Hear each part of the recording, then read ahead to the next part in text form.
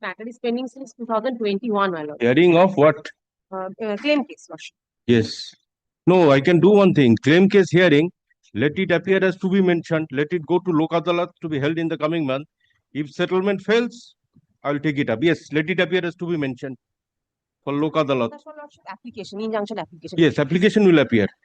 My lord, may I be permitted to mention this matter appears to be calculation, error calculation order dated 12 March 2026. My lord, kindly list the matter under Matter will appear for what? To be mentioned. to be mentioned. For what? Clarification. No,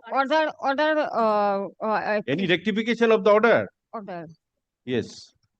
Mark under the heading correction. Correction, calculation error.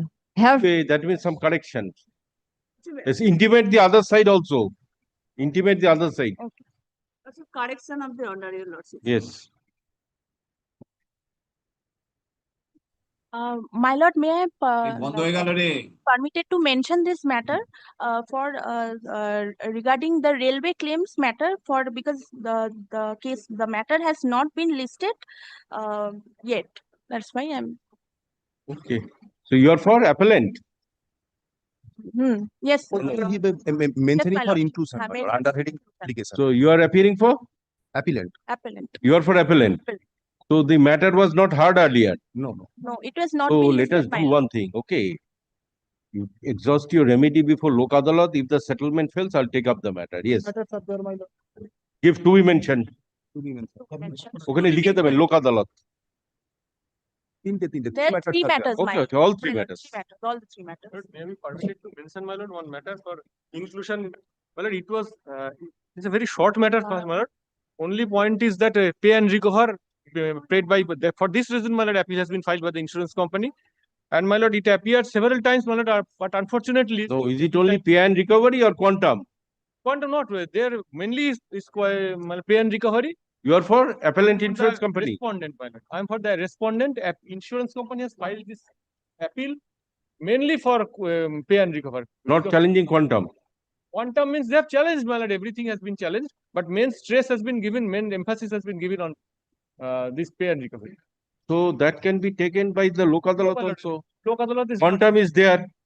well, quantum pay since pay. Anyway, after 2 main weeks. pay and recovery. After 2 weeks.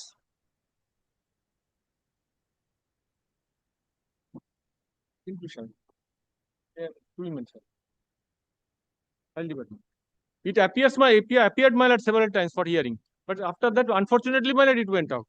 Anyway, it will appear as to be in the list.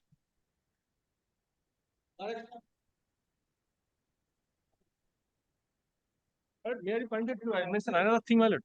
My lord, one judgment was pronounced, my lord, well, your lordship, on 1st August, but that has not yet been uploaded in the server. Okay, 1st August judgment not uploaded. Yes. It was delivered in Yes, my court. lord, it was delivered in the court. In the dictated in court. It was, yes, it was. Anyway, I shall see that. 366 of 2019.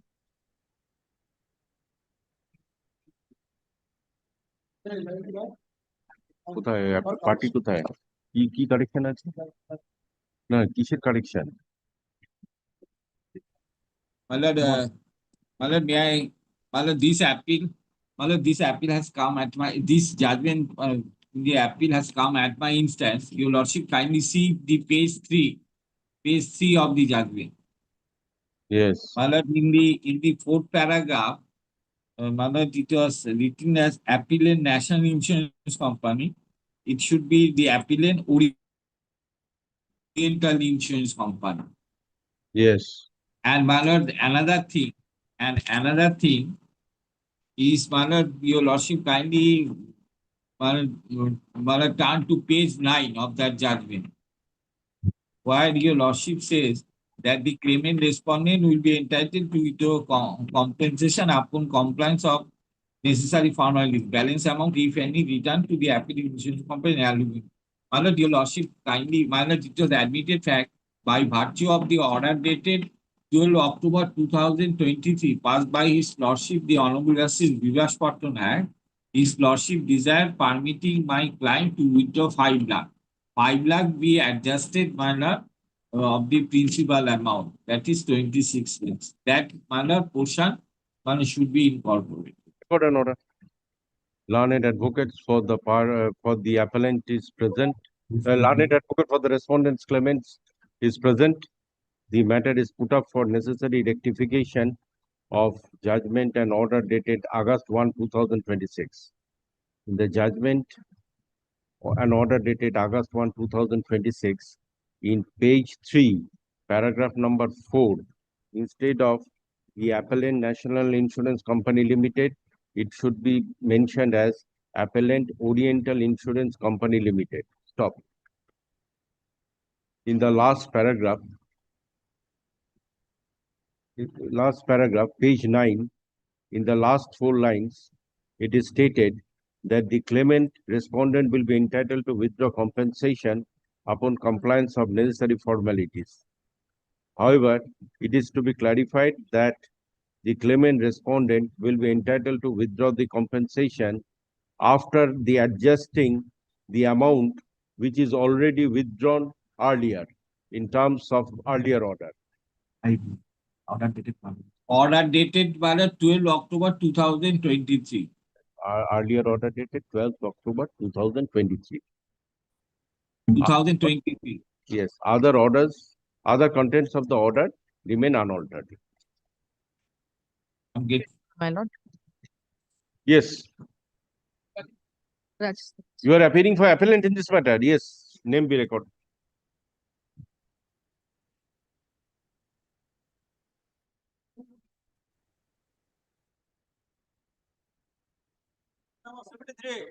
And I am for the respondent, my Item 73. This is a case of dishonor of check.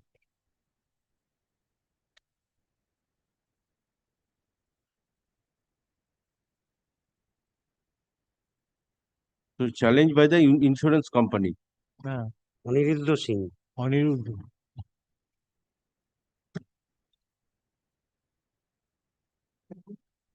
my lord will kindly make it not today, my lord. Not today. My lord, it will be fixed and coming week any date. In the Let coming it remain in the user in its position. tomorrow I will not be available. On the name, let it remain in its position.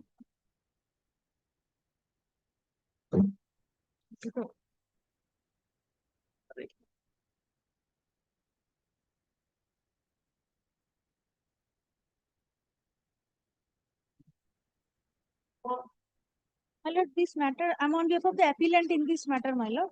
This matter has already been heard, my lord, and it has been fixed for supplementary paperwork and. Yes, you are appearing. So have you prepared the supplementary paper? Sir, kindly make it not today, my lord. Fixed date, I shall supply this paper. Okay, not today. Kindly fix this matter, my lord. এসে গেছে। Let it remain in the position. Let me see. Mister Singh এসে গেছে তাড়াতাড়ি release করে দিন ঠিক আছে date তাহলে ফিক্স করে দিন সামনের সপ্তাহে Just a minute. Can this matter be settled in Lok Adalat? It's already been heard, my lord. It has been fixed already. সামনের সপ্তাহে Maybe if it can be settled, I can send it. If settlement fails, I'll hear it once again. No, my lord, my lord. It was Okay. dismissed on contest. Okay, then not today. My lord, 73, your lordship will kindly fix up a date, my lord, any day, whenever my lord pleases, my lord. Item 73, my lord, it was called on. No, she called on. It is for dishonor of check. Not dishonor. Yes, let this matter appear on 13/8/2026 at 3 p.m. Huh? 3 p.m. So? Oh, 13/8/2026 at 10:30 a.m. Obliged, my lord. My lord, kindly fix item number 74, my lord. Acha, item number 74.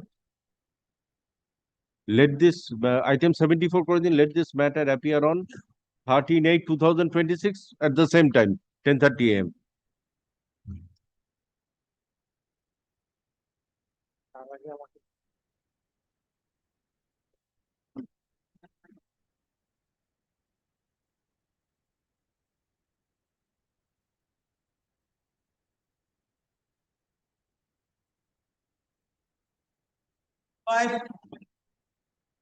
25, I am for the respondent, my lord. 75. Is it what? Railway claim case? Yes. Appellant is not appearing. So let it be sent to Lok Adalat or in the coming Lok Adalat. If settlement is arrived at, well and good. Otherwise, I'll hear out the matter. Yes, record an order. Learned advocate for the respondent is present. As there is a chance of settlement, the matter is referred to the National Lok Adalat. Yes, I am referring the matter to Lok Adalat. Mr. Mittal is appearing in the matter. Who? Mittal. Robin Mittal is appearing probably. I have been informed that he is not well. I'm only praying for 1 week.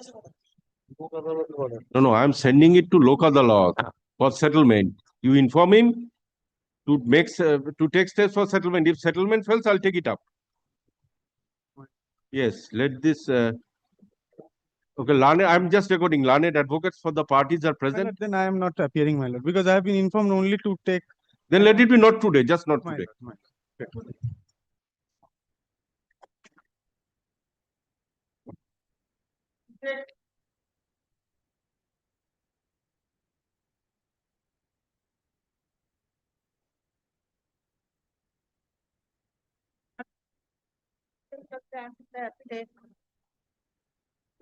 Kindly make this not today, Lord Sir.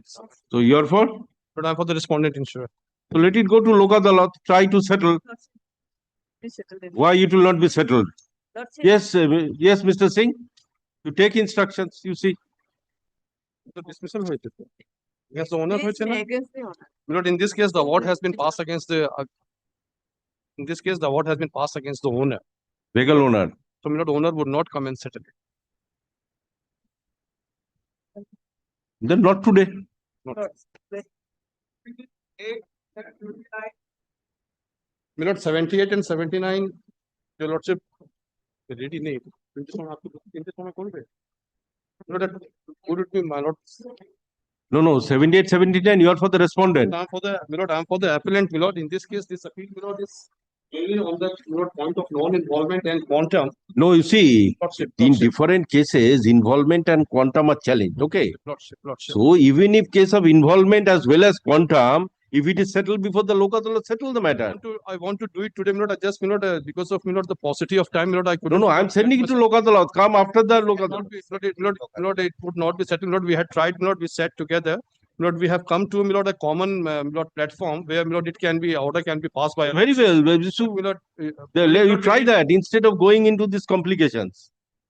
my lord, no, my lord, we need my lord's blessings, my lord. It would not be settled in local. See, you even in case of involvement also, you see, Lordship. as well as quantum. My lord, involvement, my client would not settle in local. That is the difficulty, my lord. I need to show it to your So far lordship. this order is concerned, you have tried to settle. My lord, we had tried, my lord. I have spoken to my client, but due to the point that I have taken the plea of non-involvement, my client, my lord, their officers are not willing to settle it before the Lok Adalat, because then, my lord, they have to accept and admit the involvement. That is what, my lord, one of the ground of appeal is that vehicle was not involved.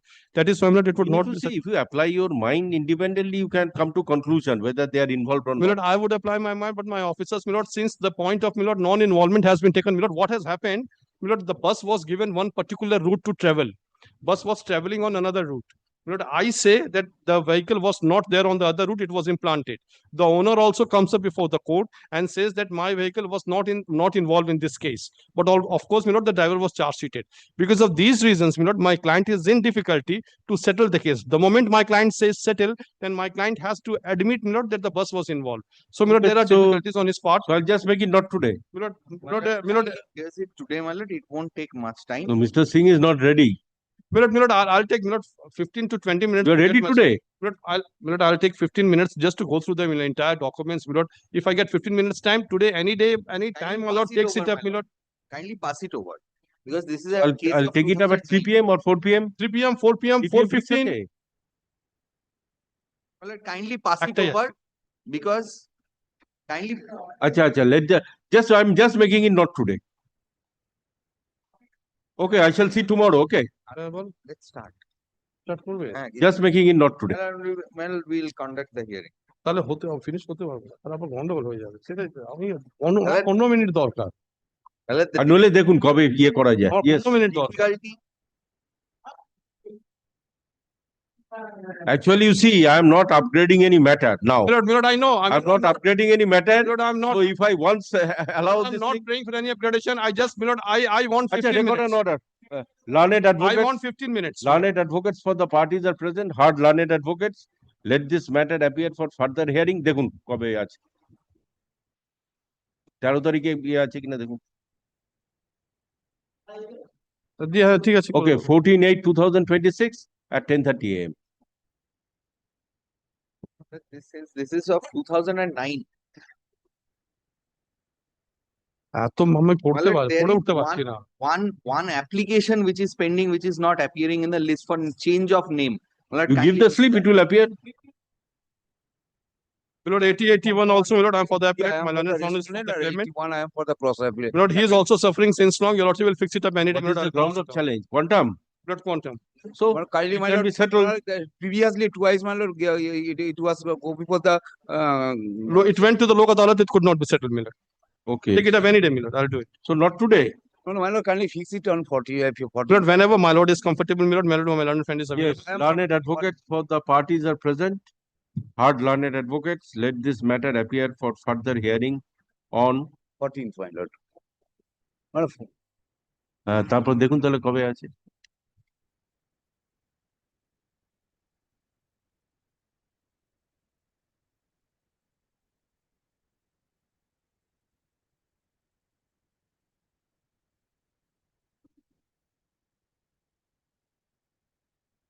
আঠারো, 19, 20। কত তারিখ 19/8/2026 at 12 p.m. I'm deeply obliged, my lord. Extremely grateful to my lord, my lord. I'm grateful.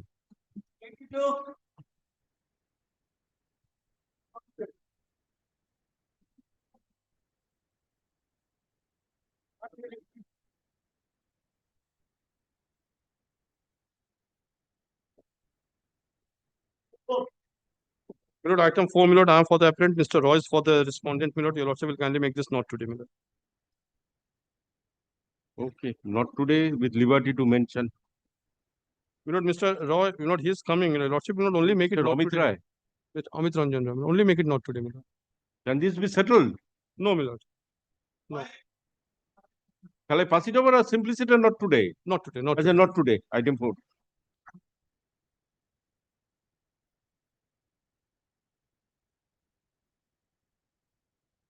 আর কোনো fix matter নেই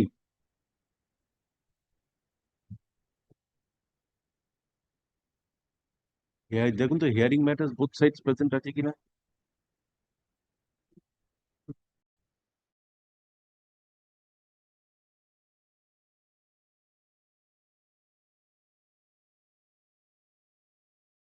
Ready, my lord. I want to finish it up.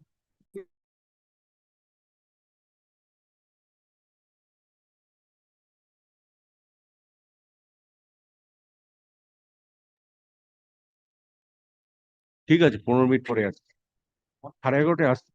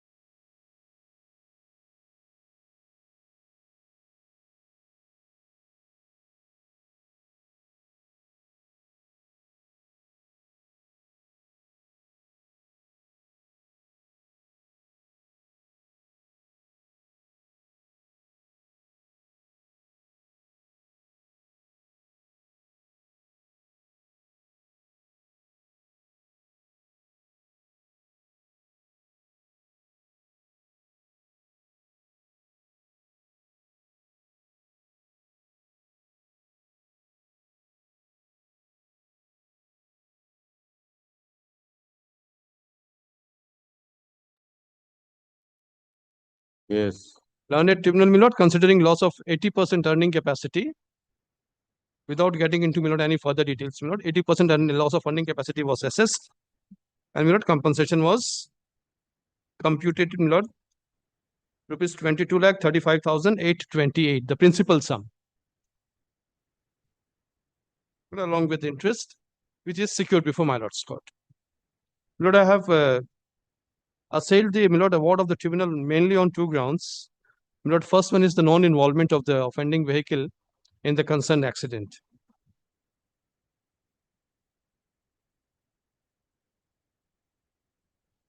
Yes. And, my lord, secondly, my lord, on quantum also.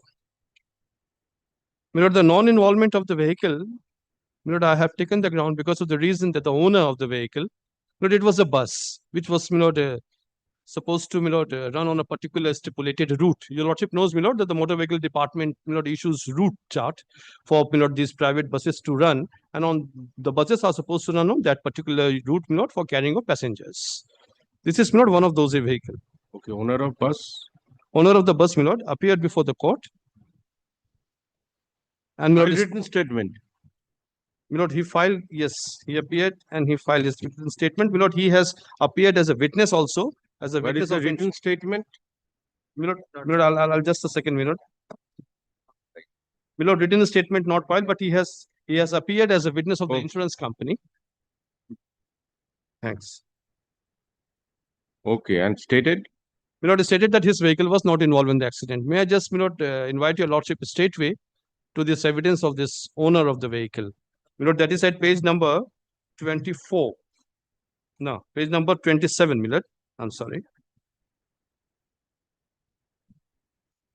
Page 27 of this paper book.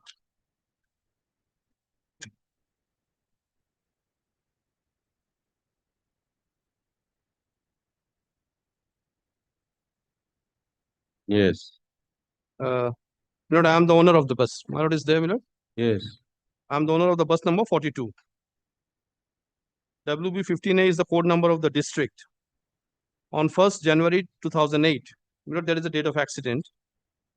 The bus was running in the local time in route number 4 from Chinsura to Mogra. It is flying throughout the day and night between Chinsura bus stand to GT Road at Shimlagarh. There are 4 or 5 railway level crossings. It takes quarter to 1 hour from one place to another if there is no obstacle. 2 timekeepers starters perform duty 8 hours each in a day. I sent one letter to the divisional manager insurance company annexed therewith 2 route charts disclosing that the accident in question was not met by my vehicle.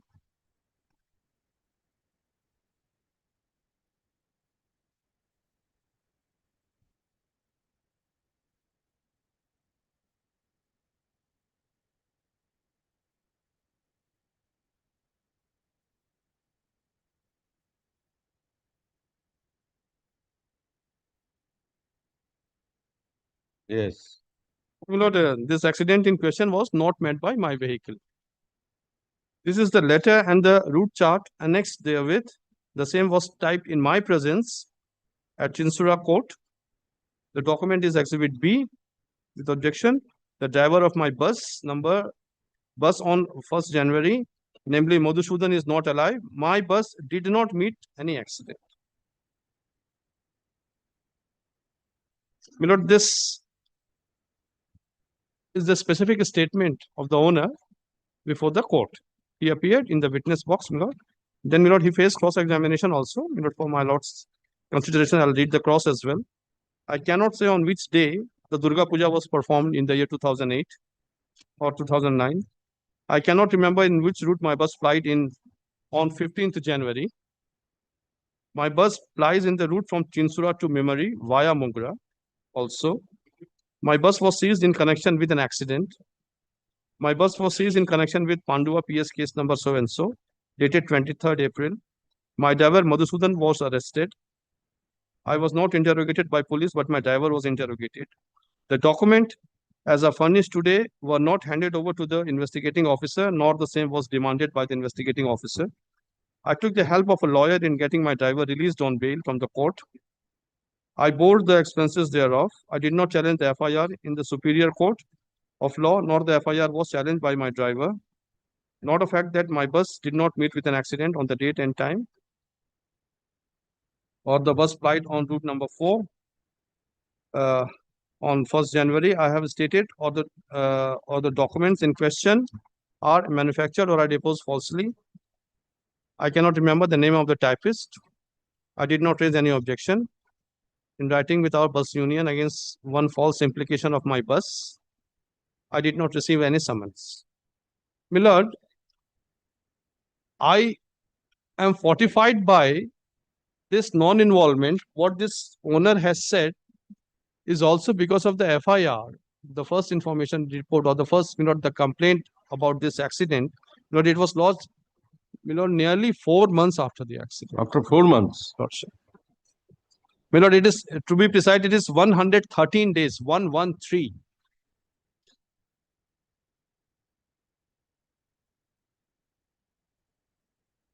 My lord, Yes. accident took place on 1st of January 2008. My lord has taken note of this date. Yes. And your lordship will kindly come, my lord, to page number 50 of this paper book.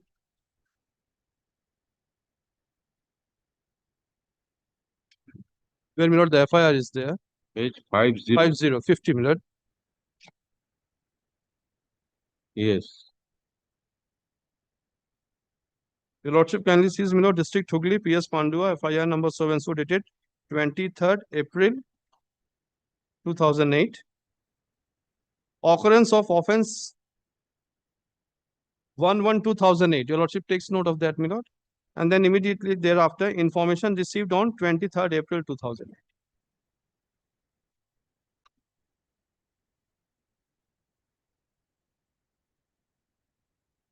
My lord, then your lordship will kindly come to next page, my lord.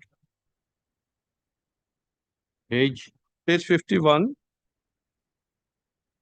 My lord, the written complaint, my lord, is there at the bottom to the officer in charge, the person who has lodged this complaint. To the officer in charge, with due respect, I, Sobhusachi Mondol. Is my lord there, my lord? Yes.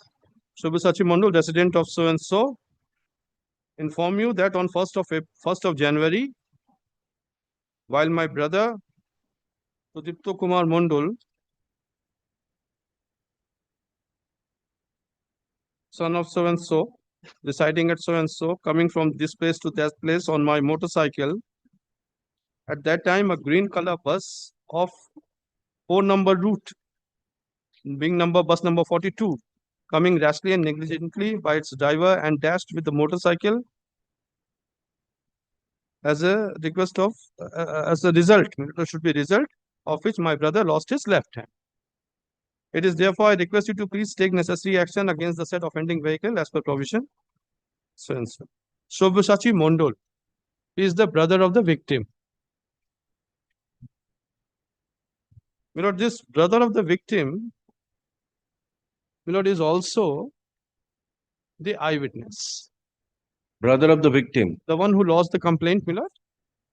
Sobhusachi Mondol.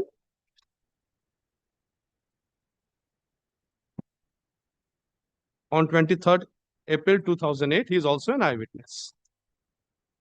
My lord, his statement is at page number, at page 16, my lord. He has come before the court and gave evidence, my lord, that yes, he was there.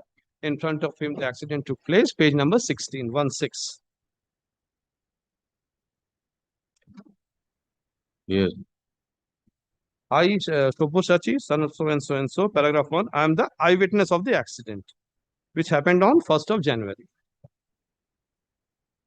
Paragraph 2, that on that date, on 1st of January, Sudipto and I went to Memari by my Bajaj Pulsar motorcycle for our business work. I drove motorcycle. Sudipto was sitting behind. On that day, at about so and so, we were returning. The accident happened. Thereafter, standing my motorcycle beside GT Road, I went to Nature's Call. Beside the road, Sudipto was standing. And then bus number 42 coming from Memari, high and reckless speed, thrashed Sudipto. and the left hand front portion hooked with the front portion of the said bus, taken a few meters by the bus. Left hand, my lord, fragmented, leaving behind him the bus left away, received serious bodily injury. Local people and me rescued him to Chinsura Imambara Hospital. He was shifted to Repose Nursing Home. Paragraph 3, my lord, bus number 42, proceeding from Memari to Chinsura, was responsible, my lord. Struck down the standing person. And then paragraph 4, next page 70, driver was responsible of 42 number. Your lordship, this is clear? Yes. In cross-examination at page number 18, my lord. Is my lord there? Page 18, my lord, cross. Sujipto is my brother-in-law. Brother he was, and then brother-in-law, whatever it is, my lord. Might be brother or brother-in-law. I know one or two persons of the locality of the PO. I did not tell about the incident to them. It is not a fact that no such occurrence took place at that time, place and manner as alleged. It is not a fact that the victim did not sustain any injury due to the accident. It is not a fact that the said offending bus did not ply within Pandava jurisdiction. It is not a fact that on the date the bus did not ply. It is not a fact that the bus is not involved. It is not a fact that I did not see the accident. It is not a fact that I deposed falsely. After the accident, Sudipto lost his earning. He is unemployed. My lord, now what troubles here is Shobhoshachi.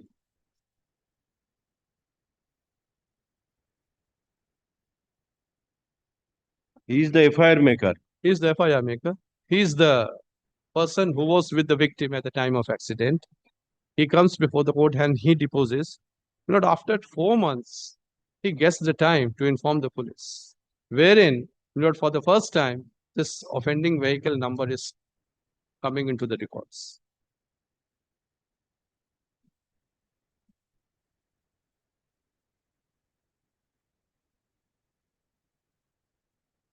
Lord, this is what is happening, Milord, one after other, Milord, this implantation. Had it, Milord, been there immediately, Milord, I wouldn't have been troubling your lordship on the point of, Milord, this involvement. Milord, after 4 months, the ball starts rolling, then everything, Milord, is online. After 113 days, Milord, when the first information report or the written complaint is lodged with the police, Milord, by that time, Milord, everything is arranged. Whether it is, Milord, the charge sheet or the police or, Milord, the insurance coverage confirmation, eyewitness, everything is there. For 113 days, everything is silent with regard to an accident. Milord, yesterday also, Milord, if your lordship remembers, Supreme Court, Milord, in a very, Milord, is a detailed judgment, has again reconfirmed that 56% of the vehicles plying today in Indian roads are not insured. Oh, I have passed a direction. Milord, my lord has passed a direction, Milord, yesterday, Milord, taking a further that step. this should be implemented. Yes, Milord, taking a, Milord, a step further, Supreme Court has said, Milord, that for the all new vehicles, Milord, which are taken out of the showroom for the first time, Milord, the 4-wheelers, Milord, would be compulsorily registered for 4 years and 2-wheelers, Milord, for 5 years. Compulsorily. Because, Milord, after first year, Milord, the vehicles are not getting renewal. Accidents are happening, and as of now, Milord, this 56%, Milord, this is what, Milord, I have been telling your lordship every single day. It was again, Milord, the judgment of Dhanalakshmi. Ki naam? Dhanalakshmi, na? Ulto dhorechi. National versus, Milord, Kungala Dhanalakshmi. Milord, along with so many other directions, Milord, this is also one of the direction, Milord, what I'm telling it to your lordship. That, Milord, our roads are full of uninsured vehicles. And, Milord, and how many uninsured vehicles, Milord, my lord has passed, Milord, 200, 300 judgments now, I believe, Milord. How many? Only one I passed the direction. Yes. But that is confined to our state only. Yes. And how many uninsured vehicles, Milord, my lord has come across? None. The allegation of insurance company is that vehicle has been In one impeded. case, I came across uninsured vehicle. Lordship. But the vehicle owner appeared. Vehicle owner I granted liberty to recover. Lordship.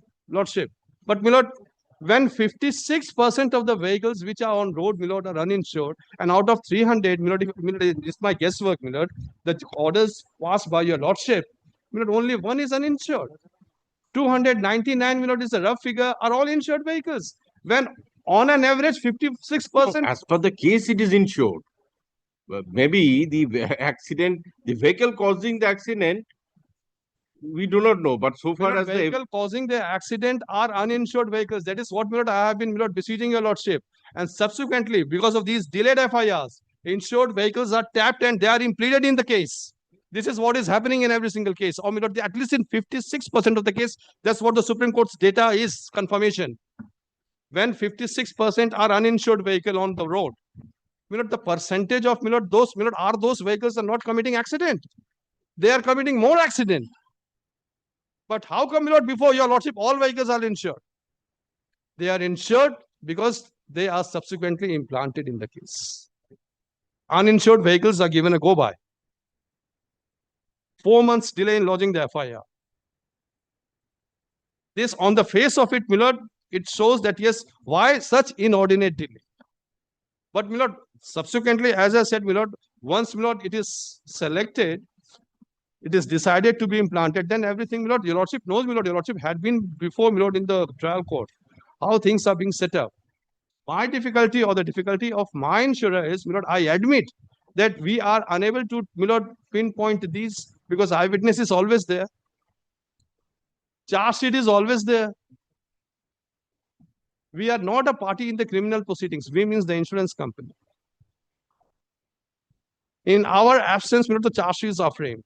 Insurance company like this, for example, my lord, in this case, when after 120 days, when the, my lord, the accident is being informed to the police, my lord, insurance company gets the information about this accident, my lord, after 6 months, or when the claim case is filed, because accident information reports are not given to the insurers in spite of Supreme Court's direction time and again.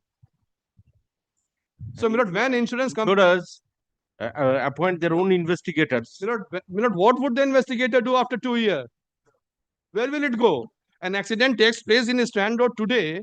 My lord, after 1 year, insurance company investigators goes to Strand Road here. My lord, what will he find? He will examine the vehicle owner and the driver. In this case, vehicle owner was there. He says my vehicle was not involved. That at best they can do that. Yes, my lord, they can do that, but my lord, the summons are being issued and they do not appear. And learned tribunals, my lord, they are not inclined to issue warrant of arrest against the owners and the, my lord, the drivers. They say, no, these are the summary procedure. My learned friend, my lord, would support me at least on this, that these are summary procedure. Everybody is not required. Forget about those. Let us pass the award. Let the victim not suffer. My lord, not for a moment I say victim should suffer. Victim is entitled to get compensation. I always say that. But, my lord, why insurer be saddled with that? Because that is, my lord, the easy scapegoat to get the money out of it. They will not get the money from the owner. That is why, my lord, time and again, insurers are being brought into the picture. In all, my lord, 149 to defense cases, no license, no route permit, gratuitous passenger, check bouncing, everything. My lord, I, with impunity, my lord, I run my vehicle without getting the insurance coverage. I check is bounced. I'm not covering it. My driver doesn't have the license. I know that. My bus doesn't have the route permit. I know that. But it's a commercial, my lord, it's a goods carrying vehicle. I carrying, my lord, the passengers. I know that. Still, insurer would be made liable to make it. This is what it is. But, my lord, at least I say when the vehicle is shown before your lordship, prima facie, it is clear that it is not involved. At least in those cases, my lord, your lordship will kindly see to it that, my lord, insurer should not be made liable. Lord, this was off the track, Lord, but I just gave your lordship, Lord, the clear picture. Anyway, you have referred to delay in FIR and the evidence of OPW1. Evidence of, Lord, the owner of the vehicle. Lord, I am also... And insurance companies officials? Lord, insurance companies officials, they were not here. Lord, I have also brought another witness, Lord, who was the, Lord, this president of, Lord, this bus association route, Lord. The president of Chinsura Memari Bus Association route number 4. That is OPW2. Lord, there's a defense witness number 1. That is at page number 25. Yes.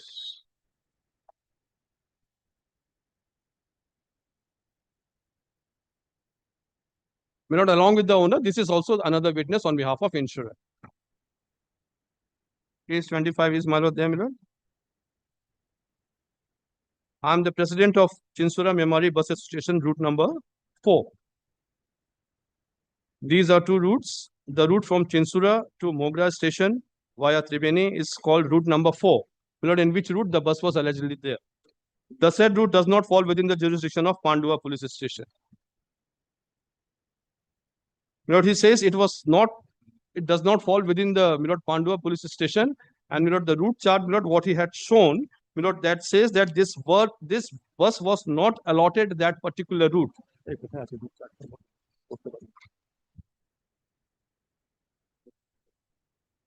And the place, the accident spot does not fall within the route.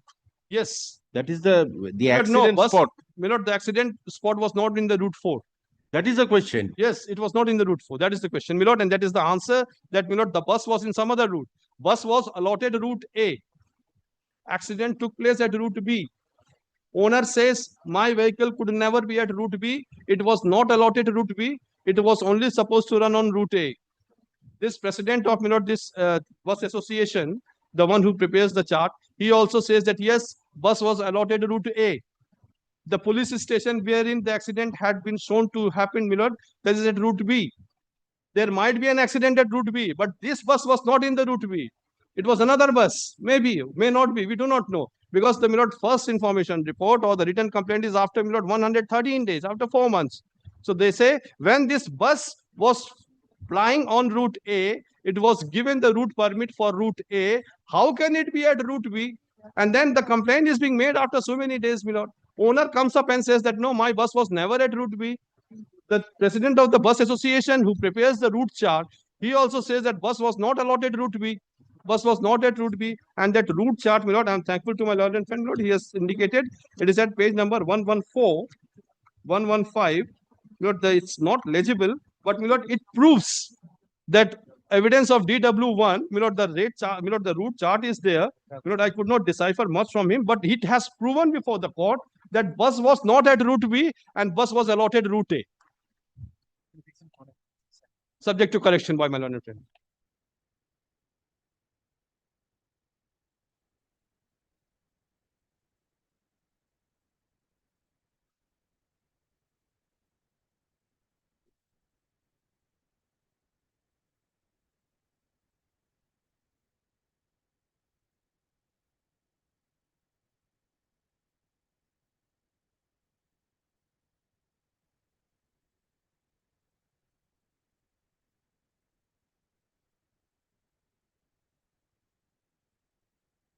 This is the sum and substance of insurers.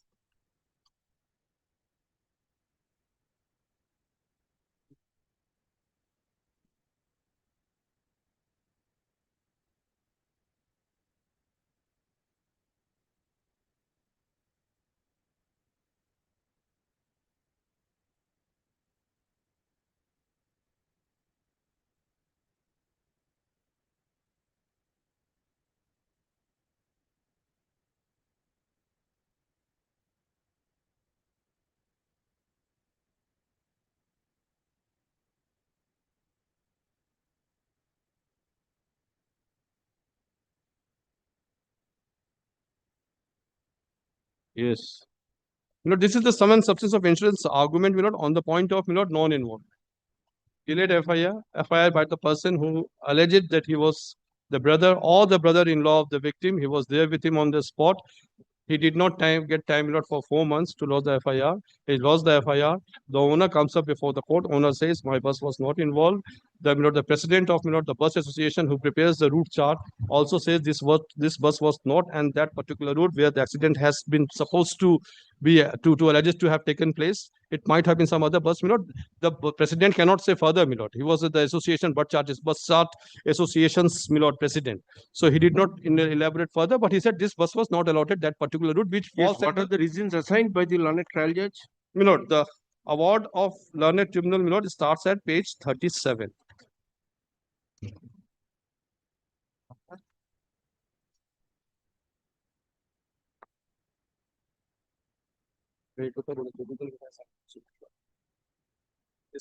Involvement and non-involvement.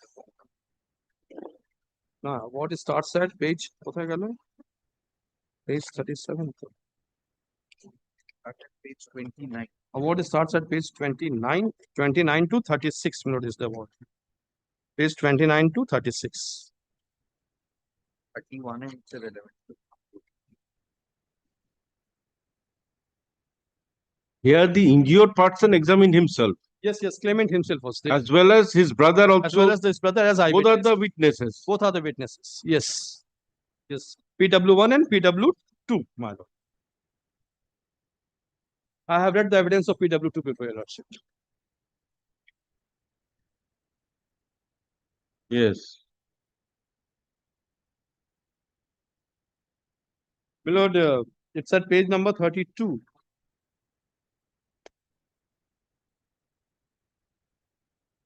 Yes.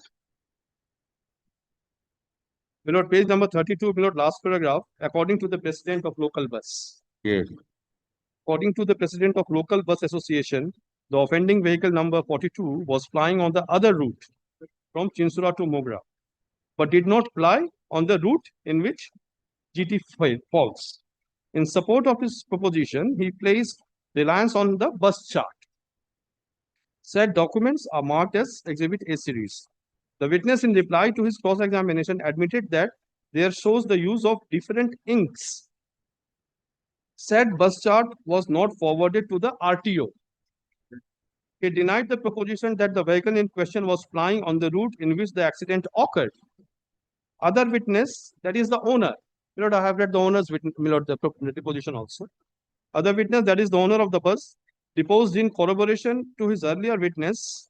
In reply to cross-examination, he stated that his vehicle was seized by Pandua PS in connection with Pandua PS case number so and so on 23rd April, and the driver of the said bus was arrested. He got his driver released on bail with assistance of lawyer. He did not challenge the FIR. He filed objection with the insurance company against the initiation of criminal proceeding against his bus, which has been marked as Exhibit B. It is found that the said document that the same was filed on 16/4/2010, long after submission of charge sheet in connection with alleged accident of his bus. Owner of the bus is not an ocular witness of the alleged accident, nor also documents Exhibit A series as are being banked upon can be held to be sacrosanct, since the manufacturing thereof after the alleged incident cannot be ruled out. The petitioner tried to establish his claim by adducing cogent evidence. PW2 claimed to be the driver of the vehicle in which the injured was riding. He claimed to be eyewitness of the accident. Not PW2 being the brother or brother-in-law, Subushachi. Learned counsel representing the opposite parties relies upon the proposition in his argument that the driver of the motorcycle had composite liability. This is not relevant, because he says that the motorcycle was standing and they were Contributory negligence. The contributory negligence, I'm not arguing much, because as far as motorcycle is concerned, which the deceased was going as a pillion, they have claimed that it was standing and they were standing. It was standing, and they were off the bike. So, contributing negligence point, I am not pushing, I am not on that. But, this is how the evidence of, the two witnesses of the insurer, the owner and the president of the bus chart association, have been discarded. They say that no, in cross-examination, you have stated that it was given subsequently, and in view of the eyewitnesses' statement and the charge sheet being there, the evidence is not being accepted. This owner had also written a letter to the insurance company that my bus was not involved. And say that that letter to the insurer was also not a subsequent fact. He did not file written statement. No, this owner did not file written statement, right? Owner did not file written statement. This was, as far as the involvement part was concerned, which was dealt with in these two paragraphs, mainly by the learned tribunal judge. Then the quantum of compensation.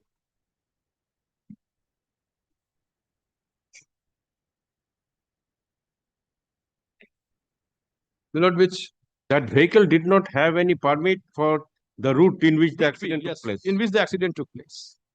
It did not have any permit. I have also taken the plea that impliedly, when the vehicle, as per the owner and as per the OPW1 or DW1 was going on a different route, it is implied that he was not having any different route permit, because he was having the route permit for route A. And both these witnesses say that he was not on route A. He was on route B where the accident, my lord. It is alleged that he was on route B. And for route B, he cannot have any permit. Yes. Conclusion day.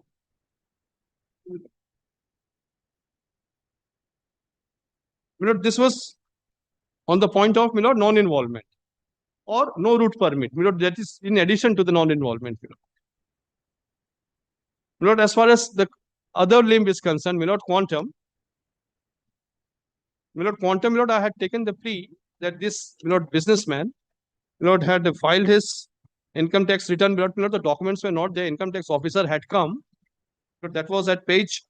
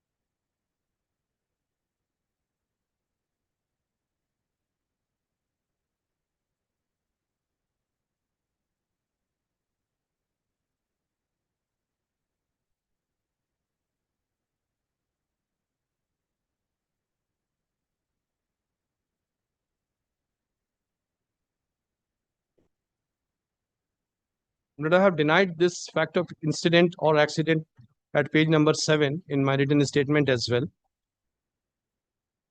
Page 7, paragraph 9, my lord. Page 7. Page 7. Paragraph 9. Paragraph 9, my lord. Yes.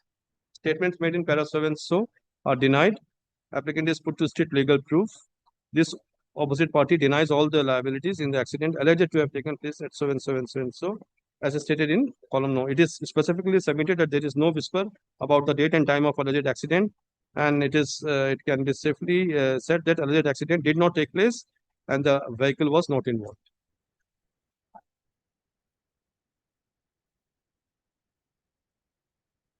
What did he say? This PW2 in his cross-examination? Not PW2 in the cross-examination, not at PW2, not at page number 16, 16. Yes. 18. Lord, yes, my lord, the chief starts at 16, cross is at 18. My lord, I read this also, my lord. He has simply denied the, my lord, the suggestion of insurance company. Sudipto is my brother-in-law. I know one or two persons of the locality of the place of occurrence. I did not tell about the incident to them. It is not a fact that no such accident took place. My lord, the suggestion was given that no such accident took place. My lord, the reply is it is not a fact. At the time, place, and the manner as alleged, it is not a fact that the victim did not sustain any injury due to the accident as alleged. My lord, suggestion was given, he has not plainly denied that. It's not a fact. It is not a fact that the offending bus did not lie within the Pandua jurisdiction on the alleged date. It is not a fact that on the date the bus did ply through another route, Chinsura Mogra, via Tribeni. It is not a fact that the bus is not involved in the alleged accident. Not all suggestions have been not plainly denied, but every suggestion was made to him.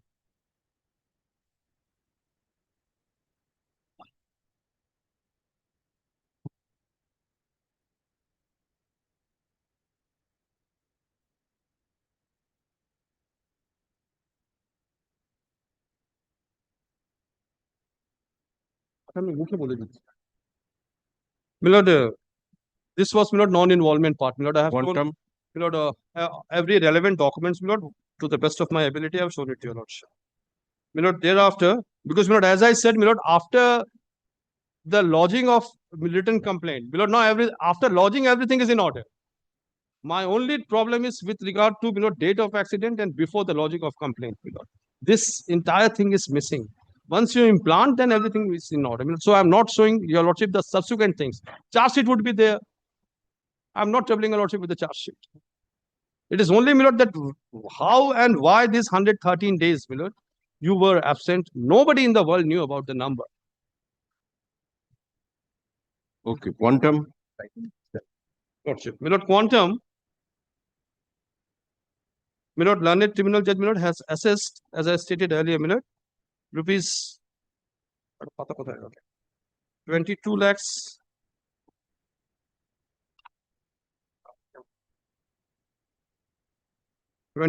35,828, my lord, is the principal sum with 6% interest. This was made, my lord, on the basis of loss of 80%. 32 lakh. 22 lakhs, my lord. 22, 35, 828 plus 6% interest. My lord, I have already secured, my lord, in 2016, my lord, more than 30 lakhs, rather, my lord, 31 lakhs before my lord's court. Today we are in 26, 10 years now, my lord, 31 lakhs is there. My lord, quantum, my lord, learned tribunal judge, on the basis of, my lord, disablement certificate, which showed 80% disability, assessed the loss of earning capacity at 80%. My lord, left hand was amputated, as I said. Medical certificate, my lord, I am not disputing, 80% disability is there.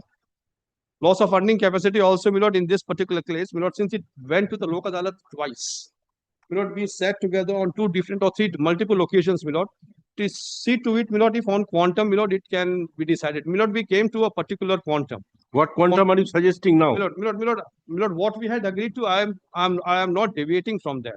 My lord, learned tribunal judge, my lord, said that there is a cross objection as well. My lord, learned tribunal judge, on the basis of, my lord, the documents which were proven, 1,52,000 per annum income of this victim, my lord, had assessed this 80% loss of earning capacity, and my lord, then came to this 22 lakh or 23 lakhs odd. My lord, I am possibly not in a position to, my lord, to decrease the quantum. Rather, my learned friend, my lord, in his cross has raised 2 issues. My lord, one is the future prospect was not granted. My lord, this was the case of, my lord, 2008. There was no, my lord, thought of any future prospect in 2008, or, my lord, the award was of, my lord, 2015. But, my lord, be that as it may, now he is entitled to future prospect. Now the question is, Lordship. both of you sat together with your clients. No, my lord, we sat together and we suggested to our clients that we are working if it can be settled. No, settlements, settled Yes, as a whole. as a whole. Yes, as a whole.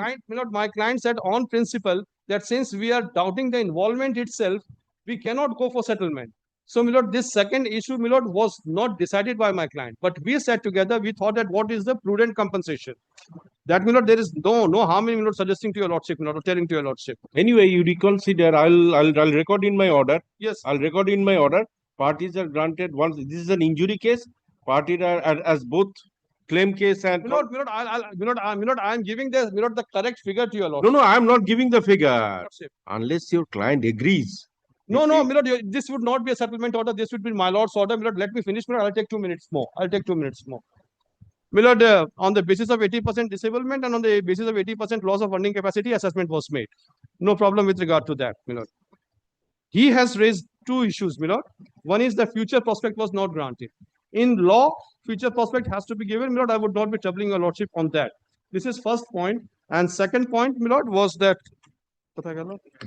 my lord, non-pecuniary damages. My lord, 7,000 was given, only 7,000. My lord, it should be made, my lord, 1 lakh. That is what, my lord, we had discussed. So, my lord, by adding 40% future prospect and by making, my lord, this non-pecuniary to 1 lakh, my lord, this award, my lord, goes much up. My lord, multiplier, there was one dispute.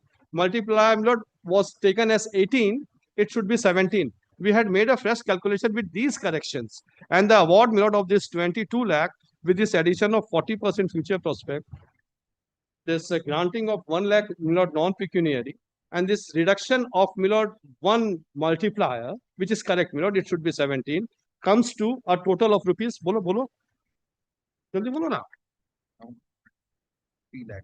My lord, approximately 33 lakh, my lord, that the paper, my lord, what we had calculated, it has gone for typing. It, my lord, from 22 or 23 lakhs, it goes up to 33 lakhs, which I feel, my lord, should be the correct calculation in this given case. You see, the moment I enhance Lordship. or reduce anything, I Lordship. have to assign my reasons. My lord, the reasons I have to will be- record your Yes, arguments lordship and assign the reasons. will record, my lord, because that is not incorrect reasoning. But on the other hand, if there is a settlement, no No, reason. settlement cannot be. My lord, the reasoning what I am giving, my lord, that is correct, that is lawful, that is as per Pranay Regarding quantum. regarding quantum, yes. So My lord, give my your lord, calculation. yes, yes, my lord. The quantum, my lord, it would be the order of the court and it is the correct calculation, not even 1 paisa or 1 rupee, my lord. We are deviating from the set principles of, my lord, law. Because you see, in contest orders, Lordship. matters do not end. It can be taken higher up by either of the parties. My lord, we are giving the correct calculation to your lordship. Yes, yes. Even if it is taken up higher up, my lord, that Either of the by parties. either of the parties, that calculation would prevail because that calculation is correct calculation in accordance with law and in terms of the Supreme Court judgment. So, my lord, we are, it goes Give up the to, decision, probably give the citation, Rajkumar versus Ajay Kumar. yes, Rajkumar, Ajay Kumar, my lord, yes, Rajkumar, citation, I'll Citation only. yes, citation only, my lord. My lord, these are the two grounds, my lord. If I lose on the first ground, if I lose on the ground of, my lord, involvement, when, my lord, the calculation, what we have calculated, award would be enhanced by a further sum of approximately 10 lakhs. I'm giving that calculation to you. I'm grateful to you, lordship. Let this victim suffered this accident in the year 2008. No, sorry. He suffered this accident in 2008. We are in 2026. He has not received a single penny yet. Alert. He suffered this accident and was admitted in the hospital. After being admitted in the hospital, he was taken to Kolkata and he was admitted here. Initially, doctors tried to save his left hand. It could not be saved and he had to undergo a surgery. And his left hand had to be cut off. It had to be amputated. My lord, the first point that Mr. Singh has taken is the delay in lodging of FIR. Now, my lord knows very well that, my lord, Ravi versus Badri Narayan, the Supreme Court has held that delay itself in lodging the FIR cannot be fatal to the claim case if the delay is well explained. Now, my lord, I'll just show the points. My lord, kindly comes to the FIR at page 53 of the paper book. My lord, 51.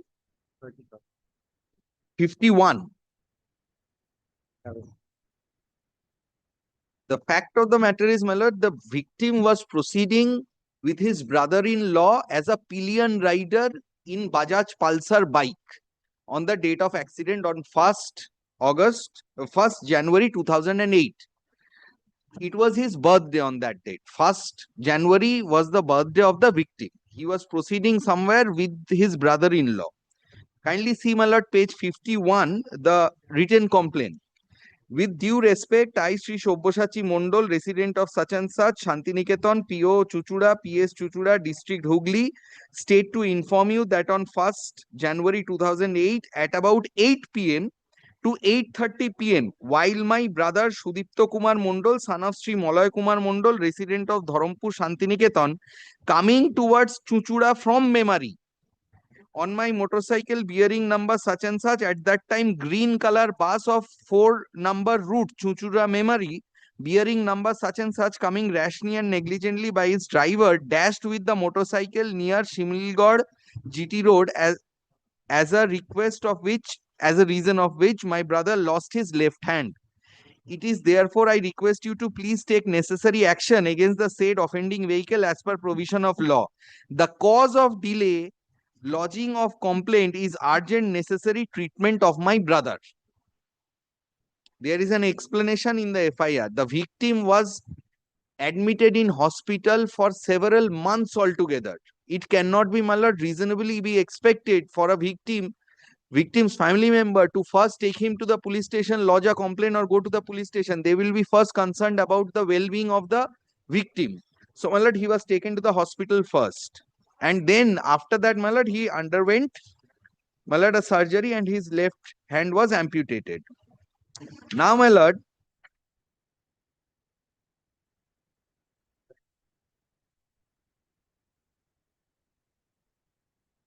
kindly come to page 56, the chart sheet.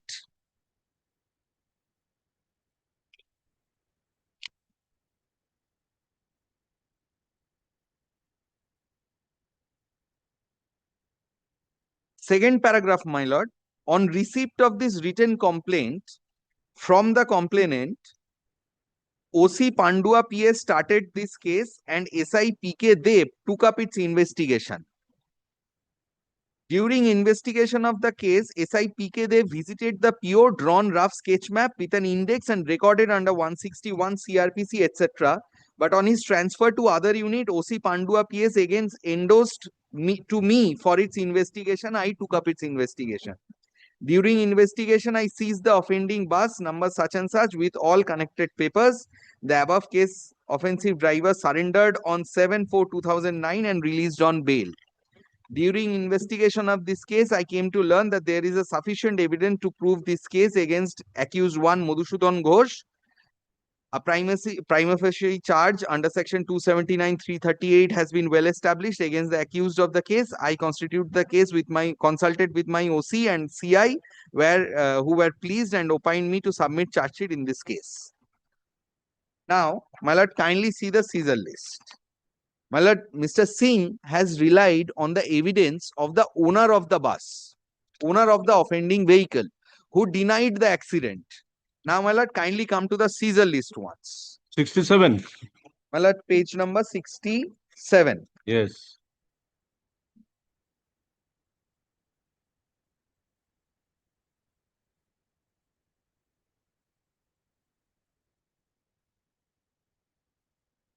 First, my lord, kindly come to page 65.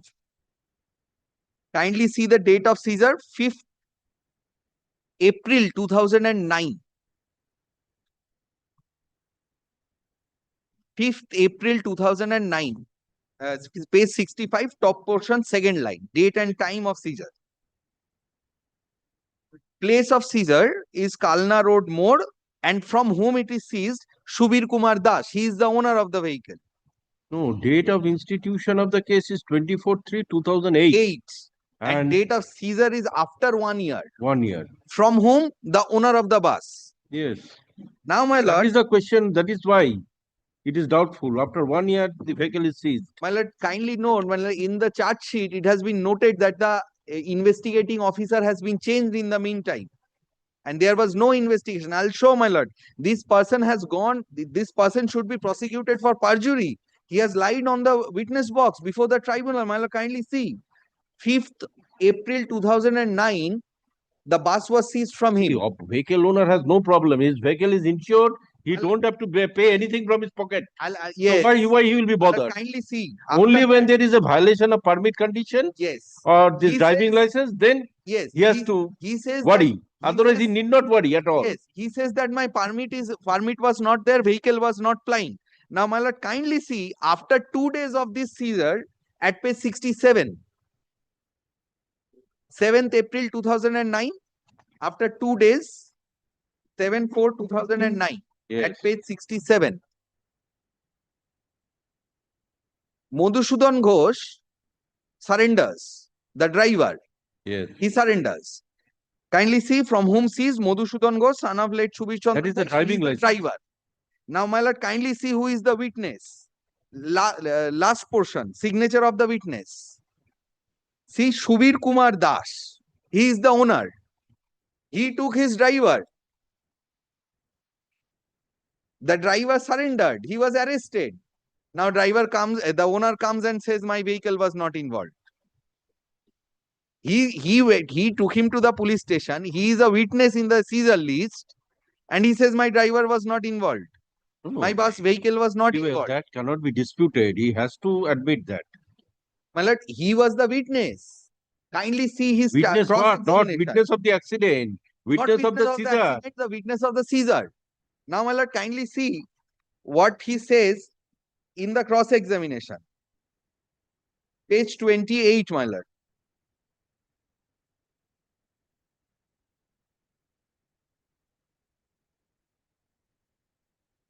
I cannot say the cross-examination portion. I cannot remember in which route my bus Page flight. 28? Okay. Page 27, my lord, of the paper book, the cross-examination of the owner. Page 27, cross-examination part, second line. I cannot remember in which route my bus plied on 15th January 2008. My bus plies in the route of Chuchura to Memari via Magra also. My lord, kindly note this, my lord. My bus plies in the route of Chuchura to Memari via Magra also. My bus was seized in connection with an accident. My bus was seized in connection with Pandua PSK number such and such. My driver Madhukusudhan Ghosh was arrested. I was not interrogated by police, but my driver was interrogated. The document exhibit B as are furnished today were not handed over to the investigating officer, nor the same was demanded by the investigating officer. Well, he in witness box says, I did not furnish exhibit B to the investigating officer. The fact of the matter is this is a post facto generated document. He has admitted this. Subsequently, my lord, I took the help of a lawyer in getting my driver released on bail from the court in connection with Pandua PS case number such and such. I bore the expenses thereof. I did not challenge the FIR in any superior court of law, nor the FIR was challenged by my driver in any superior court of law. Okay, when was the seizure list? When was the seizure made? Let us see that. 5/4/2009. And when did the owner inform the insurance company? Yes, my lord, I am coming to that, my lord. Okay, 5/4/2009. Yes. Seizure made. Yes. And when was the insurance company intimated? Kindly see exhibit B, which is at page 115. 115. Not 115, 113. 113. 16/4/2010. 16. 16/4/2010. Bottom portion, my lord. His own signature. 16th April 2010. This is after 1 year. After 1 year of the seizure and also after the submission of charge sheet. Kindly see when the charge sheet was done.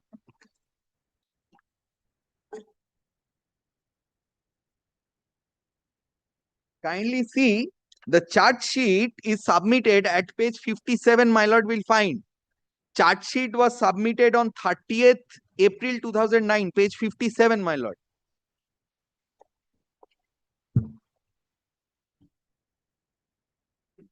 Page 57, after the signature of the SI of police. Charge sheet submitted 34/2009. Yes. No, before the charge sheet. No, my lord, no, this is what? This is intimated 16. Okay, seizure. Oh, 16/4/2010. Yes, after 1 year. Charge sheet. Okay, but charge sheet submitted? 30th that is after. April 2009. 1 year before that.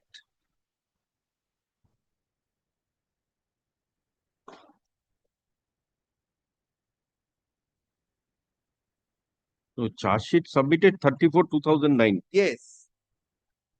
My lord, kindly. That means within, you see, within 20 days. Yes. Charge sheet. That means when was the claim case filed? Claim case date of filing of claim case was 24th August 2009.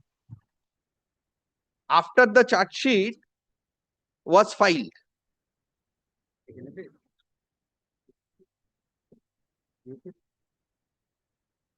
So, my lord, not even after this is a post facto document, my lord. After I filed, after there is seizure, after there is charge sheet, he went to the insurance company and sent one document that my vehicle is not involved. But before that, he took his driver. That document is there on record.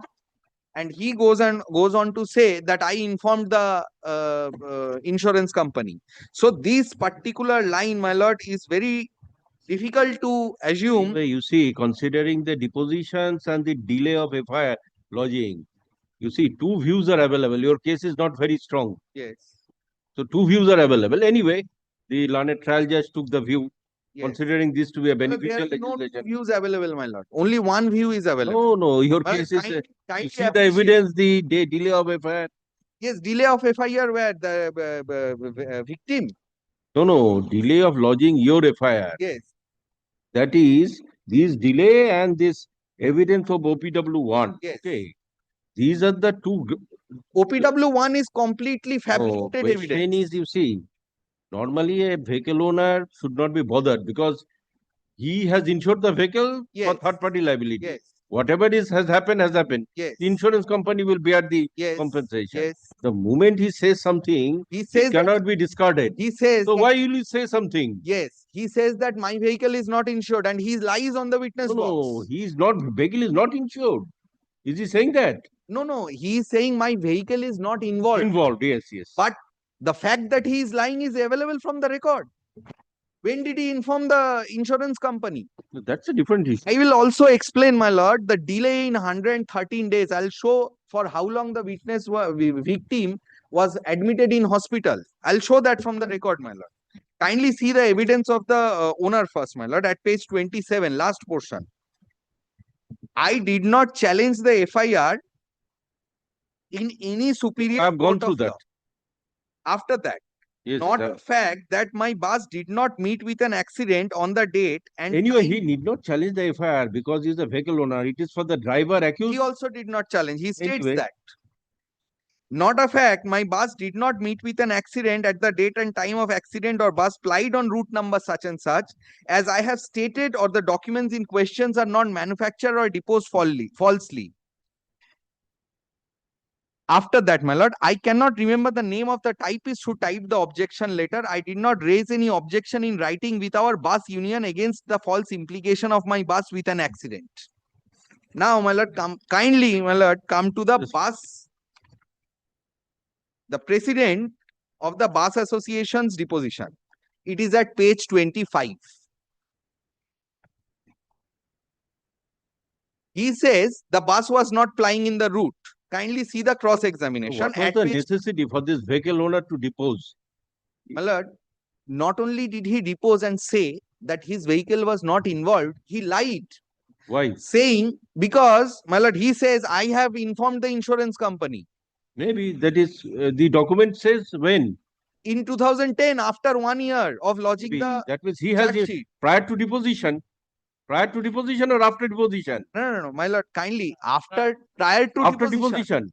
Prior to deposition. But after filing of the... So is it a lie? If yes. No, question is, you see, you say you have lodged a representation. What is he saying, my lord? Kindly see. Question is, you see, he is not lying. No, my lord, kindly see. He says, I was not interrogated by police. The documents as are furnished today were not handed over to investigating officer. How will he hand it over to the investigating officer? Because he has manufactured this document later on. He is lying on in the witness box. He is saying, so far the representation cannot be disbelieved. Okay. This my lord, intimation cannot be disbelieved. His intimation is post facto manufactured document in the year 2010. No, but my lord, kindly have you put appreciate that suggestion that you have, it is a manufactured document? Yes, where? kindly see page 28. No, 28 means where have you stated that? It's a manufactured document.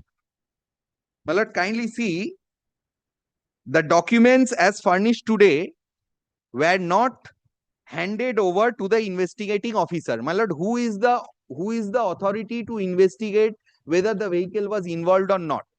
It is the investigating officer. He says this document was not handed over to the investigating officer because he did not ask for it. How will he ask for it? This document did not exist on that particular date when the investigation was going on. Kindly appreciate that, my lord. Anyway, maybe that he did not think fit. Okay. No, he did not. That document did not exist when the investigation was going on. I think after the claim case, he has intimated the insurance company. Yes. After the claim case. Yes. So, investigating officer did not have the scope to go through that document. Where he said. Now the question is, investigating officer has investigated, submitted the charge sheet. Yes. Upon considering the charge sheet, considering the evidence of PW witness and this OP, whether your case is established or not. Kindly see how the tribunal has dealt with it. Kindly, my lord, come to page 32. Page 32, last paragraph. Yes. According to the president of the local, this is regarding involvement, my lord. local bus association, the offending vehicle, namely such and such, was plying on another route from Chuchura to Mogra station via Triveni, but did not ply on the route in which GT Road falls. In support of his proposition, he placed reliance on the bus chart. Said documents are marked as Exhibit A series. The witness, in reply to his cross-examination, admitted that there shows use of two different inks. Said bus chart was not forwarded to the RTO. He denied the proposition that the vehicle in question was plying on the route in which the accident occurred. Other witness, that is the owner of the bus, deposed in corroboration to his earlier witness. In reply to cross-examination, he stated that this vehicle was seized by Pandua PS in connection with Pandua PS case number such and such on such and such, and the driver of the said bus was arrested. He got his driver released on bail with assistance of lawyer. He did not challenge the FIR. He filed objection with the insurance company against the initiation of criminal proceeding against his bus, which has been marked as Exhibit B. It is found that the said document that the same was filed on 16/4/2010, that is long after submission of charge sheet in connection with the alleged accident of this case. Owner of the bus is not an ocular witness to the alleged accident, nor also document Exhibit C, A are being banked upon can be held to be sacrosanct, since the manufacturing thereof after the alleged incident cannot be ruled out. This is what the tribunal has held. Did the police authority examine this vehicle owner? Yes. No, in charge sheet. Like in charge sheet, that we don't know. According to the vehicle owner, he was not interrogated by the police. But no, he doesn't say. He says that this vehicle, his document was not produced. He came to the knowledge when the police authority in his presence seized the vehicle and the driving license. Then only he came to knowledge. Yes. Now, my lord, kindly see. After that, what does he say? Now the question is, what is the charge sheeted with the witnesses? Who are the charge sheet witnesses?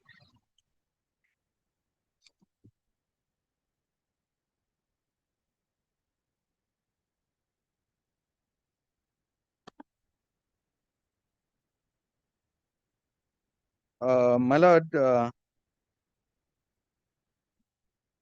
page 55. Yes.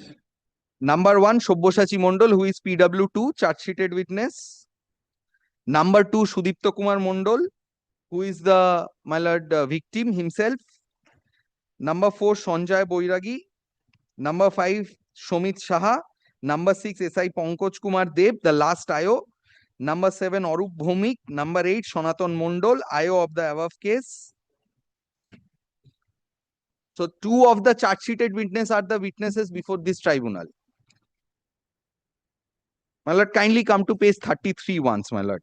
Kindly see the observation of the tribunal once at page 33.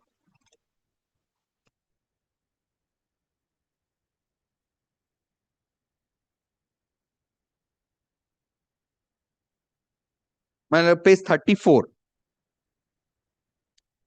The 33 where I was reading, my lord, it goes on to say the petitioner tried to establish his claim by adducing cogent evidence. Yes.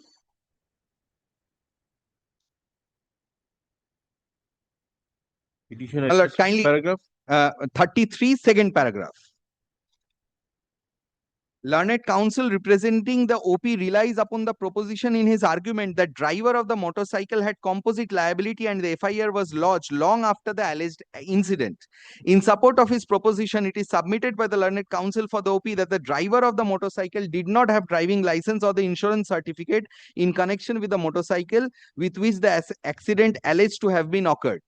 From the perusal of evidence of PW2, who is stated to be the driver of the motorcycle, it is found that not a single question was put to him raising question regarding his not having driving license or of the insurance against the motorcycle. Furthermore, according to the case of the petitioner, offending vehicle dashed against the petitioner from behind. It is the case of the petitioner further that the motorcycle was lying stationed as driver PW2 attended nature's call. Veracity of the said statements that the offending vehicle dashed against the petitioner from behind and the motorcycle was stopped as the driver went to attend nature call is not challenged. Therefore, the question of composite liability does not arise, what your lordship was saying. Had it have been raised, Had it been an accident from face to face, then only question of composite liability could have been raised. Here, in this case, no accident occurred between motorcycle and the bus. The bus dashed against the victim and thereby the victim sustained injury. Had the motorcycle been dashed again by the bus, then PW2 would have suffered injury, so as also the motorcycle would have suffered damage. But it is not the case of the petitioner. Either PW2, that is the driver of the motorcycle, or the motorcycle itself sustained injury or damage, as the case may be. Now, question comes as to how far it is fatal of lodging FIR at a belated stage. It is in regard the learned counsel for the petitioner placed reliance on a decision reported in Ravi versus Badri Narayan and others reported in such and such. Honorable Apex Court stated that in paragraph 20 that it is well settled that delay in lodging FIR cannot be a ground to doubt the claimant's case. Knowing the Indian condition as they are, we cannot expect a common man to first rush to police station immediately after the accident. Human nature and family responsibilities occupied the mind of kith and kin to such an extent that they give more importance to get the victim treated rather than to rush to police station. Under such circumstances, they are not expected to act mechanically with promptitude in lodging FIR with the police. Delay in lodging FIR thus cannot be a ground to deny justice to the victim. In a case of delay, the courts are required to examine the evidence with closer sanctity, and in doing so, the contents of the FIR should also be scrutinized more carefully. If court finds there is no indication of fabrication, or it has not been concocted or engineered to implicate the innocent person, then even if there is a delay in lodging FIR, the claim case cannot be dismissed merely on that ground. Therefore, in light of the above observation, Honorable Apex Court, this court is of the view that no harm is caused to the claim case of the claimant petitioner only owing to delay in lodging FIR, more particularly when it is found from medical reports that the victim was admitted in hospital and treated there for pretty long time. Kindly see, my lord, one document that when was the victim discharged? At page 72.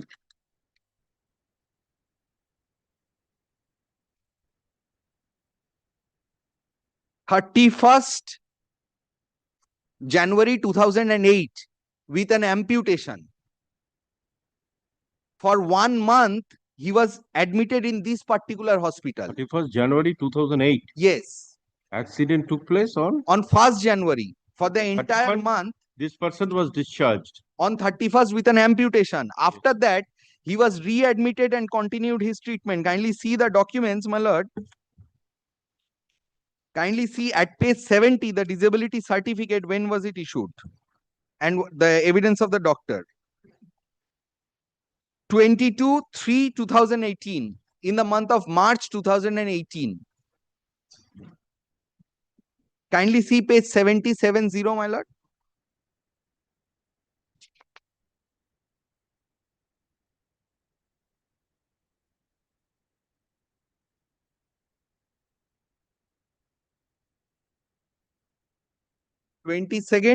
March 2018. At the bottom portion, the date is there of the superintendent of the district hospital, Hooghly. This person, my lord, underwent an amputation of one of the hand.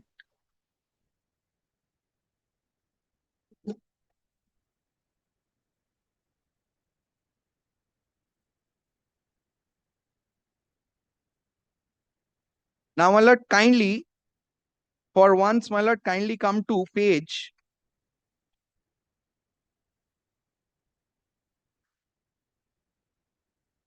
28.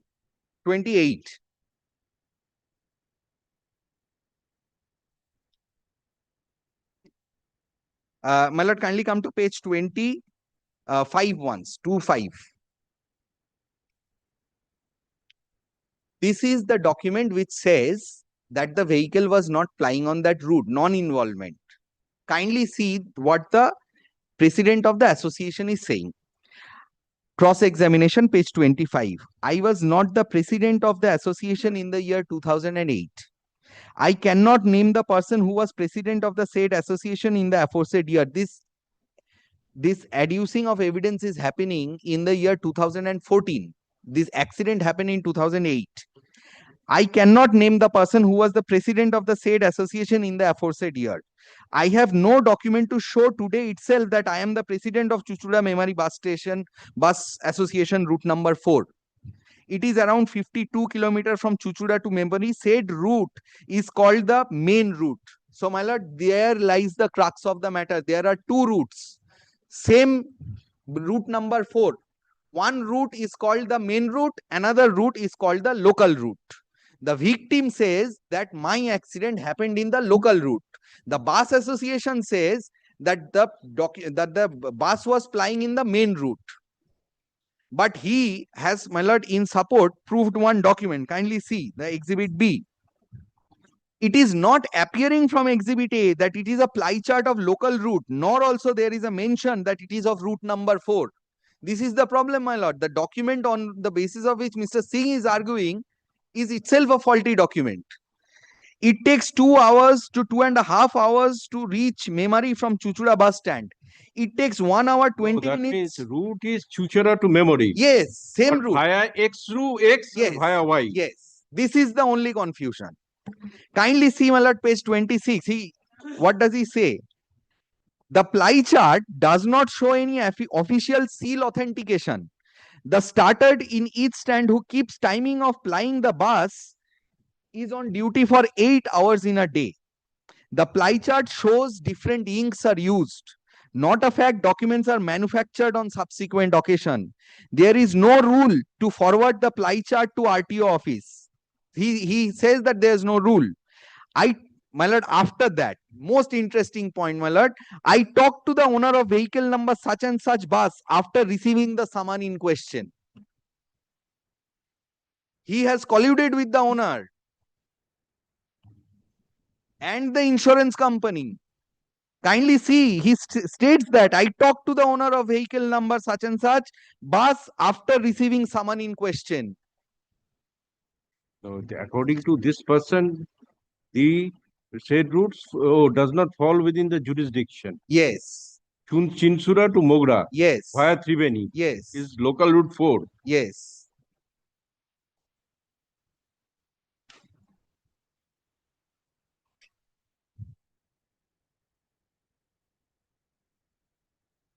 After that, kindly see, my lord, 3 lines after that.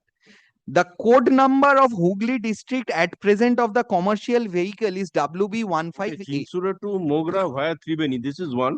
Yes. The other is Chinsura to Mogra. What is that? Via the GT road. No, where is that? From which evidence? My lord, kindly see page 25, 3rd line of the cross-examination. No, it is the case, you see, of the claimants that accident took place at. What is the place? The place is at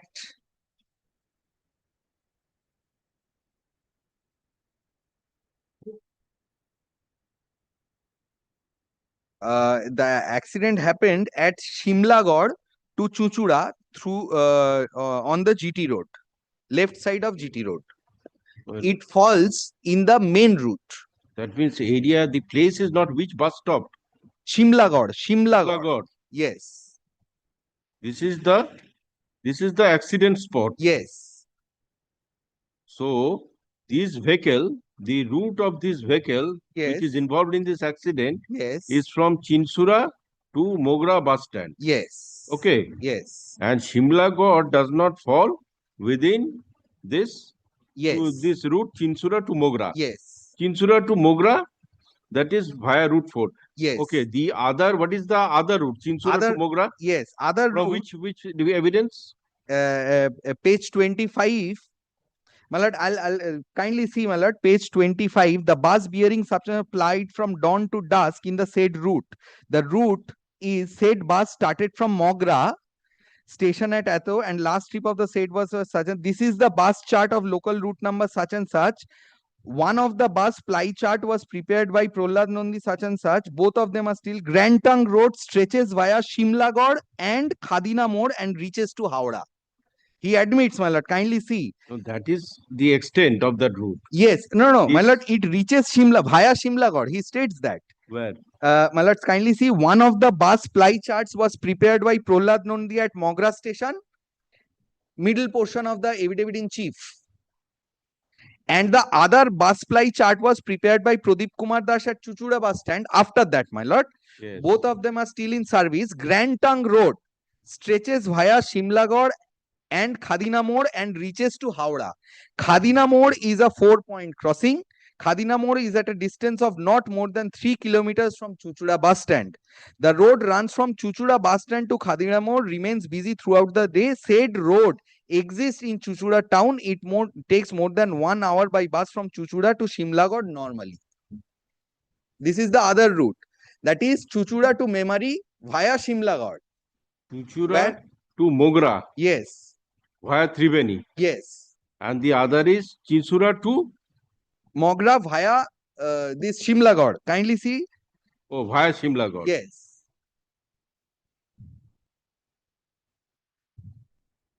Now, my lord, kindly come to One of the bus ply chart. In that particular in districts, I think the numbers are not there. 51, yes, 52. Yes, the bus which were plying are not there. He admits that at page 26. The owner, the code number, middle portion, my lord, page Yes. 26. The code number of Hooghly district at present of the commercial vehicle is WB15A.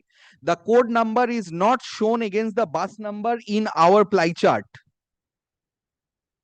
I cannot say the year from which the offending vehicle was plying in route number 4 local, perhaps from year 2006 or 7. There fall 4 police stations in the route of Chuchura bus stand, Memari bus stand. Shimlagor falls within route number 4 main. Kindly see this, my lord, page 26. He states that Shimlagor falls within route number 4 main. On the head note of the ply chart, there is a column, namely number of bus plied, and the said column is left blank. After Shimlagor falls within route number 4 main. This is the OPW1. OPW1. That is the vehicle owner. Vehicle, no, my lord, President. president of the bus association. Okay, and the OPW2 is the owner. Okay, he cannot which route bus plied. Yes. On the head note of the ply chart, there is a column, namely number of bus plied, and the said column is left blank. I did not personally verify as to whether any bus was plied on any particular route on a particular day, as there is a process of check and cross and check. It is not a fact that I have favored the insurance company or the documents in question are prepared at the instance of the insurance company. No, he has also, this vehicle owner has stated that at the time of his deposition, this Madhusudhan Ghosh was not alive. My lord, Driver. He had died. Driver had died. Yes.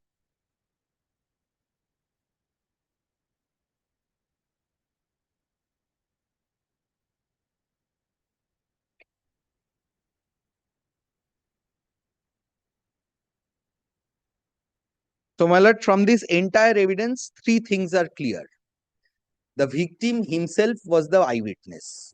Along with him, another person was proceeding on whose bike he was a pillion rider. That pillion the driver of that particular vehicle went to attend nature's call. He was standing on the road when the bus hit him and dragged him for a certain amount of time, and he was admitted in the hospital. He was there under treatment for several months. Disability certificate issued in the month of March 2018. Now, my lord, after that, my lord, the FIR was lodged by the brother-in-law of the victim, who was the eyewitness. He is also the charge-sheeted eyewitness. Another charge-sheeted eyewitness is the owner of the vehicle himself. Now, my lord, 2 of the charge-sheeted eyewitness came in the witness box and said how the accident has happened. Nothing put in the cross-examination, my lord, establishes that the vehicle was not involved. The charge sheet has been submitted against that particular bus. The owner only states that my bus was not involved, but he only feels free to say that 1 year after the charge sheet has been submitted, that my bus was not involved. After that, my lord, the tribunal holds only one thing, that the insurance company has relied on the witness of the owner of the bus. Owner of the bus is not an eyewitness himself. He has not witnessed the accident. He doesn't know that whether his bus was involved or not. By which authority he is saying that his bus is not the eyewitness? His bus was not involved. He did not witness the accident. His entire witness is hearsay evidence. President of the bus association has manufactured a document by his own admission and has used different inks. He comes in the witness box and deposes that I had a talk with the owner of the bus after receiving summons. He admits that. And after that, the owner of the bus says the document which is made by using different inks by someone else who was not the president. He himself is the president is doubtful because he has not submitted any document before the court to show that he is the president.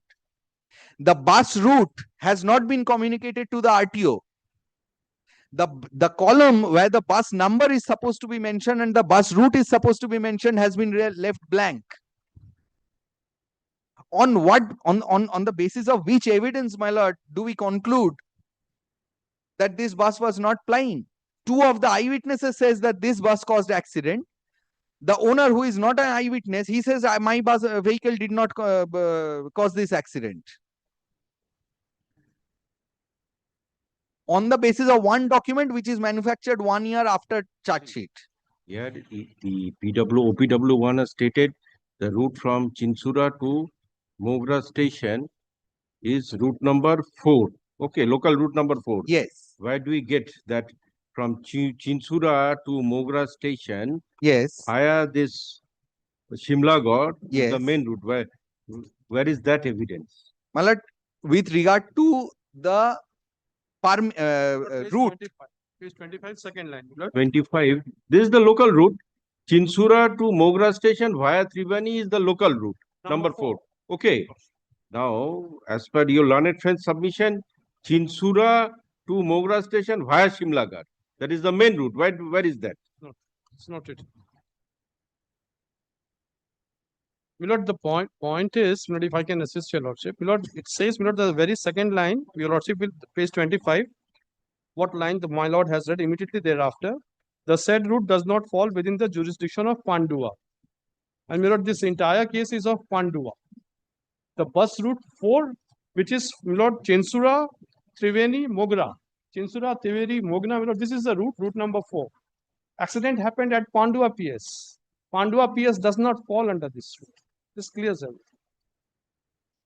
So if that vehicle was, kindly see page 25, it is around 52 kilometers from Chuchura to Memory. Said route is called the main route. And the place where the accident took place does not fall within the jurisdiction of Pandua PS. No. That falls within the jurisdiction of Pandua. Happened at Pandua PS. But the vehicle does not ply through that route. Vehicle does not have the permit, Milord, to go to Pandua. That is why, Milord, the entire case is the vehicle was not there. No, where is that? That there are two routes. One is this route 4, the other is the main route. Page 25, cross-examination 1, 2, 3, 4th line. Yes. It is around 52 kilometers from Chuchura to Memory. Said route is called main route.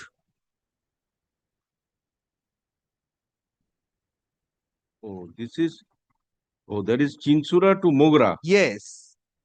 That is one alienation. Okay. Yes. Via Triveni. Yes. Now the other question is Chinsura to Memory, which is the main route.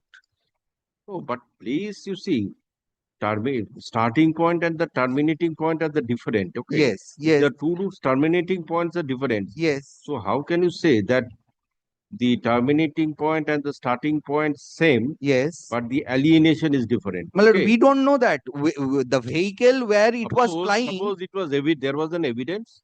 What you said, that the route is from Chinsura to Mogra station via Triveni is the local route number 4. Yes. Okay. So where is that other route, Chinsura to Mogra station? No, I don't know whether it was flying on route or not. My case is not about route.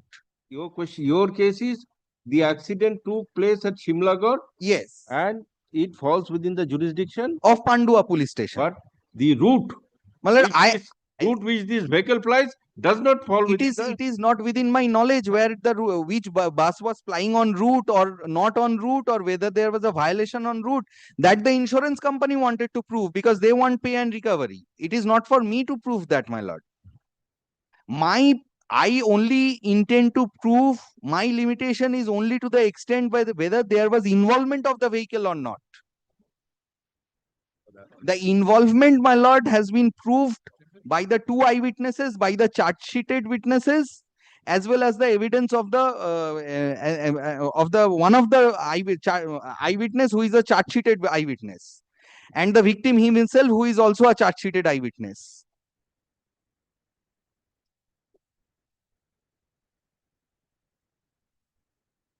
So, my lord, the difficulty is whether it was plying following that route, whether it was main route or not. If they are able to prove the violation of the route, they will get pay and recovery. I have got nothing to do with the route. They wanted to prove that there was a violation of route permit by They bringing wanted to prove that the vehicle is not involved.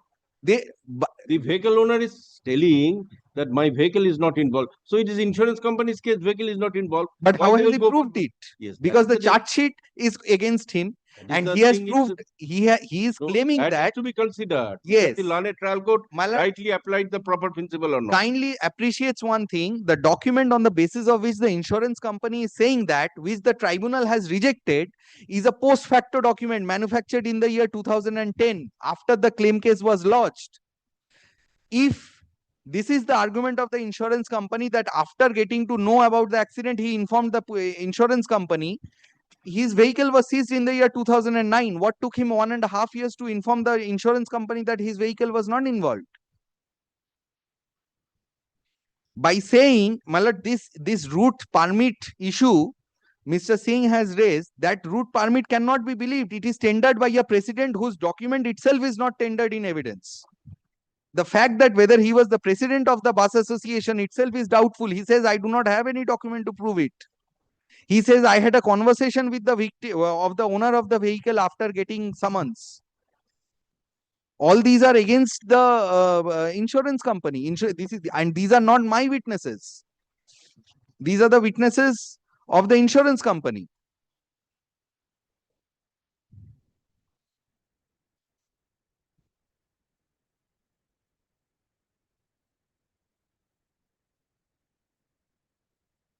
The tribunal, my lord, clearly observed only one thing. Kindly see how he has dealt with that evidence.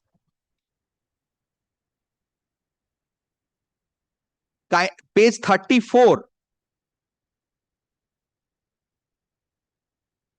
Page 34, third paragraph, from. Yes. From the submissions of the learned counsel of the OP, it is found by the court that he emphatically banked upon the proposition that the offending vehicle was not plying in the route in which the accident occurred. But it is established from the conclusion of investigation by a government agency that the accident took place on the date and time of and place as alleged, and the vehicle in question is involved in the said accident. Moreover, PW2, being an eyewitness, stated in unequivocal manner that the victim petitioner sustained injury due to the accident where the vehicle in question was involved. The evidence of said witness is not impeached to the extent as to persuade the court from believing the evidence of the said witness. Evidence adduced by OP is outweighed by cumulative strength of the evidence adduced by the petitioner to the effect that the alleged accident occurred by the offending vehicle and on the date and time as alleged. The documents being banked upon by the opposite party, Exhibit A series, may be said to be manufactured afterwards. Had it not been so, the same could have been produced at the time of investigation of the police case. 1 year. They did not produce these documents. The petitioner is stated to have become disabled to the extent of 80%. Well, this is what with regard to the involvement. Kindly see the eyewitness. My lord, we are relying on peripheral witness but not focusing on what the eyewitness has said.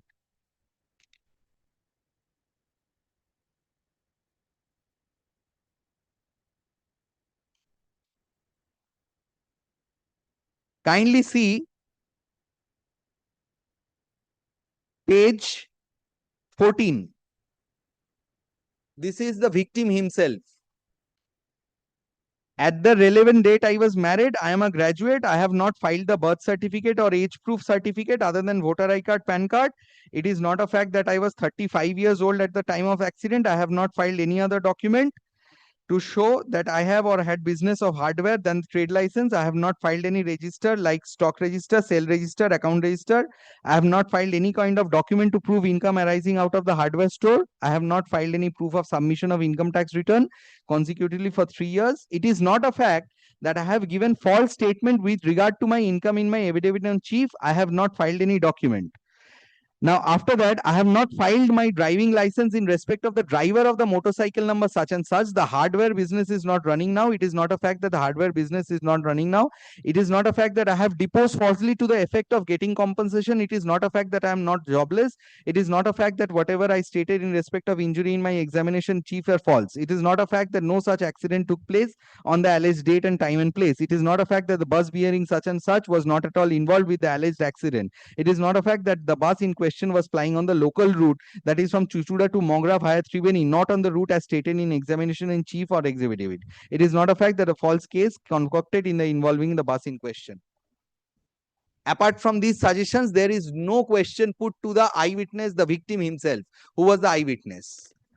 At page 18 is the cross-examination of the eyewitness, who is also a charge-sheeted witness. There is no question. I know 1 or 2 persons at the locality of the PO. I did not tell about the incident to them. It is not a fact that no such occurrence took place at the time, place, and the manner alleged. It is not a fact that the victim did not sustain any injury due to the accident as alleged. It is not a fact that said offending bus did not ply within Pandua jurisdiction on the alleged date. It is not a fact that on the date the bus did ply through another route, Chuchura Mogra via Triveni. It is not a fact that the bus is not involved with the alleged accident. It is not a fact that I did not see any accident or I have deposed falsely. After the accident, Sudipto has lost his earning. He is unemployed now.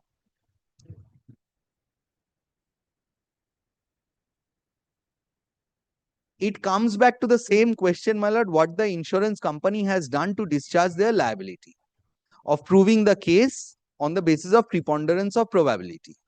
They have brought on record 2 witnesses. None of them are eyewitnesses. They have brought on record the owner who adduced hearsay evidence, who says that my vehicle was not involved. I have informed the police. I have informed the insurance company, but I have not informed the police. I did not challenge the FIR where my vehicle was involved. Also, my lord, the president of the Memory bus stop has come, who has said that I talked with the owner after the summons were issued, and thereafter I do not have any document to prove my identity. This is with regard to the, my lord, involvement. Involvement has been proved and the tribunal has given a well-reasoned order where the involvement has been taken into consideration based on the judgment of Ravi versus Badrinarayan. Now, my lord, on quantum, I have only 2 submissions, my lord. One is that the future prospect is not given. 40% future prospect, my lord, he is supposed to get as per the judgment of the Honorable Supreme Court. There is a mistake in multiplier. 18 multiplier has been taken. It should be 17.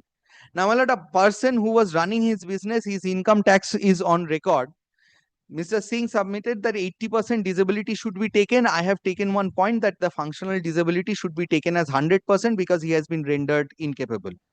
7,000 rupees, the medical bills, my lord, it is not in dispute. 7,000 rupees non-pecuniary damages has been given. Pain and sufferings. Non-pecuniary, entire head of pain and suffering, my lord, 7,000. As I stated, my lord, 1 lakh note it is. My lord, any. On the ground of future prospect and non-pecuniary damages. My lord, kindly comes. This is the latest judgment regarding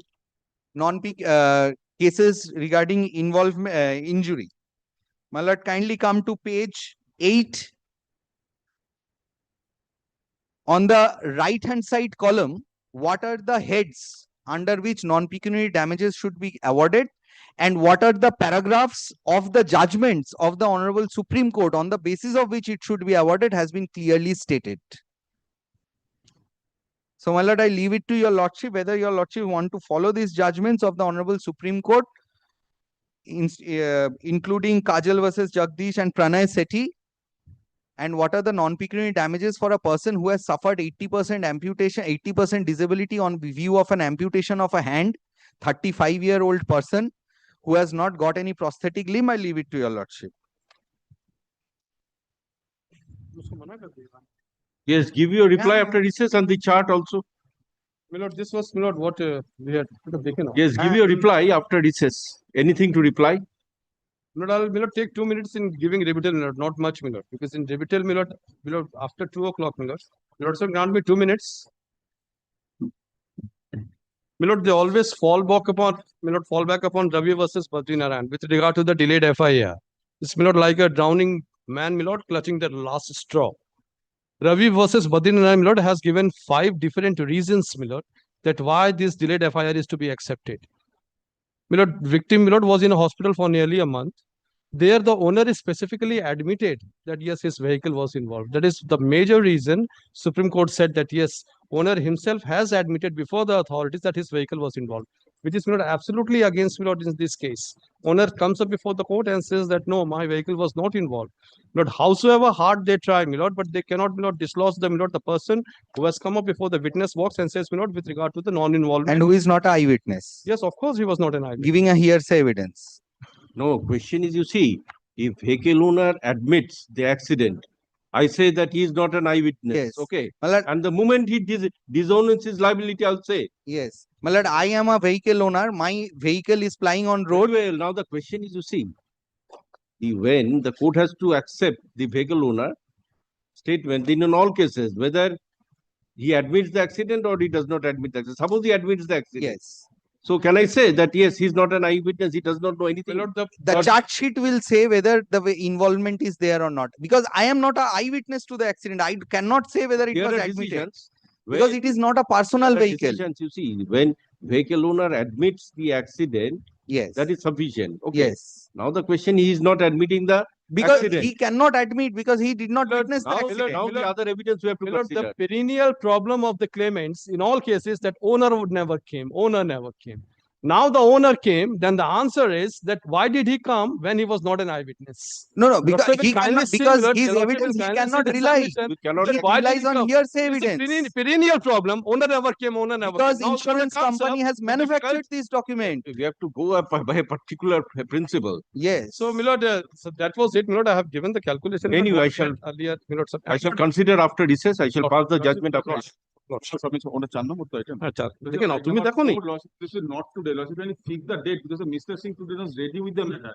Lordship fixed at 10:30, Lordship. There's a 90% disabled, Lordship. He's the entire. Okay, it's a disabled person. You can do one thing. If it is not possible to take up the matter, you can come with an application so that part of the amount can be released. Lordship, kindly, I believe Mr. Singh will not agree with that part. No, it's the discretion of the court. You see, in exceptional circumstances, when the application is there, so let that application be taken up today itself. So how much have you paid for withdrawal? 3856 has been awarded. 3856, that is secured. That is secured by the Mr. Okay, you are challenging the quantum. Lord, I have to, my lord, brief is not here. Yes, he's challenging the quantum. So you also consider that if some part amount can be released. My lord, if no other points are there, my lord, then definitely I shall. No, you are challenging the quantum. Lord, I Probably do not know. I have Yes, to go through the Lordship, brief. kindly, you consider that, you go through the and tell me at 4 p.m. if 4 that PM. can be granted. 4 PM. Yes, part of the amount. So look, already maybe not today, kindly place the file. You see, it is difficult. Summer. Only thing I can, this is the interim relief I can grant now. Usually I don't. No, nothing I will submit. It's CPM, Lordship. Not today. Only if Mr. Singh agrees, I can consider that aspect with regard to part withdrawal. Because the matter cannot be taken up just now. 4 PM. Whatever it is, whenever both of you. We'll wait.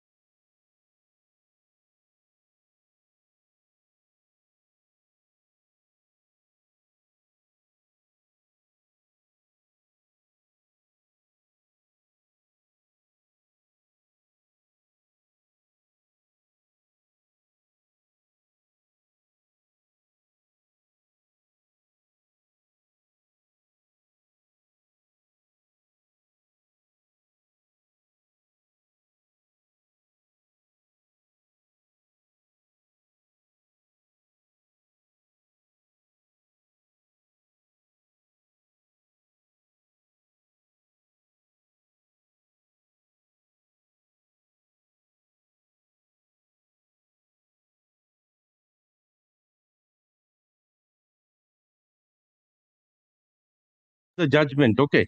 My lord, the calculation sheet, my lord, what we had, my lord, jointly made, my lord, let that be given, my lord, by my learned friend. Yes, call item 1. Item 1. Judgment. Item 1, judgment.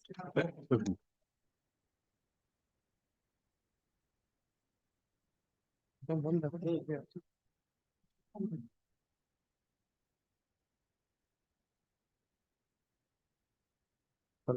Future. Yes. Hence this appeal FMA 1201 of 2025 stands allowed in part. The judgment and award dated 19th day of September 2024 passed by learned additional district judge redesignated court at Postni Medinipur in MSC case number 650 of 2021 is set aside. The matter is remitted to the learned trial court to reconsider the case in terms of the observation and direction made herein above. The respondent's claimants will be entitled to withdraw rupees 5 lakh, which is deposited along with interest at the rate of 6% per annum from date of filing claim case till today. Such withdrawal is without prejudice to the rights of the parties and is subject to final decision of learned trial court as observed above. The balance amount along with accrued interest be returned to appellant insurance company. Yes, that is provisionally subject to the result of the trial court. Extremely grateful to you. Yes. Yes. So you have submitted the calculation. Yes, my lord, calculation, my lord, what we had jointly made, my lord, this is the same, my lord, that is there. It's given by Mr. Mondal as well. If your lordship at all holds, my lord, against the insurer. Otherwise, my lord, it would not be required.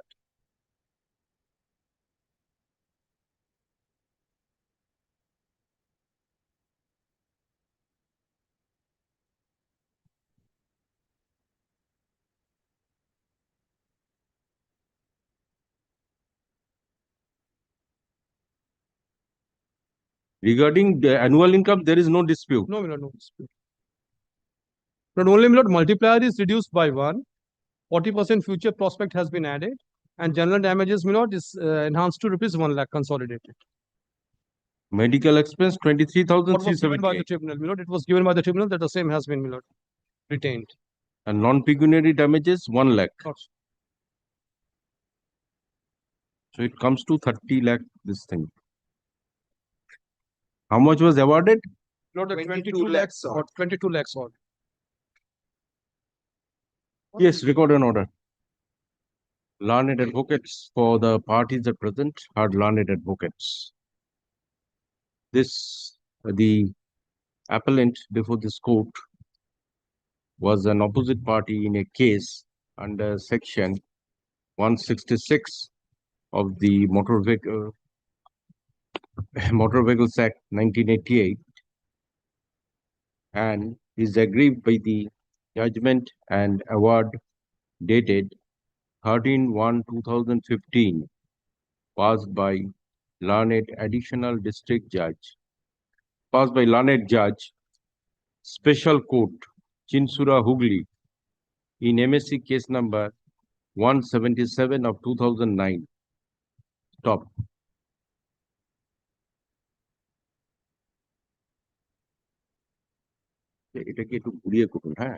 The above two appeals were taken up together for their interconnectiveness. Stop. The instant appeals being FMA number 1182 of 2016 and দুটো appeal আছে আচ্ছা যেটা করেছিলাম আচ্ছা in the প্রথমে লিখুন the appellant before this court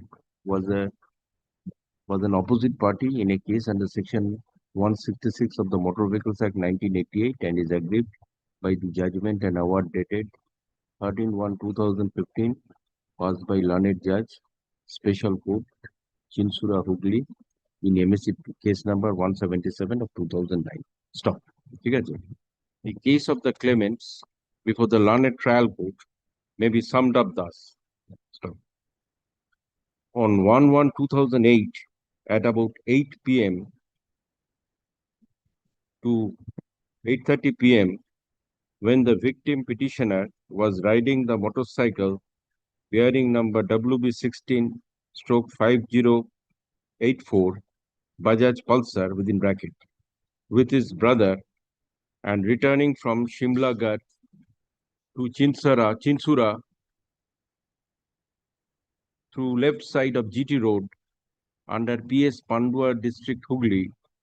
At that time, one number 4 route bus bearing number WB15 capital A dash 4542 was coming with high and reckless speed from the backside of the victim, that is from Pandua side to Chinsura side, and knocked down the victim motorcycle. As a result, the victim stroke petitioner received severe bodily injury and his left hand was seriously injured. Stop. The local people rescued the victim and admitted him to Chinsura IB hospital at Chinsura Hooghly. Stop. Thereafter, the victim petitioner was shifted to Repose Clinic and Research Center Private Limited at 20/C Broad Street, Kolkata 7,19,000, and his left hand was amputated on 4/1/2008. Stop.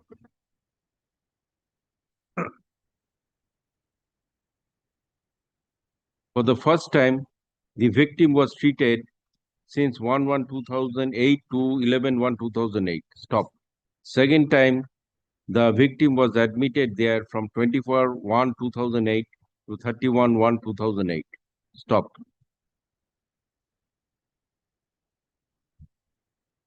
The victim petitioner at the young age of 29 years lost his left hand from his shoulder and thus would lead the rest of his life as a defective and disabled person. Stop. The driver of route number 4, bus number WB15 capital A dash 4542 is responsible for the rash and negligent driving which caused the accident. Stop. Pursuant to filing of the case, notice was issued upon the opposite parties. Opposite party vehicle owner did not contest the case. Stop. However, opposite party insurance company contested the case by filing written statement. Issues were framed and evidence was adduced.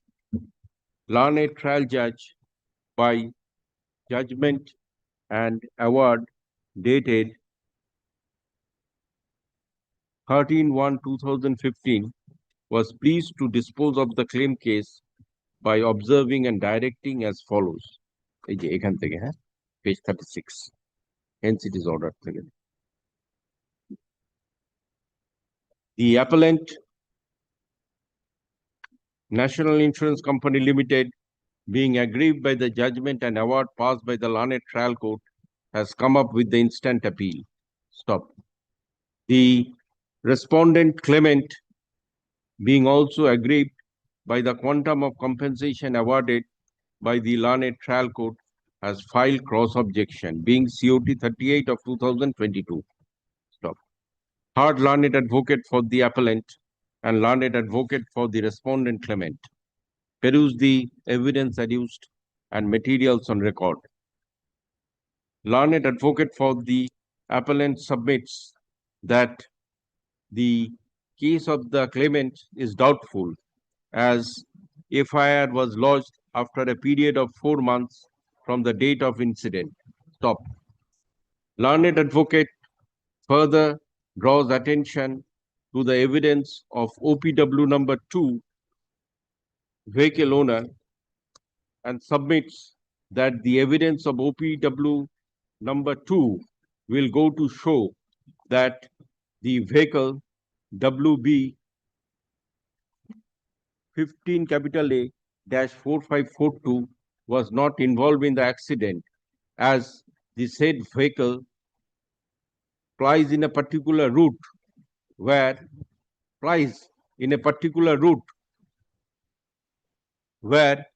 the place of accident does not fall. Stop.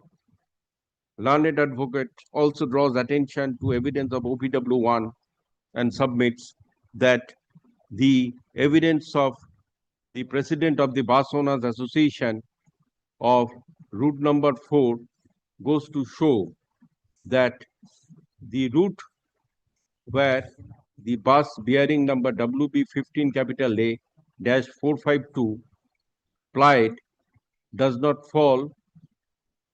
cover the place of accident. Stop. Learned advocate also submits that in the event the case of the claimants is to be believed with regard to the accident, the compensation awarded should be reduced, which the learned advocate submitted is excessive. Learned advocate for the respondent claimant submits that the claimant adduced evidence by examining himself and PW2, which will go to show that the vehicle number WB15 capital A 4542 is involved in the accident. Learned advocate further submits that the charge sheet was submitted by the police authority, which was considered by the learned trial judge along with the evidence of PW1 and PW2, and coming to the conclusion of involvement of vehicle number WB15 capital A dash 4542.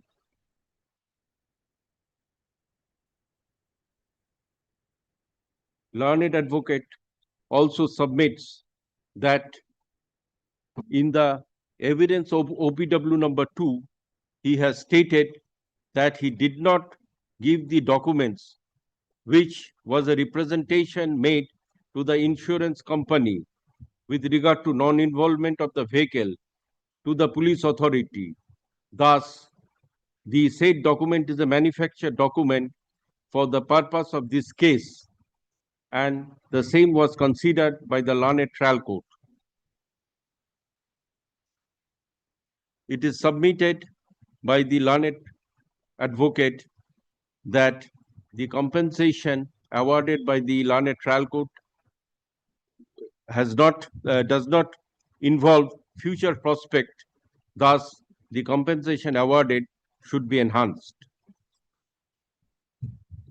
Upon considering the facts of the case and the materials on record, although it is submitted that the FIR was lodged at a delay after a period of 4 months, but it has been held in different judicial decisions that mere delay in lodging the FIR is not a ground to disbelieve the case of the claimants.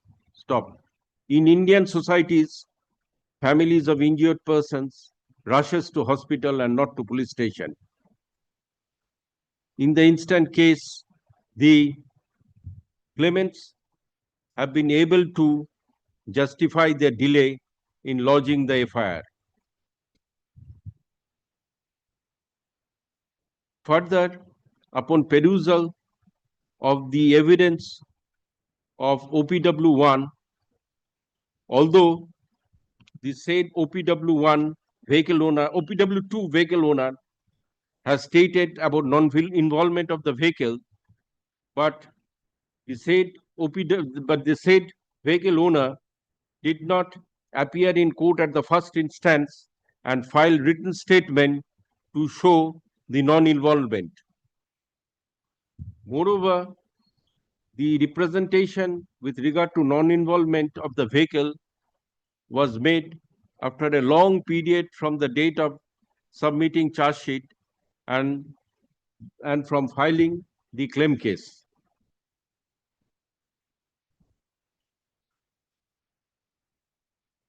Upon considering the issue with regard to route in which the vehicle number WB15 capital A-4542 was alleged to be plying, this court is of the view that the learned trial court has considered the evidence of PW1, PW2, as well as OPW2 and the charge sheet in coming to the conclusion about involvement of WB15A-4542.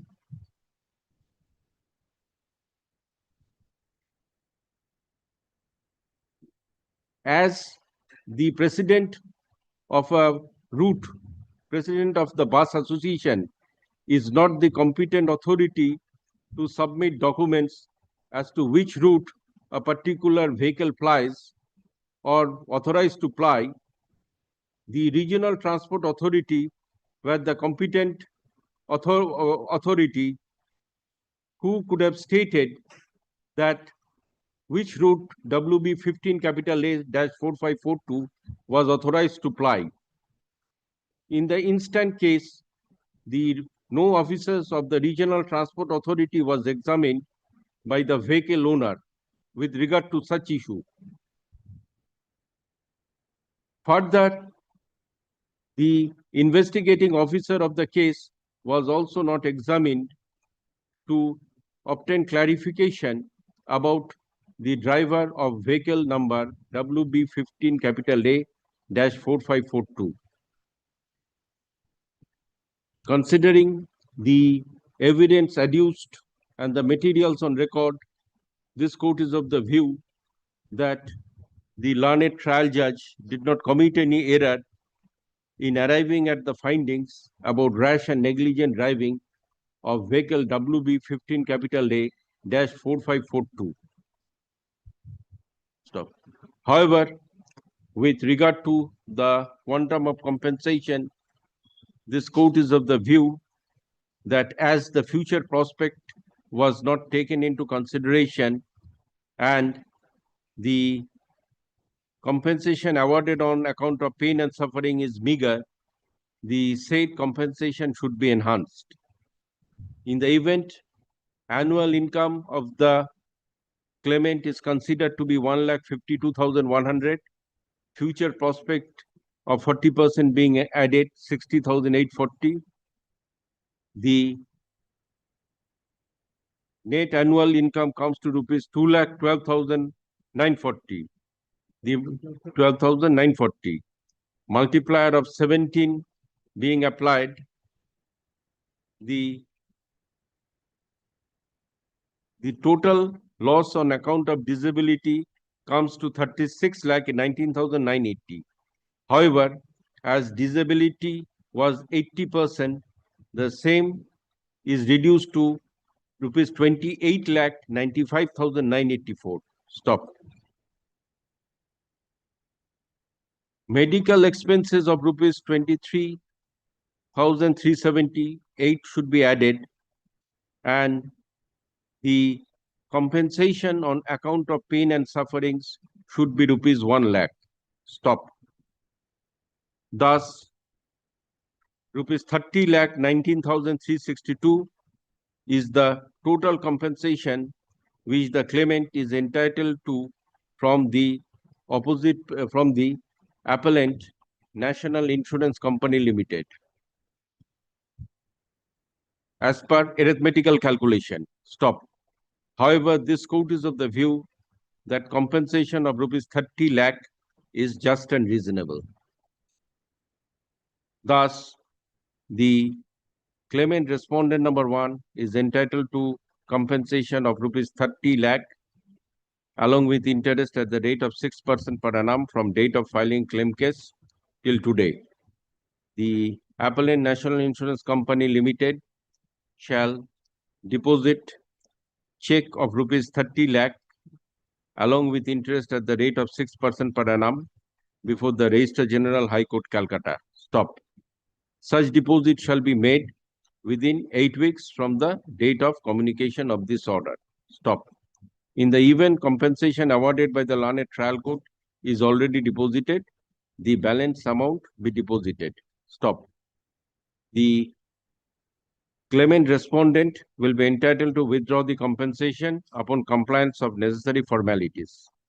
The deficit court fees on the enhanced compensation be paid within a period of 4 weeks. The trial court records, if any, be sent back at the special messenger cost to be put in by the respondent claimant within 1 week. Deeply obliged, my lord. Only one accommodation, my lord, I'm seeking. My lord, the name of the claimant before the tribunal was Sudipto Kumar Mondol. His documents, Aadhaar card, PAN card, all show that it was Sudipto Kumar Mondol. In the memorandum of appeal, So did the you take cost out right- any application for that? yes, Can 3 of 2024 order has Over- also been passed. সবার উপরে লিখবেন, the application can 3 of 2024 of 2024 is taken up for consideration as there is mistake in the name of the claimant respondent number 1 as Sudipto Mondol. The same be rectified as Sudipto Kumar Mondol. SUDIPTO. TA. SUDIPTA Kumar Mondol. As stated in which paragraph? My lord, in paragraph number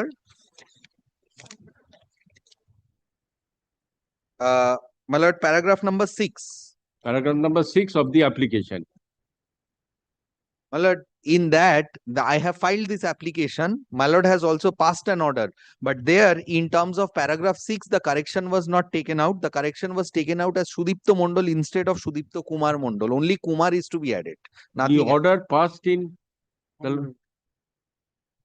the order passed in Can 1 of 2024. Can 3 of 2024. 24 on which date? My lord, I'll give the date, my lord. Stands modified. আমি ডেটটা দিয়ে দিচ্ছি deeply oblige my lord.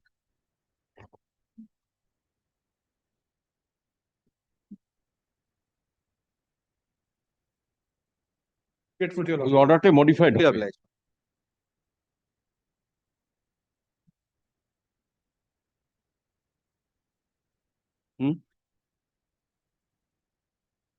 Appeal disposed, partly allowed.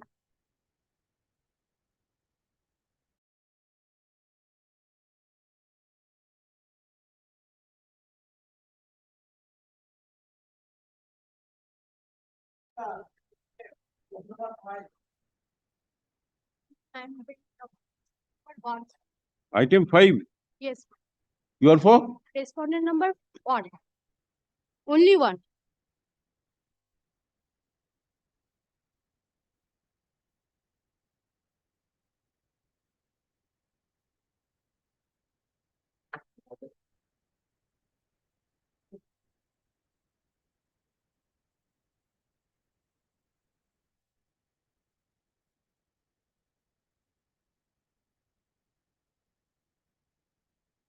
May I please, Your Lordship?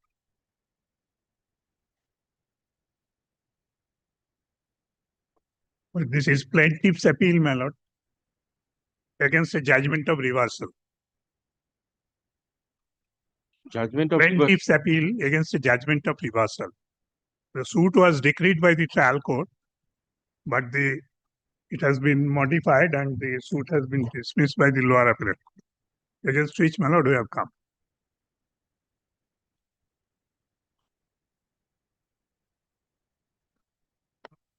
Yes, what are the issue grounds which My is lord, framed, ground- which are the points of law framed by the Honorable Division Bench on which it is to be heard out? Yes, it has been framed.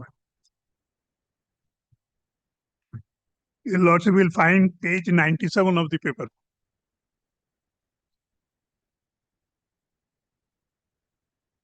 Yes. Two grounds have been framed.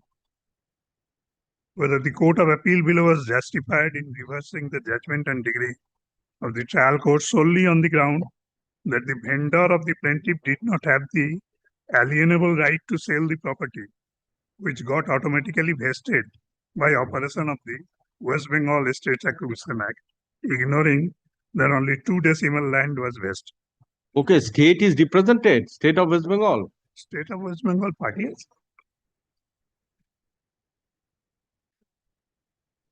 Let me see, my lord. What yes? Anyway, you submit because state has to be intimated then.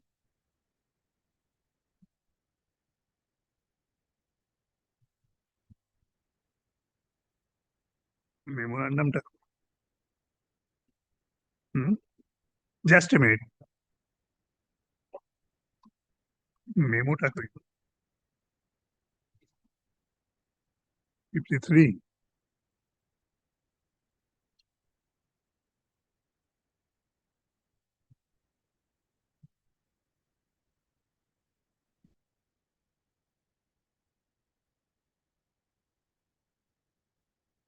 BLRO is a party. BLRO is a party. That is state authority. Yes.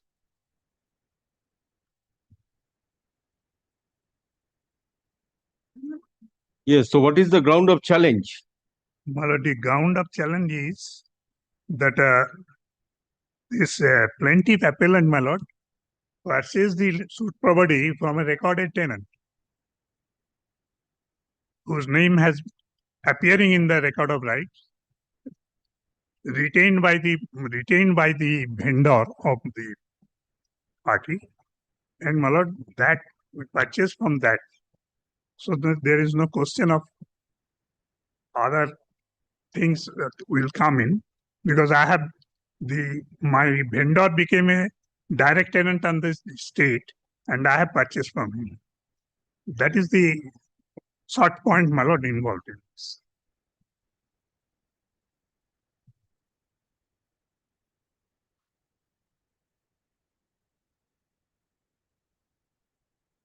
And may I place the judgment? The trial court and appeal court both have to be placed because it's a judgment of reversal. And if your lordship kindly permit my learned junior to do the reading part, but I have got some problem, my lord, in... Anyway, let him place. Yes. Trial court target. Let's see out one paper. This is a suit for declaration of injunction valued at satisfaction. The factual matrix of the plaintiff case in short is that the possible property comprised in original plot number 580 and 581 measuring about 14 decimal each. The said properties belong to Brujomo Jana. It was so recorded in the settlement records of 1913-14.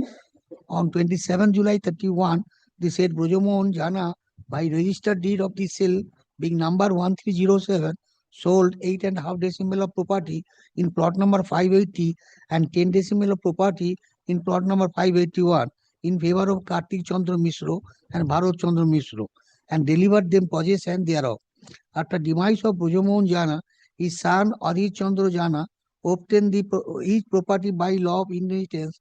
After his death, his two sons Notendra Nath Jana and Niranjan Jana obtained his property.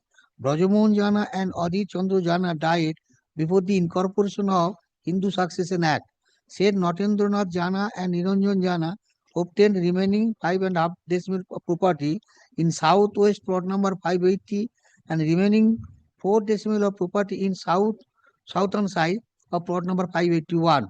The said Notendranath Jana and Niranjan Jana, while being possession of the said property, sold the same in favor of Kartik Chandra Mishro by registered deed of sale being number such and such, dated 22nd April 1959. Thereby Kartik Chandra Mishro obtained 8 decimal of property in plot number 580 and 9 decimal property in plot number 581. Bharat Chandra Mishra obtained 4.5 decimal in plot number 580 and 5 decimal in plot number 581. In the settlement record under the Estate Acquisition Act, plot number 580 was divided into 2 plots, being plot number 580 and plot number 580 by 1096, measuring about 10 decimal and 4 decimal, respectively. Likewise, plot number 581 was divided into 2 plots, being plot number 581 measuring 8 decimal and plot number 581 by 1097 measuring about 6 decimal. In plot number 581, 8 decimal of property and in plot number 580/1096, 2 decimal property out of 4 decimal of property have been recorded in the name of the Notendra Jana in quoted number such and such.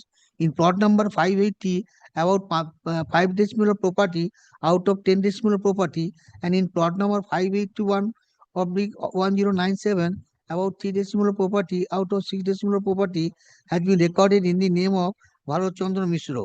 Said Bharat Chandra Mishra sold his property in plot number 580 about 5 decimal of property and in plot number 581/1097 about 3 decimal property. He sold in favor of Kartik Chandra Mishra by registered deed being number such and such dated 27 June 1966. Thereby, Kartik Chandra Mishra obtained possession in respect of 10 decimal property in plot number 586, 2.5 decimal in plot number 580/1086 8 decimal in plot number 5821 and 6 decimal property in plot number 5821 oblique 1097. According to the plaintiff, they are in possession of the said property mentioned in constitutional property and which is specifically demarcated property. In plot number 580 oblique 1096, the government of West Bengal had 1.5 decimal property as vested property, which it is now revealed that it was settled in favor of dependent number 1 by Patta. According to the plaintiff, the dependent number 1 do not have any other property in plot number 580 oblique 1096. According to the plaintiff, erroneous, the name of the predecessor of the dependent number 1, namely Girish Mondal, is recorded in respect of some portion of the suit property as licensee in the present ROR. Plaintiff stated that taking the advantage thereof, dependent number 1 purchased 2 decimal of property out of 4 decimal of property in plot number 580 oblique 1096 from the dependent number 2 by registered deed being deed number such and such dated 27 February 2012. According to the plaintiff, the dependent number 2 did not have any transferable right to transfer such property in favor of the dependent number 1. On 3rd March 2012, the dependent number 1 denied the title of the plaintiff in respect of the suit property to accrue unlawful gain from the illegal deed of sale and erroneous recording in the ROR. As such, the plaintiff prayed for declaration of his title over the suit property. He also prayed for permanent injunction against the dependent number 1 so that he could not claim any illegal right over the suit property on the basis of the illegal deed executed in his favor by the dependent number 2. Dependent number 1 contested the suit by filing written statement wherein inter alia he submitted the plot number 580 oblique 1096 which are about 4 decimal of property being owned and possessed by Niranjan Jana and Natendra Jana. In respect of the said property, the grandfather of the defendant, Girish Chandra Mondal, was the licensee thereof by constructing residential house therein since long. In the settlement record of 1954-57, the entire 4 decimal of property in plot number 580 oblique 1096 was recorded in the name of Niranjan Jana and Natendra Jana. And in that record, it is also recorded that Girish Chandra Mondal is a licensee and in possession of the said property. Subsequently, in the said plot of land, 2 decimal of property was vested in the government and the government by the RS case number such and such gave patta in respect of 2 decimal property in favor of the dependent number 1. The remaining 2 decimal of property was owned by Niranjan Jana, who on 27 February 2012 executed registered deed of sale in favor of him, by which he transferred 2 decimal property in plot number 580 oblique 1096 and 4 decimal property in plot number 589 and delivered the possession thereof. As such, he is in exclusive possession of entire 4 decimal property in plot number 580 oblique 1096. His name is recorded in the record of rights and he is paying land revenue in favor of the government. According to him, the registered deed of sale dated 22nd April 1959 alleged to be executed by Natendra Jana and Niranjan Jana in favor of Kartik Chandra Mishra is illegal, void and without valuable consideration.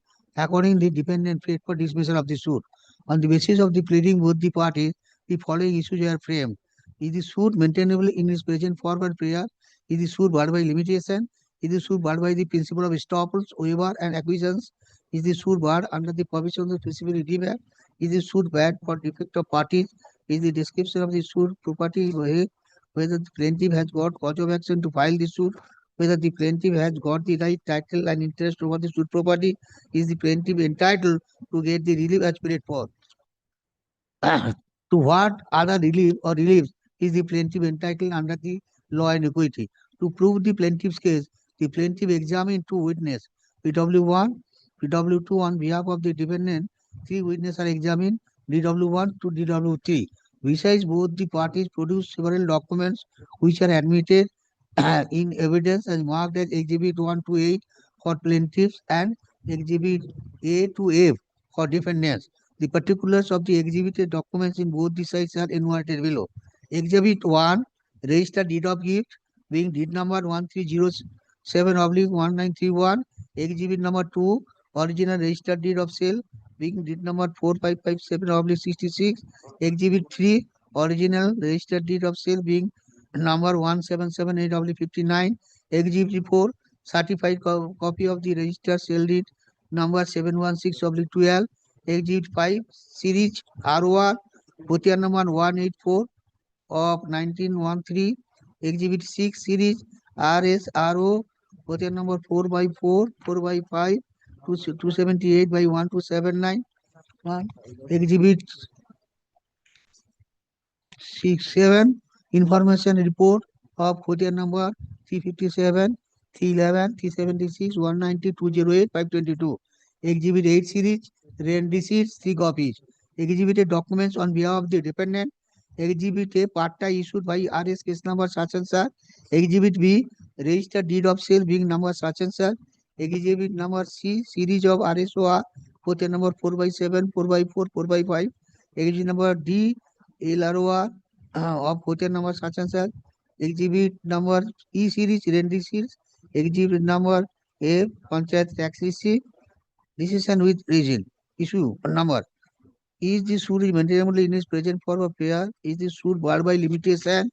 Is the suit barred by the principle estoppel, waiver and efficient? Is the suit barred by under the provisions specifically Act? Is the suit bad in defect of the party? Is the description of the suit proper vague? Is whether the plaintiff has got the cause of action to file this suit. All these 7 issues are taken up for discussion for the sake of convenience and for brevity and expression. During the argument, none of the issues were pressed by the learned advocate for the defendant.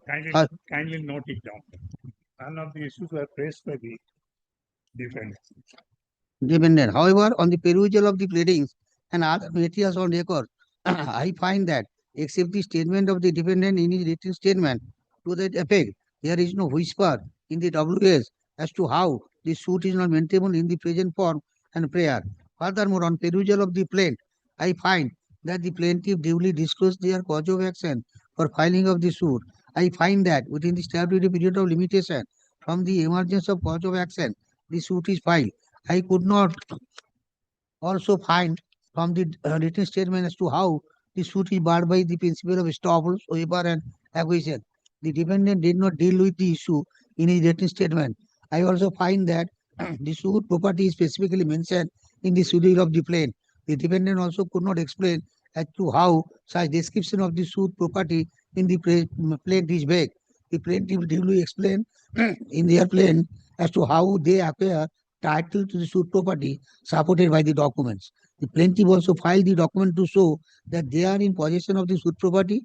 Plaintiff alleged that the defendant denied their title to the suit property and threatened to dispossess them from the suit property. As such, when plaintiff title to the suit property was clouded, they were constrained to file this suit for declaration of their title to the suit property. Defendant did not explain either in his written statement or in his argument by the learned lawyer as to how this suit is hid under the provisions of the Specific Relief Act. So I hold that the suit is not barred under the provisions of the Specific Relief Act. So all the 7 issues are decided in favor of plaintiff. Issue number A, whether the plaintiff has got right, title and interest over the suit property.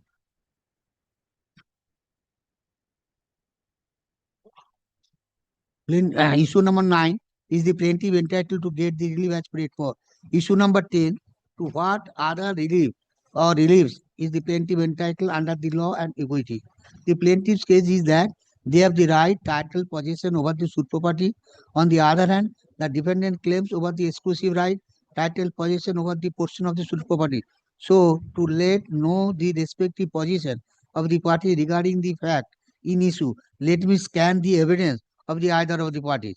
PW1, Shiv Shankar Mishra in his evidence inter alia stated that the original plot number 580 measured about 14 decimal. In 1954-57, it was divided into 2 plots, being number 580 and 580 by 1096. The original plot number 581 measured 14 decimal. It was also divided into 2 plots, being plot number 581 measuring 8 decimal and plot number 581-1097 measuring about 6 decimal. The suit property originally belonged to Brojamon Jana, and in the DSROR, it was recorded in his name. The son of Rajamon Jana is Adit Chandra Jana. Son of Adit Chandra Jana is Nagendra Jana and Niranjan Jana. Not a fact that the fourth decimal of lawn in plot number 580 or 1096 is not recorded in the name of Niranjan Jana, or it was recorded in the name of Nagendranath only. He has heard that 2 decimal of land has been vested with the government of West Bengal. He has heard that the defendant number 1 has obtained the parta in respect of that property. Niranjan Jana sold 2 decimal property in favor of him by registered deed dated 27 February 2002. Brajamohan Jana gifted the property in favor of Kartik Chandra Mishra, Bharat Chandra Mishra, as regards 8.5 decimal of property out of 14 decimal of property. In the northern side of the plot number 580 and 10 decimal of property of plot number 581 in the settlement record of 1954-57, plot number 580 measuring 4 decimal were recorded in the name of Niranjan Jana, Nagendra Jana. Likewise, plot number 581 measuring about 4 decimal were recorded in their name. His father purchased the 4 decimal of property in plot number 580 and 4 decimal of property in plot number 581 from Niranjan Jana and Nagendra Jana in the year 1959. In the 1954-57, the settlement record 10 decimal property in respect of plot number 580, 4 decimal as regards the plot number 581 and 6 decimal of property in respect of the plot number 581/1097 were recorded in the name of his father. That means Kartik Chandra Mishra. The settlement record was wrongly recorded in respect to his father. He do not know whether his father filed any application before the settlement officer alleging that the recording was wrong. He do not know whether his father filed any application before the settlement office alleging that the recording was wrong. He obtained the property of his father by inheritance. His father had 3 sons and 1 daughter. However, the property devolved upon 3 sons only. In the year 2012, he filed an application before the BLRO for correction of the record of rights, but that application was never acted upon or disposed of by him. He also filed an application before the DLRO, but he also did not do anything. He did not appeal against the order of the DLRO before the tribunal. Bharat Chandra Mishra transferred the entire property in favor of his father, Kartik Chandra Maiti. The plot number 581 of 1097 was never partitioned with the government. He has heard that the defendant obtained the property from government by patta. He has not inquired about the patta land obtained by the defendant from the BLRO or elsewhere. It is true that the Niranjan Jana sold some of his property to the defendant. Defendant purchased 2 decimal of property from Niranjan Jana. The property was never partitioned between him and the defendant. PW2, the independent witness appears to be not conversant with the facts in issue and also of the suit property. As such, he stated some inconsistent statement. As such, his evidence is not discussed here. On the other hand, DW1, Sri Harendranath Mandal, in his evidence, inter stated that Brajamohan Jana died leaving behind only 1 son, Adit Chandra Jana. As you know, Adit Chandra Jana died leaving behind Nagendra Jana and Niranjan Jana. He could not say the exact date of death of the Brajamohan Jana and Adit Chandra Jana. He did not see them. He has not inquired about the deed of sale being number such and such dated 22nd April 1959. Plot number 580/1096 measure about 4 decimal in the settlement record of State Acquisition Act. We do not know whether plot number 581/1097 measure about 6 decimal in the settlement of record of rights of 1950-57. He could not say whether his name was been recorded in the LR record of rights in respect of the plot number 580 and 581/1097. We do not have any right, title, possession over the remaining 3 plots of suit property. In plot number 580, 581/1097, he possesses the property in the western side of suit property. In the eastern side, the present plaintiffs are in possession. For the last about 25 to 30 years, there is a clay walls between their properties. In plot number 580/1096, about 2 decimal of land has been vested with the government in the year 2002. The government took possession of that property from Nagendra Jana before the purchase of the property from Niranjan Babu. He did not know whether the Niranjan Babu, before selling the property to him, sold the said property comprised in plot number 580 and 581 of 1097, sold the property in favor of third person by deed number such and such dated 22nd April 1959. DW3 Sri Pradeep Das, in his evidence, inter alia stated that suit plot number 580 of 1096 measure about 4 decimal. Harendra Mondal obtained 2 decimal from Patta and he purchased 2 decimal of land from land. Harin Babu, the dependent number 1, do not have possession over the plot number 580, 581, 581 by 1097. Plaintiffs are in possession thereof. Before purchase of plot number 580 of 1096, the dependent, the plaintiff purchased a portion of it which has been made a part plot in subsequent settlement records. It is not true that plaintiffs are in possession of eastern and southern side of the plot number 580 of 1096. On perusal of the documents filed of the parties, I find from the Exhibit 1, it appears that by deed number 1307 of 191, Brojomohan Jana transferred the demarcated 8.5 decimal of property in plot number 580, 10 decimal of property in plot number 581, and also property comprised in non-suit plot number 583 in favor of Kartik Chandra Mishra and Bharat Chandra Mishra. From deed number 1778 of 59 Exhibit 3, it appears that the Notendra Jana and Niranjan Jana sold 4 decimal of property in plot number 580 and 4 decimal property in plot number 581 in favor of the Kartik Chandra Mishra. From registered deed of sale, the number such and such, it appears that the Bharat Chandra Mishra sold demarcated 5 decimal property in plot number 580 and 3 decimal property in plot number 581 in favor of Kartik Chandra Mishra. So it appears that by the execution of these 3 deeds, Kartik Chandra Mishra obtained 12.5 decimal property in plot number 580 and 9 decimal property in plot number 581. After the demarcation of the plots of land in the settlement records, thus Kartik Chandra Mishra obtained 10 decimal in plot number 580 and 2.5 decimal in plot number 580 of 1096. Likewise, he obtained 8 decimal of property in plot number 581 and 6 decimal property in plot number 581 of 1097. From the Exhibit 4, it appears that Niranjan Jana sold 2 decimal property in plot number 580 of 1096 in favor of Harendra Mondal, Exhibit number 4.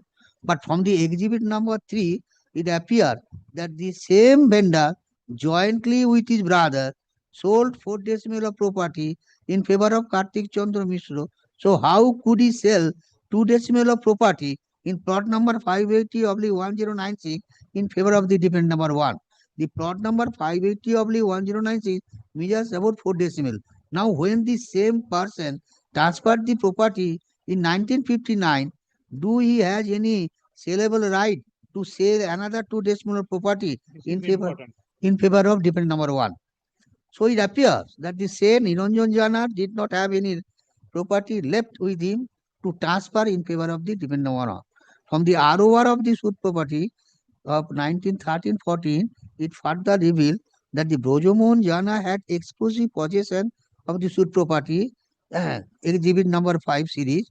From Exhibit 6 series, it appears that the RS record of rights, Kartik Chandra Mishra had possession over 8 decimal of property in plot number 581. Though in that property, one Girish Mondal was licensee.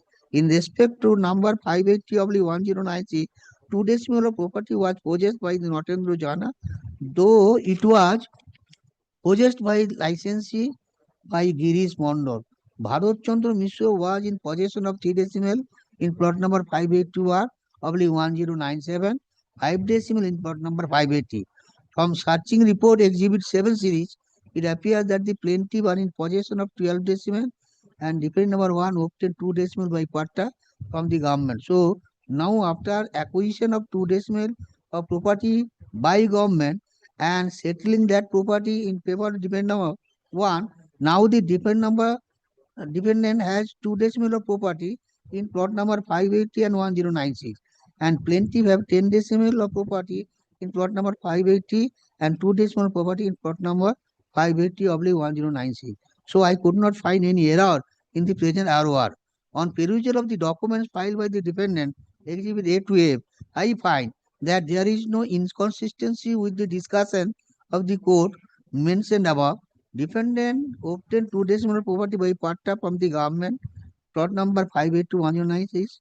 The deed number 7 by Exhibit B could not be acted upon as the vendor of the deed did not have any saleable right to transfer that property in favor of the defendant. From the RSOR, Exhibit C series, LOR, Exhibit D series, NDC, Exhibit E series, Panchayat Tax, Exhibit M series, it appears how Notendra Jana, Niranjan Jana possess the suit property and that at present defendant number 1 is in possession of 2 decimal property, plot number 580/1096. In this respect, I could not find any error in the ROR. During argument, the learned lawyer for the defendant stressed upon the point that Exhibit 3 is inoperative and void in law as mother of minor executed the deed on behalf of the minors.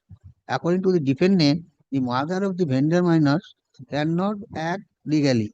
On the other hand, the learned lawyer for the plaintiff argued that the mother can lawfully act for the benefit of the minor and can execute the deed for them. He relied upon a decision of the Honorable Appeals Court against which the defendant could not cite any counter decision.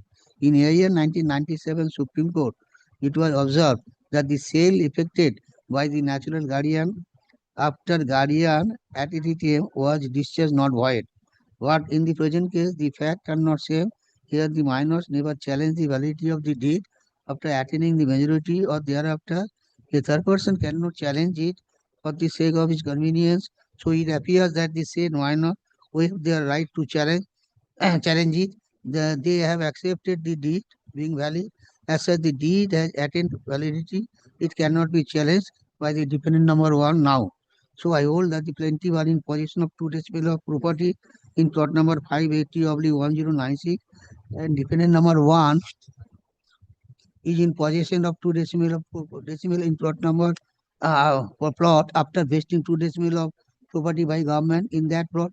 As regards the remaining 3 suit plots, the plaintiff are in possession and there is no dispute regarding the same. So I find that the plaintiff could prove this case in their favor and entitled to the degree in modified form as per the discussion in the body of the judgment. Thus, all these 3 issues are decided in favor of the plaintiff. Thus, all the issues are disposed of. Now, the order that the suit be same is decreed in part on contest but without cost against the defendant number 1 and ex parte against the remaining defendant.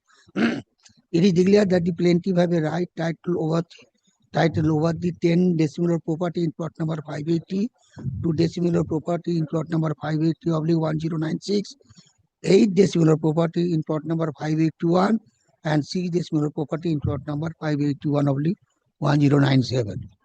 Furthermore, the defense are restrained by permanent injunction from interfering in the plaintiff's position over the suit property on the basis of the registered deed being number such and such or otherwise. So the trial court decreed your suit.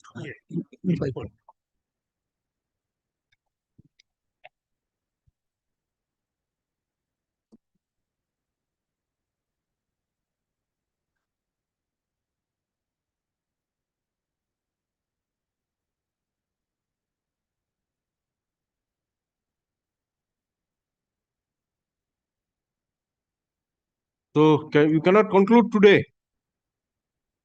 Can you conclude today? Entire arguments. Because state lawyer is not appearing today.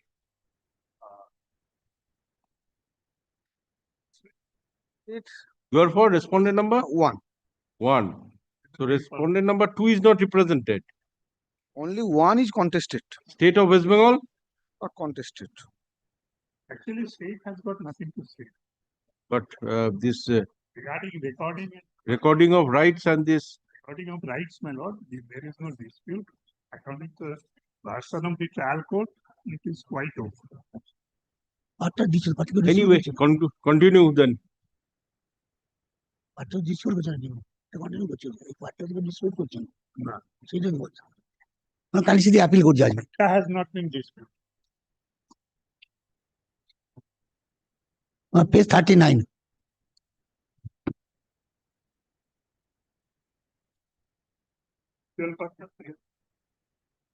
Yes, 39.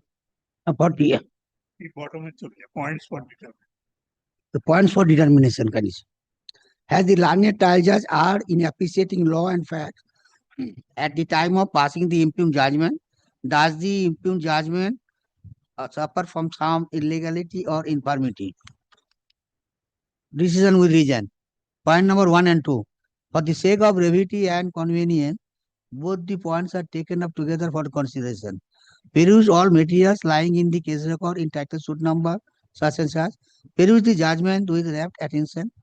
Respondent number 1 to 7 issues a suit praying for declaration of title in respect of the land measuring about 26.5 decimal in all comprised in 4 suit plots. They claim that the appellants or the respondent number 8 had no right, title, interest therein, and that the respondent number 8 had no authority to execute the sale deed, being exhibit 4. Instituting the suit, the respondent number 1 to 7 also prayed for a permanent injunction. Appellant contested such claims, stating inter alia that he inherited the right of permissive possession in respect of the land measuring amount 2 decimal, 2 decimal contained in plot number 580/1096. Subsequently, title in respect of such property was consigned in his favor by the Fatta. He further claimed that the purchased remaining the land measuring about 2 decimal comprised in plot number 580/1096 from the respondent number 8 by dint of exhibit 4. He contended that exhibit 3 is not binding upon him as the same is void ab initio. The decision of the learned trial judge to degree the suit seems to have been stemmed out on the following factual observation. The predecessor in interest of the respondent number 1 to 7 acquired the property described in schedule of the plate, barring the plot of 580/1096, wherein the appellant possessed land measuring about 2 decimal and they own the remaining land measuring about 2 decimal. Respondent number 8 had no right to execute the exhibit 4, exhibit B, as he had no saleable right or interest in the land comprised plot number 580/1096. The vendors exhibit 3, who were the minor at the time of execution of the same, never challenged the validity of the deed after attaining the majority. Then a trial judge opined that a stranger cannot challenge it. He concluded that the minors waived their right to challenge it and have thereby accepted the deed as valid. Referring this appeal, the appellant contended that property comprised in plot number 580/1096 was being possessed by respondent number 8 and not in Jana as the relevant records of rights. At the very outset, I find that there is an anomaly of the 5 decimal in respect of the deduction of the learned trial judge with that of the claim of the respondent. However, I shall refrain from commenting anything in this regard at this stage and shall proceed to find out as to how far the inference of the learned trial judge are sustainable from the point of view of law and facts.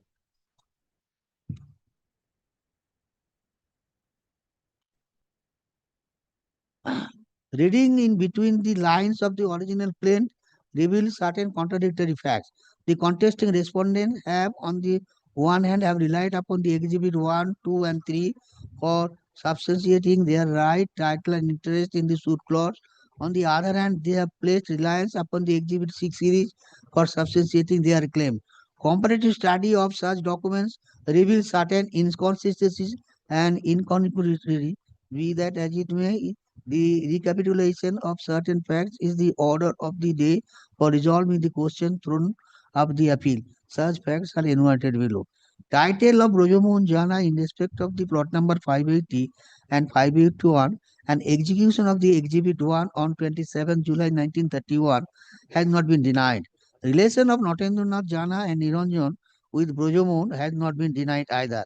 As per exhibit 1, land measuring amount 8.5 decimal comprised in plot number 580 and 10 decimal comprised in plot number 581 was demised. Exhibit 5 lays credence to the title of Rojomohon Jana in plot number 580 and 581. This The- is very important.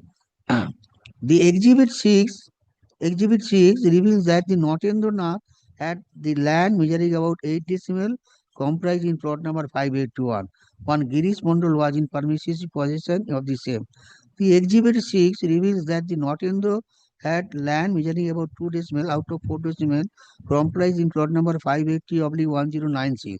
One Girish Mondal was in permissive possession of the same. The Exhibit C reveals that the Niranjan had land measuring about 2 decimal out of 4 decimal comprised in plot number 580/1096. One Girish Mondal was in permissive possession of the same.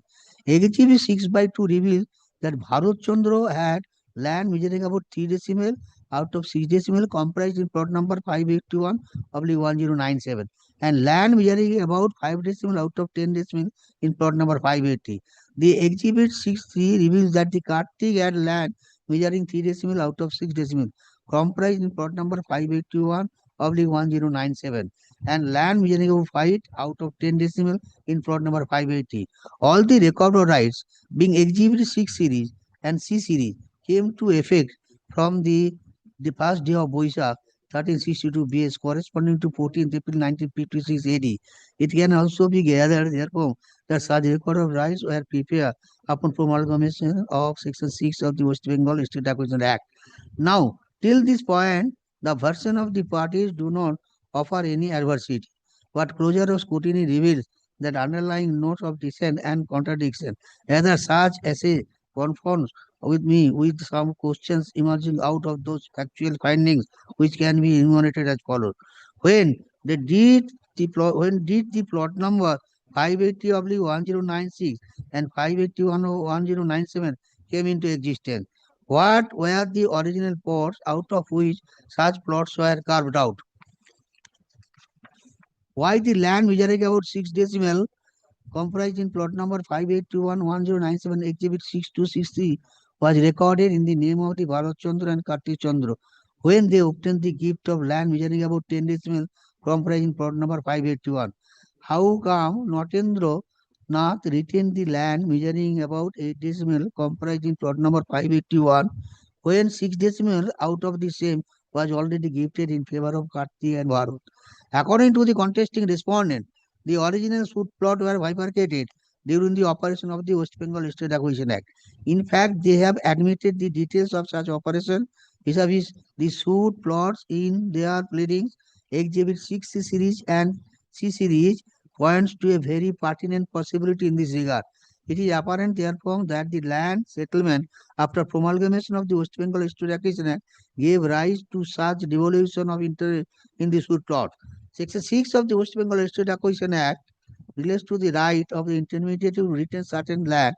Exhibit 6 series and C series makes it amply clear that Notendra, Niranjan, Bharat and Kartik retain the respective properties recorded in their favor in the record of right. Seemingly, the resolution of the contradiction noted by me in the aforesaid question can be discerned from such documents also when any answering respondents have admitted such documents remaining absolutely silent about the credibility thereof. After this point, the giant questions of the proceed in different right direction, the answering respondents relied upon the exhibit 2 and 3 to drive home their contention. On the other hand, the appellant has relied upon the exhibited documents produced by him. Scrutiny of such documents again brings certain facts to the force which can be enumerated in the manner below. Karti purchased land measuring about 4 decibel each comprised in plot number 580 and 581 from Notendra and Niranjan on 22nd April 1959. Karti purchased land measuring about 5 decibel and 3 decibel respectively comprised in plot number 580 and 581/1097 from Bharat on 27th June 1966. Now, these two observations are inherently contradictory to each other.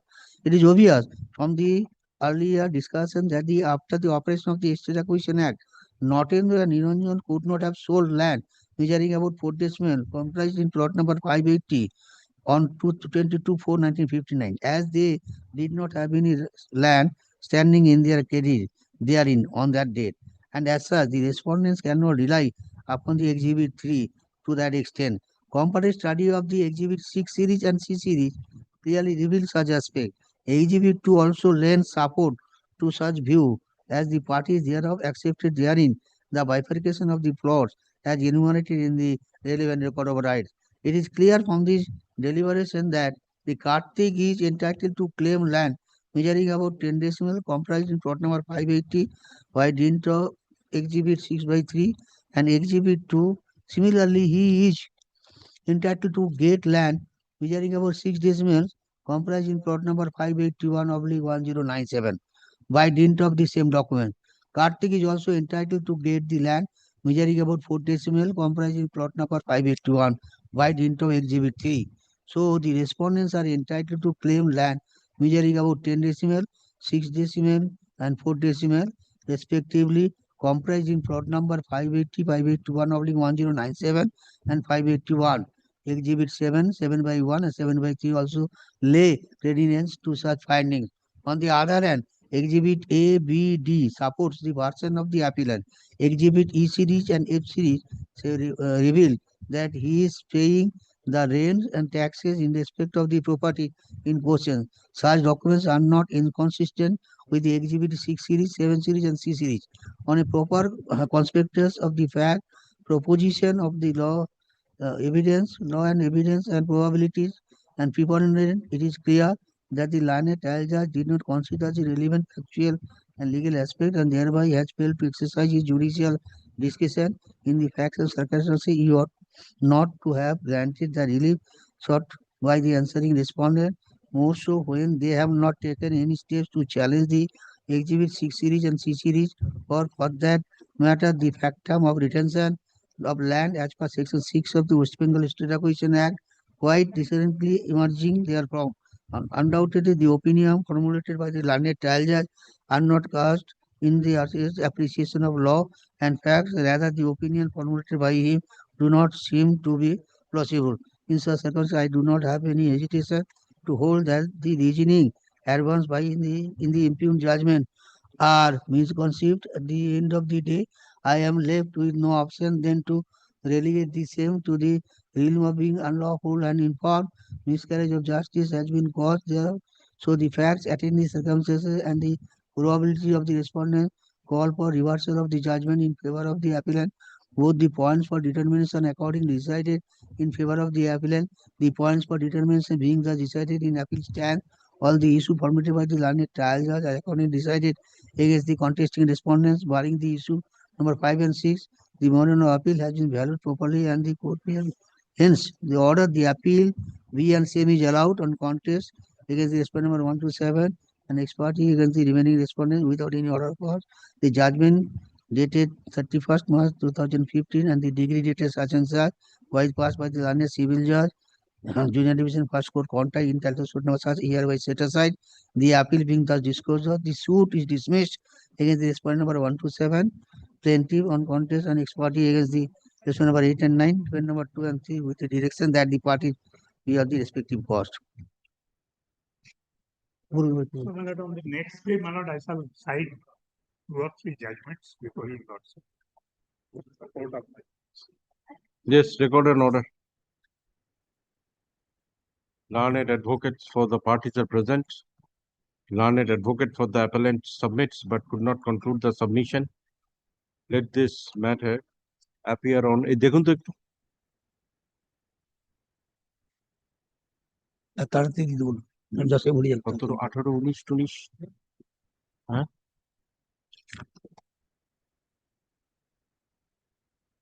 না claim case তো অনেক শোনা হয়েছে, এগুলো তো তাহলে শোনা হবে না। 17, 18 ওই 19, 19, 19 দেখুন 19-এ হ্যাঁ কতই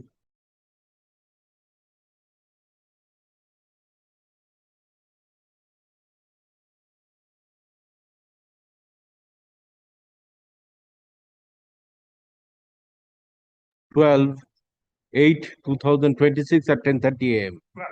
10:30. 10:30 or 2 p.m. 10:30.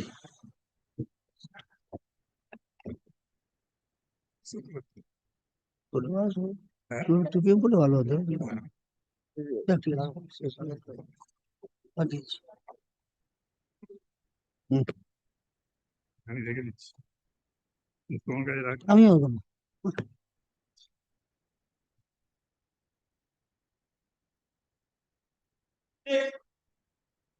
And I am for the appellant.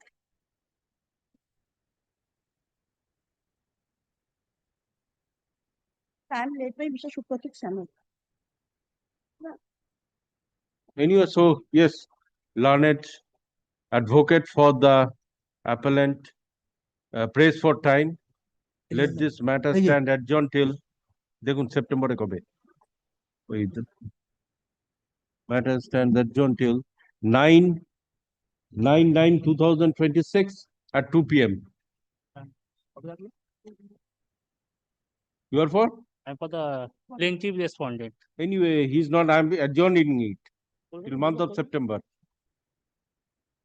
9/9.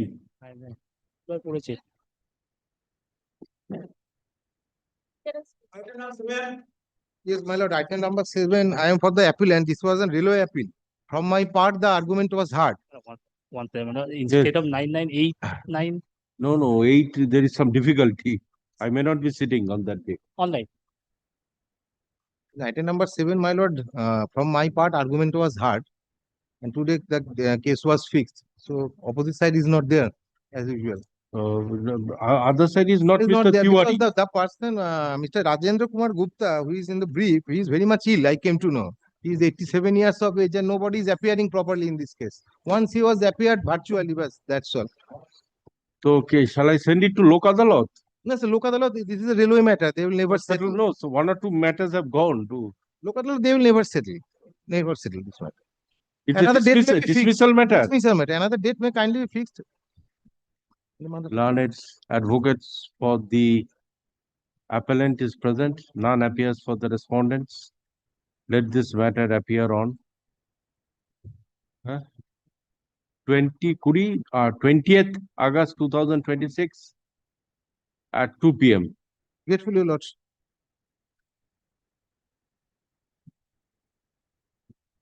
Grateful.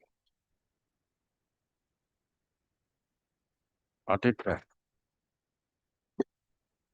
Number 900.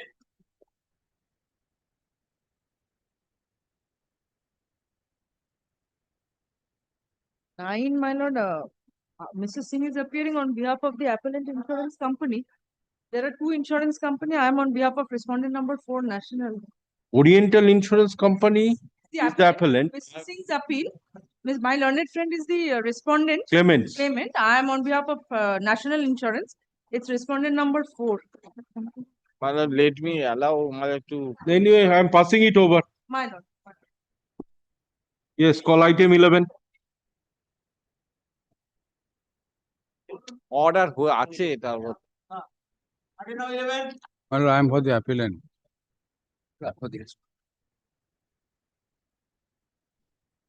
Yes. I am filing the affidavit in reply to the affidavit in opposition in connection with the application under order 41 rule 27. Anyway, that will be heard along with the appeal. Yes. Paper books are ready. Well, hearing of the appeal is going on in fact. Yes. Please, you are the appellant. I am the appellant. Continue. Yes. My lord. Yes. My lord, to apprise the facts which I have. No, is it with regard to that matter, compromise decree, that challenge? Yes. I am grateful, my lord. I am grateful for, my lord, I am overwhelmed with the my recollection, my lord, power of your lordship. Yes, anyway. My lord, you have argued in part? Yes. Continue. My lord, I am in a short, first of all, placing the facts. My lord, the main respondent, my lord, being the plaintiff of the suit, is our sister, married sister. She filed a suit for partition in respect of the properties of her father, which she inherited along with her brothers and other legal heirs. That suit was filed in the year 2011 তাই তো original স্যুটটা দেখো তো, original প্রথম স্যুটটা তো ওখানে পাবে কেন? হ্যাঁ, না না, 2011 suit filed and preliminary degree was passed after 5 years. Then, my lord, final degree proceeding was going on. And while final degree proceeding was going on, the matter was compromised. And that compromise was held in the year 2016. My lord, my lord, the compromise was made through the intervention of the court. The present respondent being the previous plaintiff engaged advocate, and after, my lord, so many discussions, the allotment of no appeal against the preliminary degree. There is no appeal against the preliminary degree. Final degree proceeding was going on. And while final degree proceeding was going on, then compromise was arrived at. And compromise petition was signed by the original plaintiff, her learned advocate, and thereafter, my lord, the matter was compromised. My lord, in the compromise degree, petition of compromise was filed. That was made part of the degree, and along with the petition of compromise, a map was also enclosed showing the allotment of the respective shares of the parties, which was also. The question of law is already formulated. Yes. On which this appeal is to be heard. Yes, yes, my lord. Besides that, my lord, since I have filed application under Order 41 Rules 47, my lord, at a glance, your lordship will understand that this is a, I say, this is a bargain or gain or game, I say, to have some further benefits. My lord, in application under Order 41 Rules 27, I have annexed the deeds on basis of which the contesting respondent, out of the 5 items of the properties which was allotted to her, she has already sold out 4 to different persons. Not only that, that sale has been made on basis of the acquisition of the right through the compromise degree. My lord, kindly see, I have filed the Order 41/27. At a glance, your lordship. No, see, you argue the appeal. Thereafter, I shall consider that. Yes, just, my lord, 1 second, my lord. Or Order 41 Rule 27 is concerned, I am vehemently opposing. Yes, Minister. I will try to satisfy your lordship. The court has the right to hear it along with the appeal. Yes. It always. My lord, kindly. My lord, so for maintainability of the application, I will make. No question of hearing it piecemeal. You argue the appeal. No, since the appeal is hearing of the appeal is going on, argue the appeal on merits. Thereafter, you submit Order 41 Rule 27. Yes, my lord. Your learned friend will raise objection. I will hear that. Hearing already commenced, my lord. That's why, my lord, this will help you. According to you, the subsequent developments will go to show that the suit was not maintainable. Yes, suit is not maintainable, and third party interest has been created. No, you see, these development took place, according to you, prior to the filing of a suit or during the pendency of the suit. During pendency of this appeal, after compromise. No, during pendency of which appeal? The second appeal or first appeal? First appeal. Oh, during pendency of first appeal, there are certain developments, according to you. Development means, my lord, she has, my lord, yes, that acted is upon. development. She has acted. That is development. My lord, yes. Kindly see that one, just to at a glance once, my lord, the annexure, first annexure, I have, my lord, annexed the deed. My lord, I am just, my lord, kindly for my satisfaction, my lord, kindly see that, my lord, the order for 27, my lord, the deed which I have annexed, my lord, page 8 of the deed, page 8. I'm reading, my lord. Again, I am your lordship kindly indulgence. I am interfering. Well, so far, he is drawing attention of your lordship to the annexure to the application under order for 2027.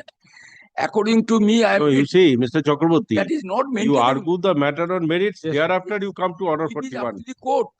Okay. Just 1 second. 1 second, I shall take, my lord. Yes, I've heard your submission that My there lord, are subsequent Devani, developments. my lord, she has admitted যে আমি অত্র দলিলের বিক্রেতা, that means respond, আমি অত্র দলিলের বিক্রেতা 30/11/2013 তারিখে হুগলি জেলার মহামান্য সিভিল জজ সিনিয়র ডিভিশন আদালতে 63/2011 নম্বর দেওয়ানি মোকদ্দমা রুজু করা হয়। তাহাতে আমি অত্র দলিলে বিক্রেতা বাদিনী হিসাবে যোগদান করি।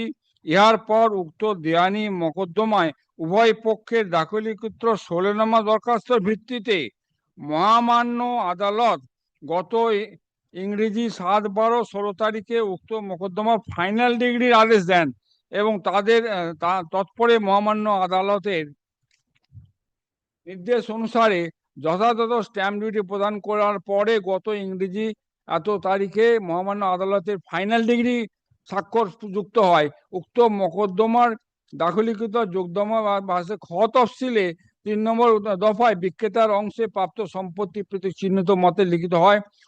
উক্ত রূপে ভাবে ফাইনাল ডিগ্রি মোতাবেক তফসিলিকে সম্পত্তি আমি অত্র বিক্রেতা প্রাপ্ত হইয়া উহাতে আমি ভোগ দখলে কায়েম আছি। My lord, kindly see after that, my lord, whether this litigant should be allowed to stand in a court of law. Take to granting him and to file affidavit with regard to your file. File.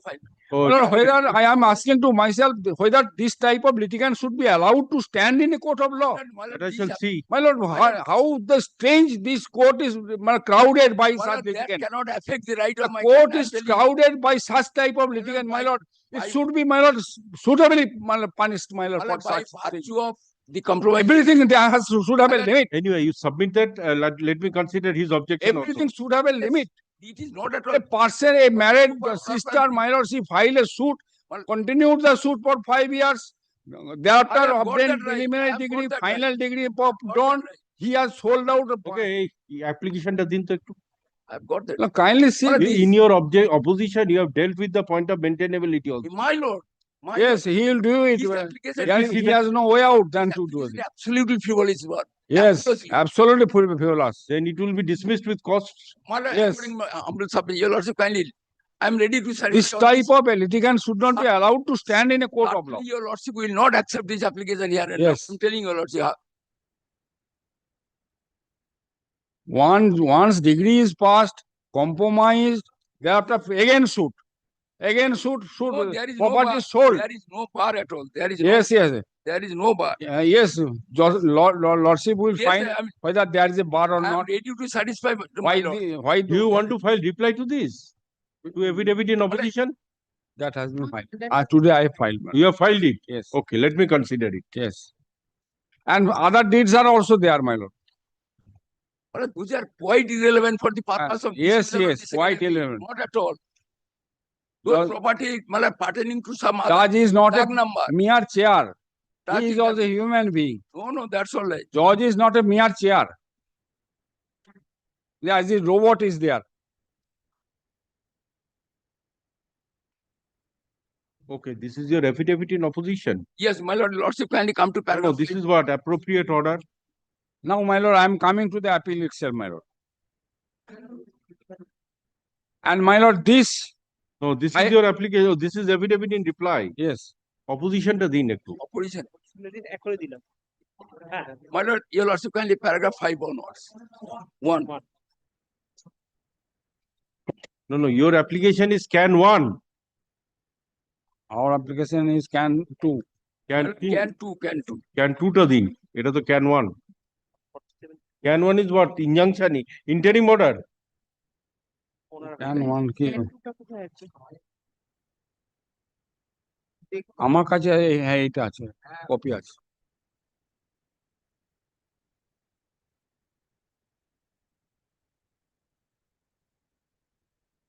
my lord compromise has been arrived at এটা কোথায় গেল ওই code কপিটা নেই নাকি compromise has been arrived at in 2016 and property has been sold first my Anyway, lord. let me see your application. Yes.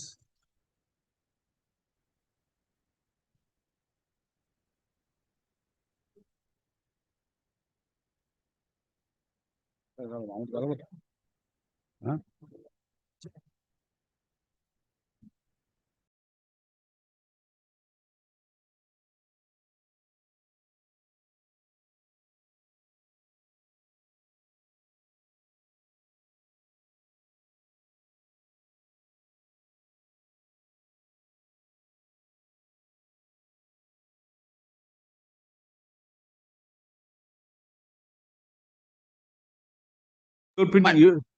My affidavit in opposition. So let me read the petition first. My lord.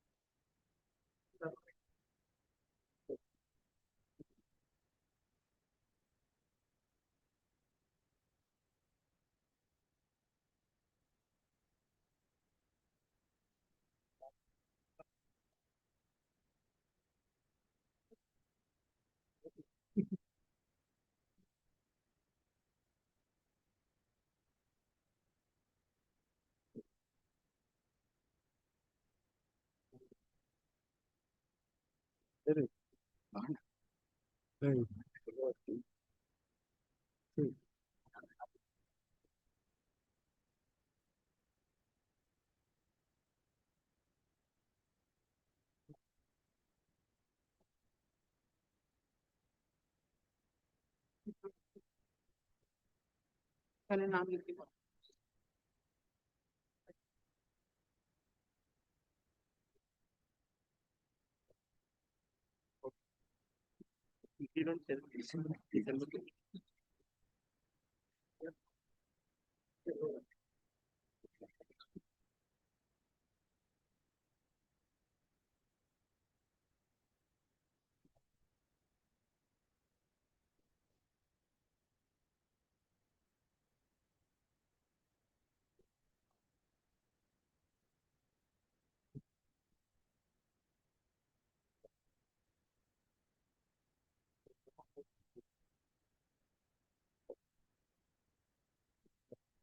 Yes. Which paragraph of your opposition? My lord, state your lordship kindly come to paragraph 5 and page 4.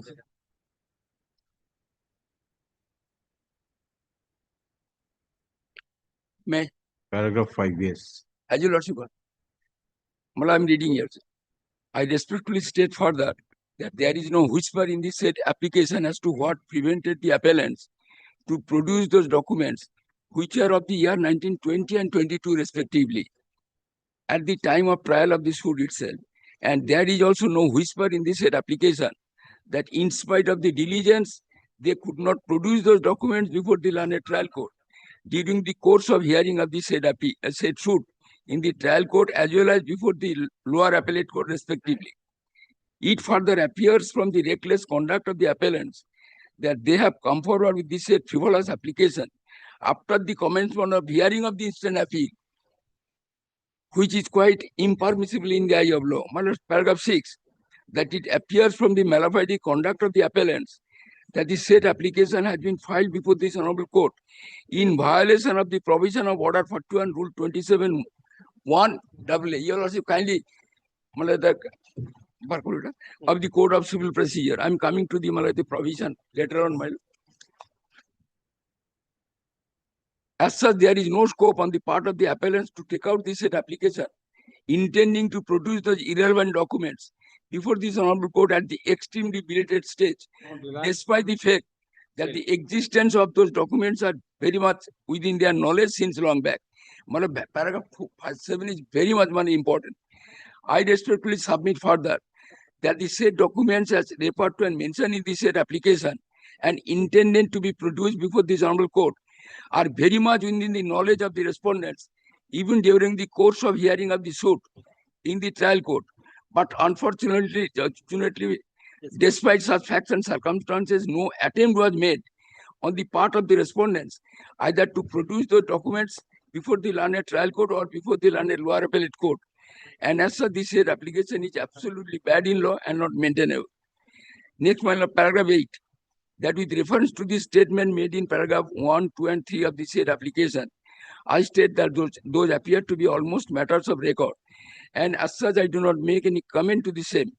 But it is pertinent to mention here that at the time of filing of the said application for recording compromise, the respondent number 1, being a lady of docile nature, was given to understand by the appellants number 1 and 2, who are her own elder brothers, that this case may have duly prepared on a tracing cloth showing the actual even allocation of the suit property as agreed upon by and between the parties to the suit would be annexed to the said application for recording compromise. But unfortunately, with a malafide motive to deprive me of my legitimate claims, a handmade sketch map prepared on a demi paper depicting therein the unusual, awkward, and unshaped Bengali alphabet, though shaped land, which is absolutely a narrow strip of land having 13 feet width throughout without having any scope at all to use and enjoy the same for any purpose whatsoever. Moreover, although the GL number of this said property is 59, but it has been wrongly mentioned in 44. In paragraph 9, with reference to the statement made in paragraph 4 of the said application, I deny and dispute the same 7 except what are matters of record. Deny in particular that at the time of filing of appeal, the appellant came to know that the plaintiff respondent number 1 sold out some properties which are referred to and mentioned in the said paragraph. In this context, I respectfully state that some of the properties as referred to and mentioned in the said paragraphs were sold out in the year 2020, and remaining properties as referred to and mentioned in the said paragraphs were sold out in the year 2022. And the incident of such sale transaction was very much within the knowledge of the appellants. And accordingly, it is absolutely preposterous to state that the appellants came to know of such sale at the time of filing of the instant appeal as untruly alleged or at all.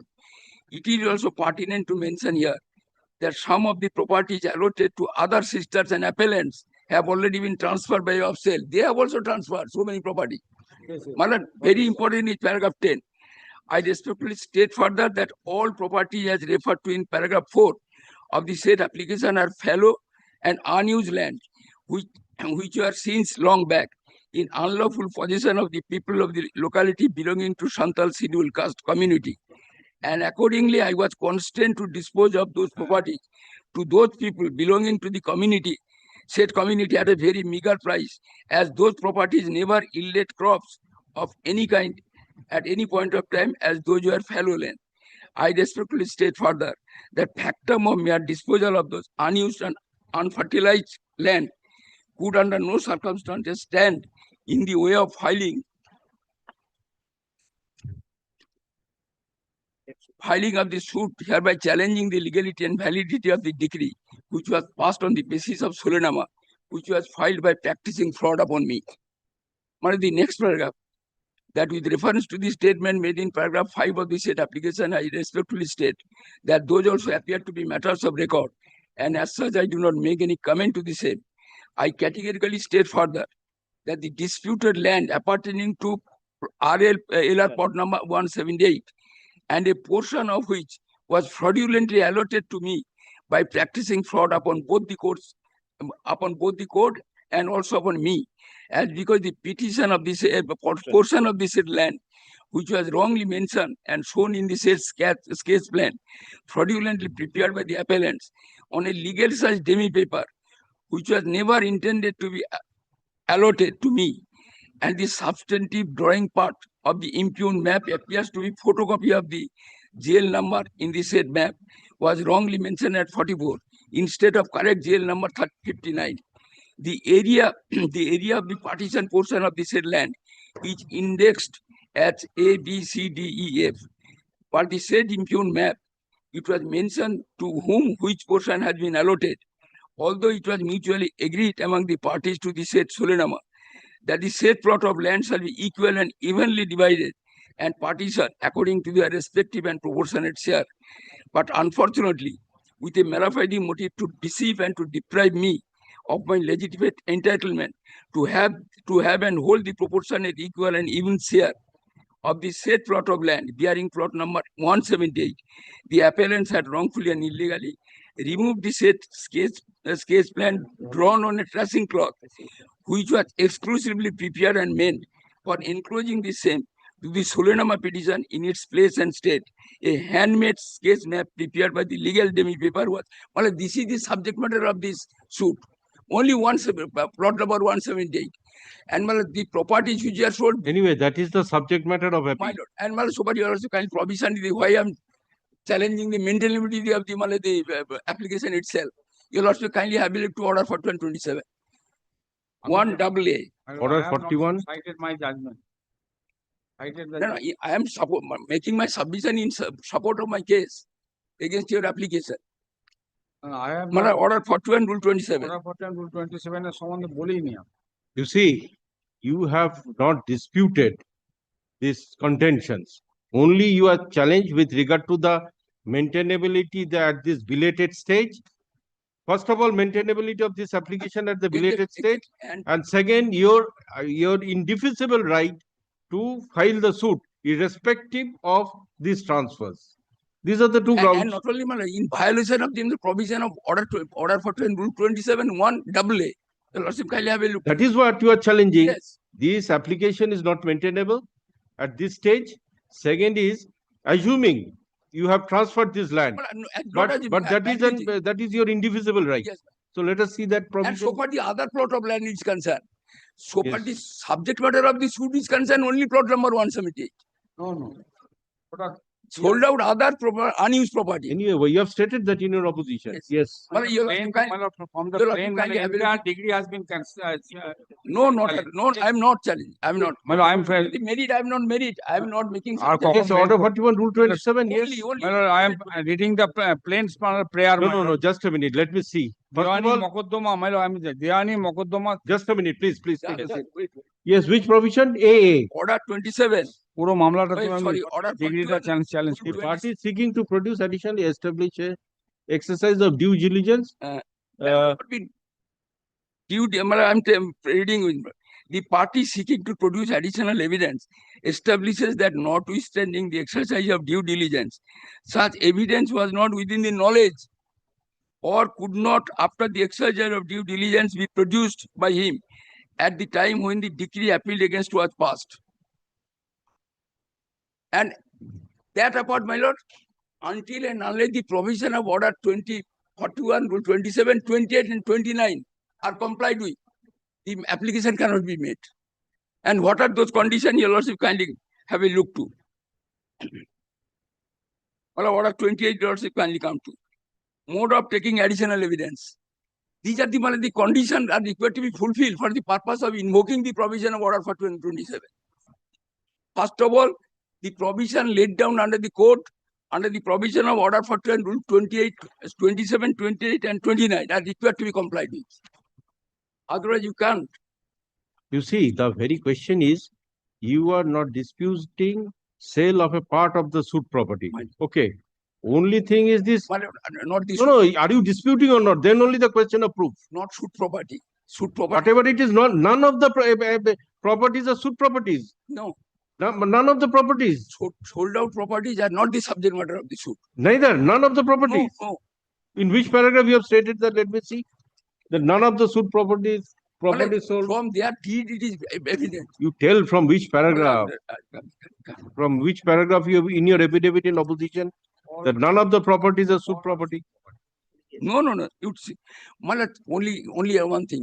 If your lordship kindly take trouble to go to the copy of the plaint. I'll not go. First of all, I shall go through your affidavit in opposition. Yes, madam. Where have you stated that neither of the properties are suit properties? So kindly see the pair of the plaint, my lord. Pair of the plaint. Plaint has been honored. Yes, which paragraph? My lord, I'm coming to that. প্লেনকে বলেছে আগেকার ডিগ্রিটা cancel করো।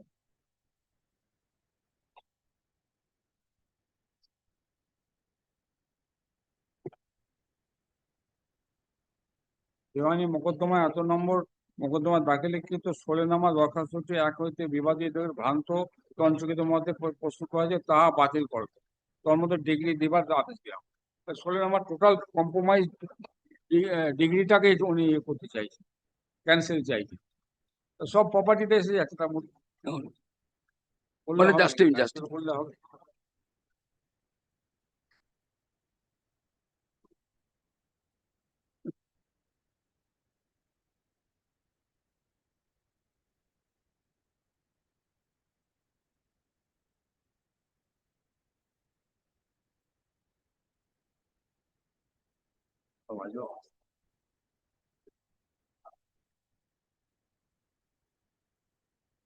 My lord, kindly come to take out paragraph 15. Paragraph? 15.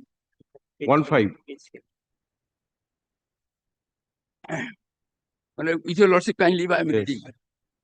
That with reference to the submission made in paragraph 9 of the said application, I deny and dispute the same. Deny in particular that apart from being stopped, as I have created third-party interest over the share of property, there is no scope of reopening the same, as it will lead to multiplicity of proceedings and harassment of the purchasers of the said share of property, as untruly alleged or at all. I categorically state that there is no slightest scope of reopening the case. Well, according to their entire degree will be reopened. I categorically state there is no slightest scope of reopening the case and leading to multiplicity of proceedings and harassment of the purchasers of those properties, as because the relevant properties in respect of which third-party interests have been created and not the subject matter of the suit. Admitted. No, sale I do admit. Now let me see how he has dealt with this paragraph. Anyway, you complete this paragraph.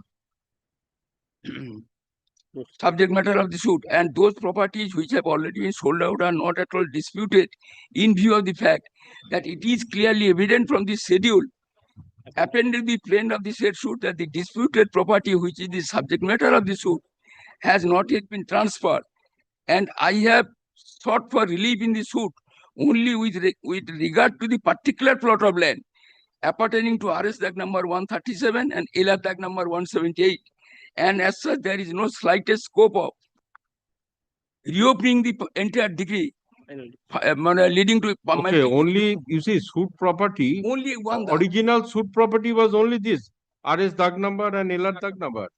Original suit. Well, only dispute with regard to 178.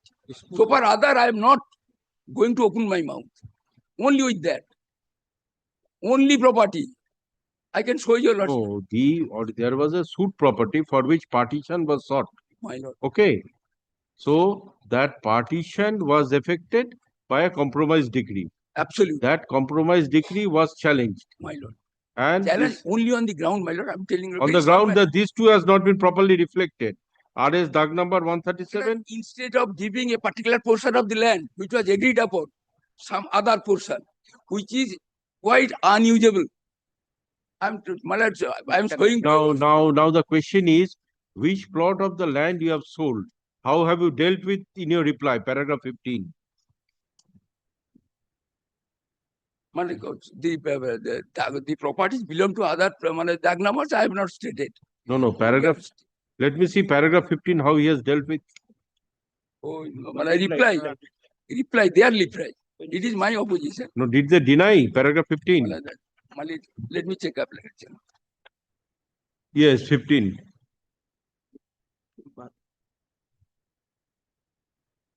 My lord, paragraph 11.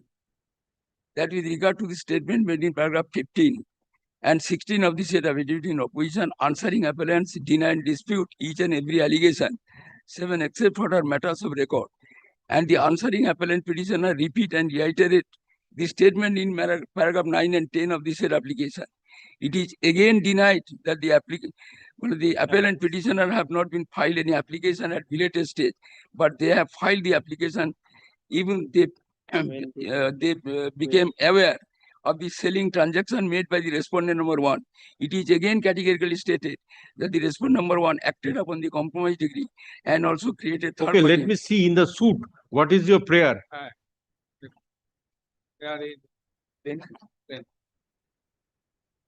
And what are the properties you have transferred? Transfer after the suit. No. During the pendency of the appeal, how many properties you have transferred? Whether that is the dispute in the suit property, that is the thing. Let us see the plaint. Kindly come to that. Trial court records are not here. A trial court record to dekhi. Well, first prayer I've in the plaint, my lord, kindly see. He's trying. First prayer on the plaint is that Dhyani Mokoddama 63/2011 নম্বর মোকদ্দমা দাখিলকৃত সরেনামা দরখাস্তটি হইতে 1 নম্বর 4 নম্বর বিবাদী কর্তৃক ভ্রান্ত ও তঞ্চকৃত মতে প্রস্তুত করা হইয়াছে তাহা বাতিল করত তন্মধ্যে ডিগ্রি দেওয়া। That means compromise entire compromise to be cancelled. No, compromise decree is sought to be cancelled. Cancelled. Okay. So compromise degree by filing a suit. The entire property. Yes, that is there. Now in that compromise decree, entire properties are there. Are there. Okay. Yes. So entire compromise decree you sought to cancel. Yes. That means you have some grievance that some other lands have been given. Okay. In respect of That is why on the ground of fraud, you sought to challenge the entire compromise decree. Now the question is, all the what property you have transferred, is it a suit plot of land? Definitely. That is the question. Definitely. Your lordship, kindly come to that. Your lordship, there is no answer. There is no answer. Which plaint? On the plaint of the in the plaint you sought entire cancellation. Okay. In the plaint you sought a cancellation of this entire compromise decree. My lord. Now question is, if the entire decree goes, okay. Now with regard to the suit property, Then, my lord, may I submit one thing? Your lordship kindly will please to modify the decree to some extent. So for only one particular plot, by practicing fraud already sold. Well, I can satisfy I am ready to satisfy your lordship. If I can satisfy this honorable court. No. Question is, you have to clarify that what was within the compromise decree. Have you transferred any part of the decree? First, the court has to inquire it.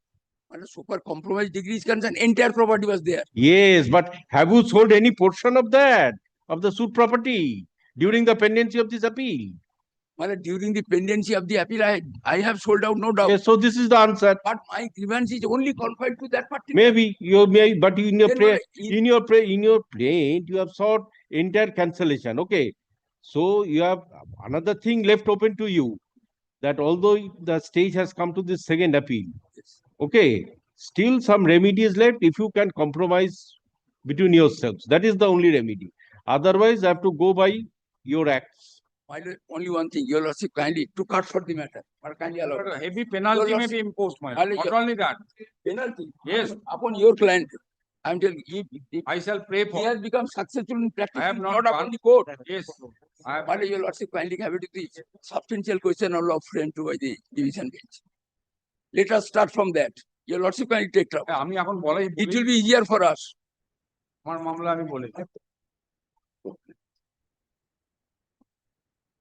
Kindly have a look. Yes, whether the suit challenging Order 23 is hit by the provisions contained under Order 23 Rule 3A. Yes, your lordship, kindly allow us to address on that point. Yes, but I have to consider the subsequent development also. Subsequent Well, development. the court cannot close the eyes. No, not at all. I am not, my lord, asking for. Not at all. My lord, your lordship kindly, as a whole, your lordship kindly. Anyway, it is his appeal, let him submit. Yes, you submit on the appeal. What is my contention in the plaint? That was required to be considered. Very well. I shall Confined to consider, only- I shall consider No, the let him complete. not let- appeal as well as the application. Yes. Yes. You summarize whatever you want to add. I have a summary. My lord, 2011 suit file, previous suit. You see, the division bench has framed a question of law, okay?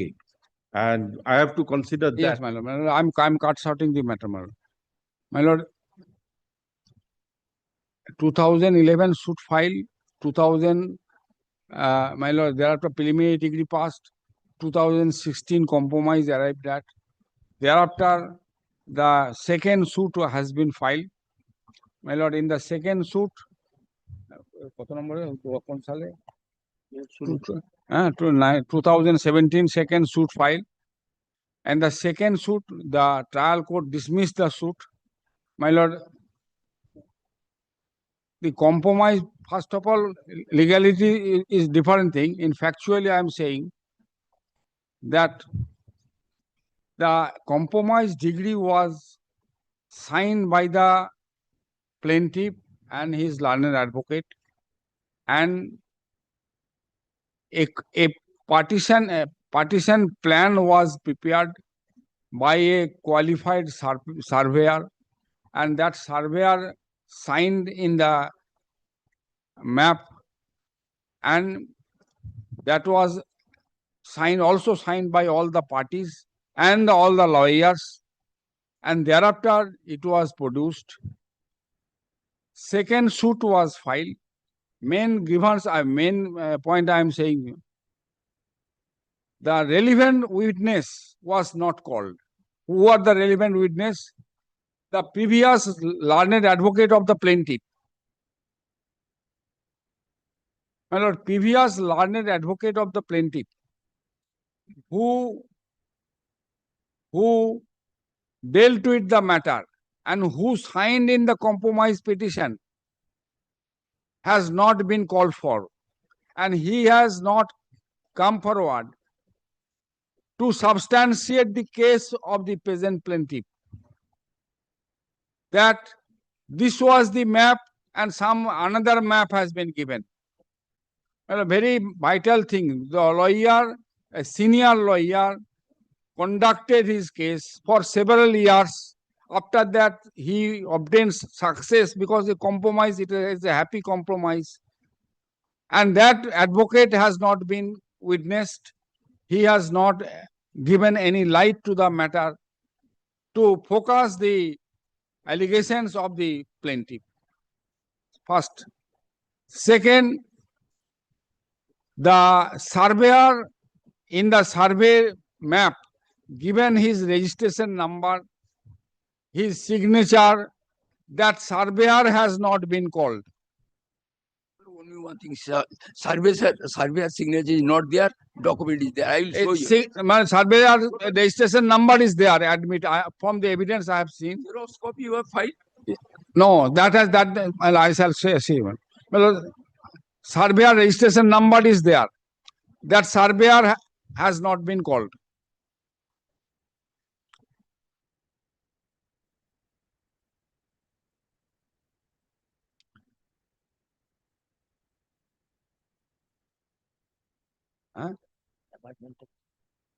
My lord, besides that, the compromise degree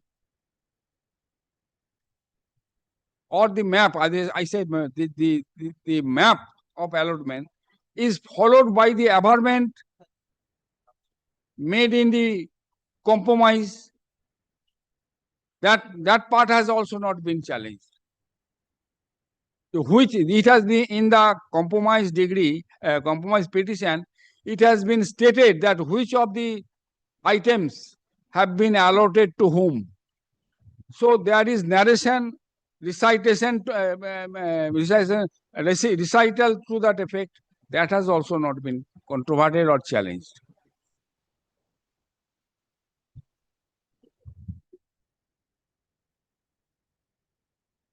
And it is the case of the plaintiff that Xerox copy of the map has been produced.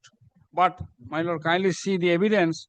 In the evidence, it has been because another surveyor has been brought by the plaintiff who never conducted the previous compromise. Another surveyor has been brought, and he in the evidence admitted that no, this is not a Xerox copy, this is a demi paper. But according to that surveyor, normally it is to be done under the tracing paper. My lord, I say whether the paper can come, the nature, quality of the paper, whether that can nullify the degree, I have never heard of. Green paper or black paper or white paper, is it material? Rightly, my lord, trial court dismissed the suit. And appellate court, my lord, in none of the court, the main,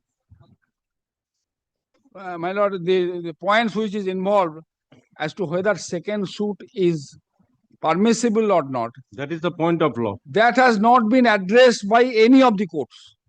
None of the parties have raised that, nor that has been addressed either by the trial court or by the first appellate court. But my lord, civil procedure code has been amended for that, so that repeated suits may not be filed. Whatever allegations are there, that is to be raised before that court. My lord, kindly see this compromise was arrived at in 2016 and 2017 second suit. What was the bar? Before the self-same judge or self-same court. I suppose I am not sure. Self-same court. Court is same. Court is same. Court is same. But by a way of officer same or not, I am yes, to go through. Court is same. Same. But by a way of suit, not by way of separate suit. Whether that is permissible or not. My lord, object of the order 23 is that the court is the best person in whose presence everything has been made. So that court is the competent. What is the period of limitation for setting aside this? Yes. Yes. So that is within the period this application for making application. So he has not done it. That is 3 years. 3 years. I'm to go. I'm not sure. Any up 127. You see, if the statute has provided a period, it has to be done within that period. No, he has to. He has not stated when he came to know. Well, immediately he obtained, according to him, immediately obtained certified copy. The date of knowledge, everything. Yes, he has stated. Upon getting certified copy. Yes, he has stated. So, did you take in your written statement the maintainability of the suit? Yes, that is definitely. My first written statement, first paragraph is that the suit is not maintainable in present form. The issue of maintainability was framed. No.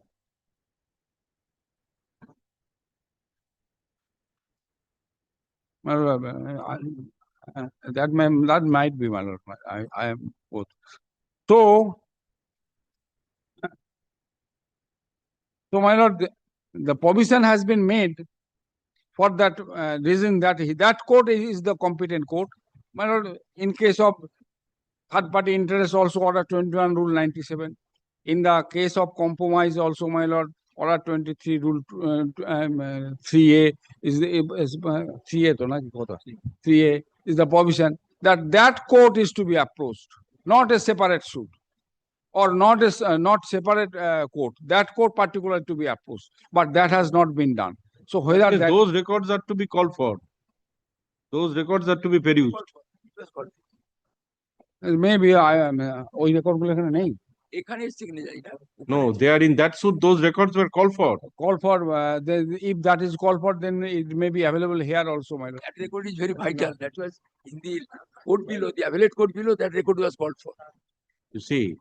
Actually, the purpose of making this provision is this: the court which has passed the decree in compromise, that court should hear out the application. Yes. The moment you file an application, that main record has to be considered. But if you file a separate suit, then that is not to be considered.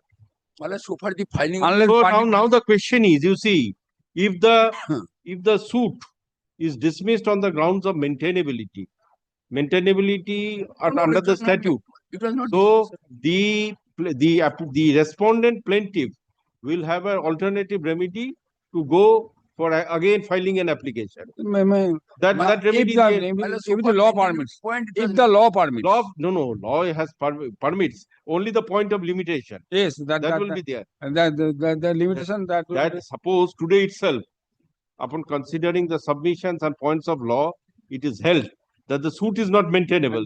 Then yes, remedy lies again. You will go and file an application. If it is not bought by law, because the limitation, the provision of limitation has also been made with some prospective or some objective. Because if the span of life, many things, many changes takes place. We have sold property to somebody. He has sold out property to somebody. Somebody has developed the property because the compromise has been arrived in 2016. Now we are. And we don't know whether it is before the same judge or a different judge. Yes. 2016, now 2026. Within 10 years, so the parties have developed the property or sold properties. So we are not in the previous situation. So that's why limitation will help us. The law of limitation and prescription is there, that everything should be done within a reasonable period. You see, even if a suit is held non-maintainable, yes, there is an alternative remedy, then it will be without prejudice to the rights of the parties. Parties will have right to enforce that remedy. Suppose today itself the suit is dismissed. Yes. The parties will have the right. If the law permits, he can do. Yes, the section order 23, that section permits by way of application. No, my lord. This court will not extend the limitation. No, that's, you see, Limitation Act, whatever it is provided, that will apply. Anyway, this is not that this suit is not maintainable. If the limitation is available to him, he can avail of the same. Nobody can prevent, neither I nor anybody. But now the question is whether this second suit is permissible or not. And my lord, kindly see that Xerox copy he has stated that it is a Xerox stamp.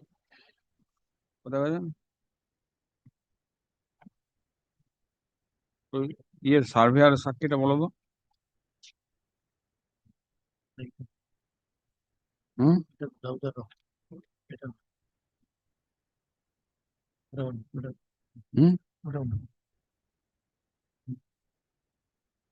DW1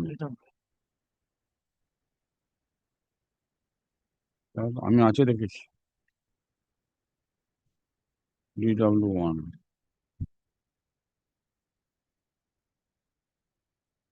দেখলাম DW2 এর সাক্ষীটা দাও এটা না এটা তো agent statement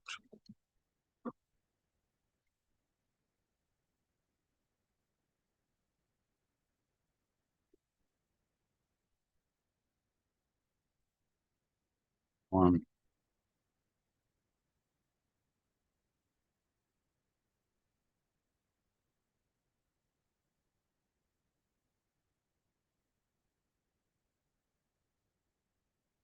কোথায় গেল DW2 টা দেখো তো এই না PW2 on oath হ্যাঁ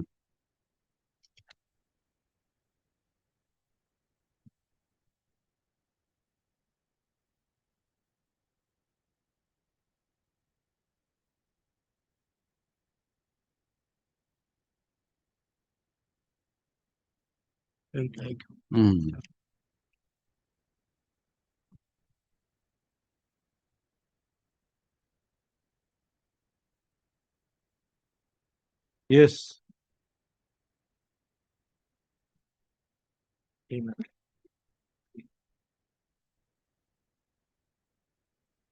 My lord,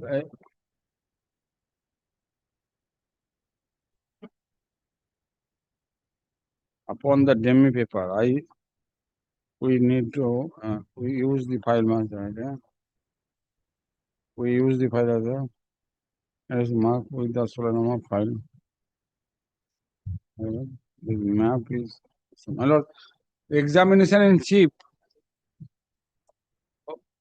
of the PW2, my lord, kindly see, examination chief of PW2.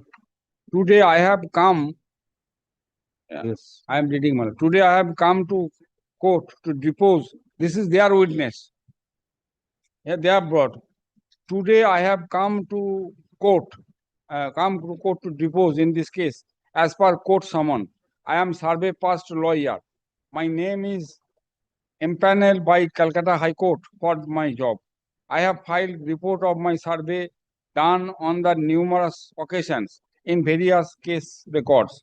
We find the file, we use to file maps with survey reports, generally on tracing paper or cloth.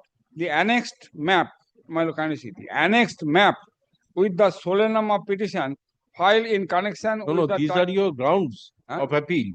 He has stated, my lord. No, these are your grounds of second appeal. Are these your grounds of second appeal? Not, my lord. The court has come to a perverse finding. No? Anyway, that you are reading. Yes. Now, that is why you see, second appeal is actually on the substantial question of law. My lord, perverse finding is also a question of law.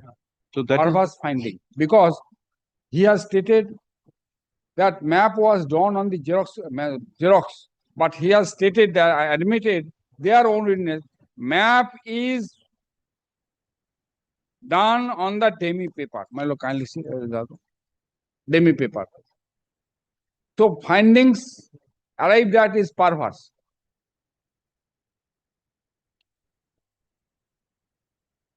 From any angle, my lord, this is there is no scope to. If your lordship take time to go through the entire deposition of the PW2, yes, some other things. He has given some opinion. Against him. Some generally done by press paper. My learned client on cross-examination admitted this is the Xerox copy which is annexed to the compromise petition. Admit করলে হয়ে যাবে। Admit করলে হবে না। আপনার document What you are saying before the court. Your own witness is saying demi paper. What you are saying admission of a না সাক্ষীতে অনেক রকম অনেক। Now you see, you come to this provision, order 23, rule 3. Yes, my lord. Rule 3A. Your lordship has come to the point, my lord. That is the order 23, rule 3A. 3A, I saw. 3A and কত আছে? Order 23 CPC আছে তোমার কাছে? My lord, I have brought the judgment to that effect, my lord. Give the judgments.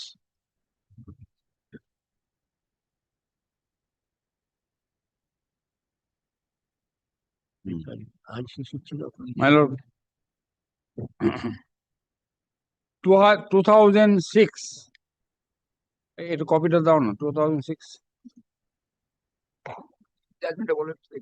2006 দিয়ে দিচ্ছি 2006 volume 5 SCC page 566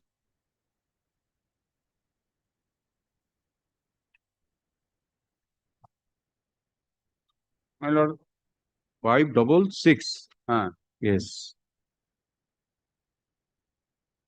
My lord, paragraph 17 and 18 I am referring, my lord. Paragraph 17 and 18.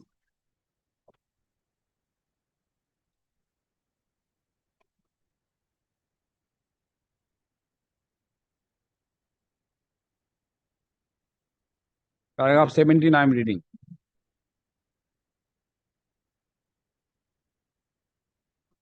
The position that emerges from the amended provision of Order 23 can be summed up thus: no appeal is maintainable against a consent degree having regard to the specific bar contained in section 96(3) CPC. No appeal is maintainable against the order of the court recording the compromise or refusing to record the compromise in view of the deletion of clause M of Rule 1, Order 43. No independent suit, well, this is it. No independent suit can be filed for setting aside a compromise degree. which is the prayer of the suit. No independent suit can be filed for setting aside the compromise degree on the ground that the compromise was not lawful in view of the a bar contained in Rule 3A. A consent degree operates as an estoppel and is valid and binding unless it is set aside by the court. By the court, who will set aside? Unless it is set aside by the court which passed the consent degree. Look, kindly see. Supreme Court says that it cannot, no other court, but it is binding unless it is set aside by that court. By an order on an application. By an order or an application under the provision of Rule 20. How it is to be made? By filing application under Order 23, Rule 3. Specifically mentioned that if any remedy is required or sought for or the situation demands, then there is a prescribed method, because further suit will then the further suit, first appeal, second appeal, Supreme Court, unending proceeding. That is not encouraged by the legislature, nor it is permissible. Therefore, the only remedy available to a party to a consent degree to avoid such consent degree is to approach the court which recorded the compromise and made a degree in terms of it and establish that there is no compromise. In the event the court which recorded the compromise will itself consider and decide the question as to whether there was a valid compromise or not. This is so because a consent degree is nothing but a contract between the parties, superimposed with the seal and approval of the court. So if a mutual contract is made, court cannot interfere unless the parties, my lord, do it, and unless something happens, my lord, which empowers the court to do so. This is because the consent degree is nothing but the validity of the consent degree depends wholly on the validity of the agreement or compromise on which it is made.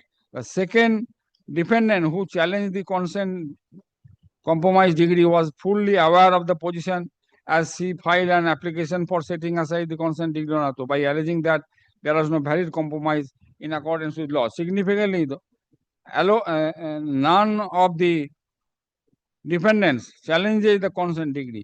For reason here also, my lord, there are other defendants also. No one challenge. For reasons best known to herself, the second defendant within a few days thereafter filed an appeal and chose not to peruse the application filed before the court, which was passed the consent degree. Such an appeal by the second defendant was not maintainable, having regard to the express bar contained in NATO. Order 23 deals with withdrawal and adjustment of suits. Rule 3 relates to compromise of suits, relevant portion of which is extracted below. Compromise degree, where it is proved to the satisfaction of the court that the suit has been adjusted wholly or in part by the lawful agreement or compromise in writing and signed by the parties, or where the defendant satisfies the plaintiff in respect of the whole or any part of the subject matter of the suit, the court shall order such agreement, compromise, or satisfaction to be recorded and shall pass a degree in accordance therewith, so far as it relates to the parties to the suit, whether or not the subject matter of the agreement, compromise, or satisfaction is the same as the subject matter of the suit. The said rule consists of two parts. The first part provides that where it is proved to the satisfaction of the court that the suit has been adjusted wholly or in part by the lawful agreement or compromise in writing and signed by the parties, the court shall order the agreement or compromise to be recorded and shall pass a degree in accordance therewith. The second part provides that where a defendant satisfied the plaintiff in respect of the whole or any part of the subject matter of suit, the court shall order such satisfaction to be recorded and shall pass a decree in accordance with thereof. The rule also makes it clear that compromise or agreement may relate to issue or disputes which are not the subject matter. This is wide enough, and that such compromise or agreement may be entered not only along with the parties to the suit, but others also. But the degree to be passed shall be confined to the parties to the suit, whether or not the subject matter of the agreement, compromise, or satisfaction is the same as the subject matter of the suit. We are not, however, concerned with that. So, my lord, this is one judgment. Another judgment. আরো কত কোন judgement আছে হ্যাঁ So continue on the next day. Next. Regarding item number 13. I think one more issue should be framed. Yes. Apart from this issue. Yes. My order 42/27, I have not made my submission. I have shown. I've gone through your petitions. Yes. I'm taking this matter along with the appeal. Yes. Learned advocates for the parties are present. I shall cite judgment. Mr. Chakraborty has submitted on the appeal but could not conclude his submission. Let this matter appear on okay.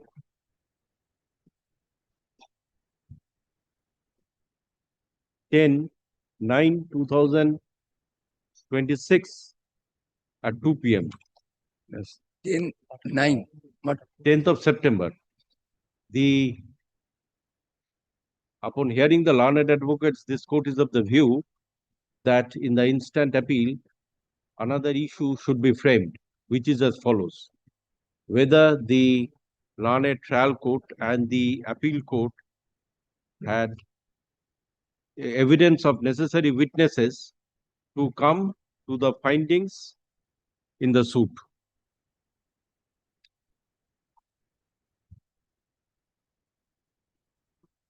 The matter is already part heard. My lord. My lord, with regard to The matter is treated as a part heard. My lord, with regard to item number 9, my lord, Passover matter, Mr. Rajesh Singh. Only one more intervention. Yes. My lord, in the meantime, I may be permitted to go through the lower court record. Yes. Lower court, so একটু আমি দেখে নেবো পরে। Okay, go through the records. Trial court records may be inspected. Okay. In the meantime. Trial court records may be inspected by the learned advocates. My lord, with regard to item number 9, it was fixed today at 3 p.m. Mr. Rajesh Singh was not there. That's why your lordship, my lord, was. Another day, it will be taken up. 9/10, your lordship, September, because your lordship would not be, my lord, from 24. After puja, ulto palta. My lord, this matter was hard, my lord, at least. 20 তারিখে হচ্ছে না 20 Not in this month, my lord. Your lordship. 9, 8, 9, 10. 8, 9? 8, 9, 10. After returning from my lord. Yes, that can be done. Yes, learned advocates for the parties are present. Hard learned advocates, let this matter appear for further hearing on 10/9/2026 at 3 p.m. 10/9/2026 at 3 p.m. With regard to item number 4. Yes, with regard to your matter, I'll keep it in under the heading application so that your application can be taken up. Whenever the applications are taken up. আচ্ছা ওনার ম্যাটারটাকে অ্যাপ্লিকেশনে দিয়ে দেবেন তো। Well, regarding item number 13, it was fixed on at 4 p.m. today. 13. Item number 13. Oh, that second appeal. Second appeal. That state is appearing. State today they are present. You are for state. No, I'm for the petitioner. Who is for the state? They already. Oh, state is represented. Yes. And you can take the matter tomorrow, my lord, at any point of time, so that, my lord, I concluded my argument. দেখুন এমনি কবে দেওয়া যায় এর মধ্যে একটা এই শুক্রবারে দেওয়া যায় কিনা দেখুন তো যাকে দেখুন এই 11টার সময় যদি দেওয়া যায় শুক্রবারের কোনো ম্যাটার ফিক্স আছে কটা আছে না এই শুক্রবারে পরে শুক্রবারে করা যেতে পারে অসুবিধা নেই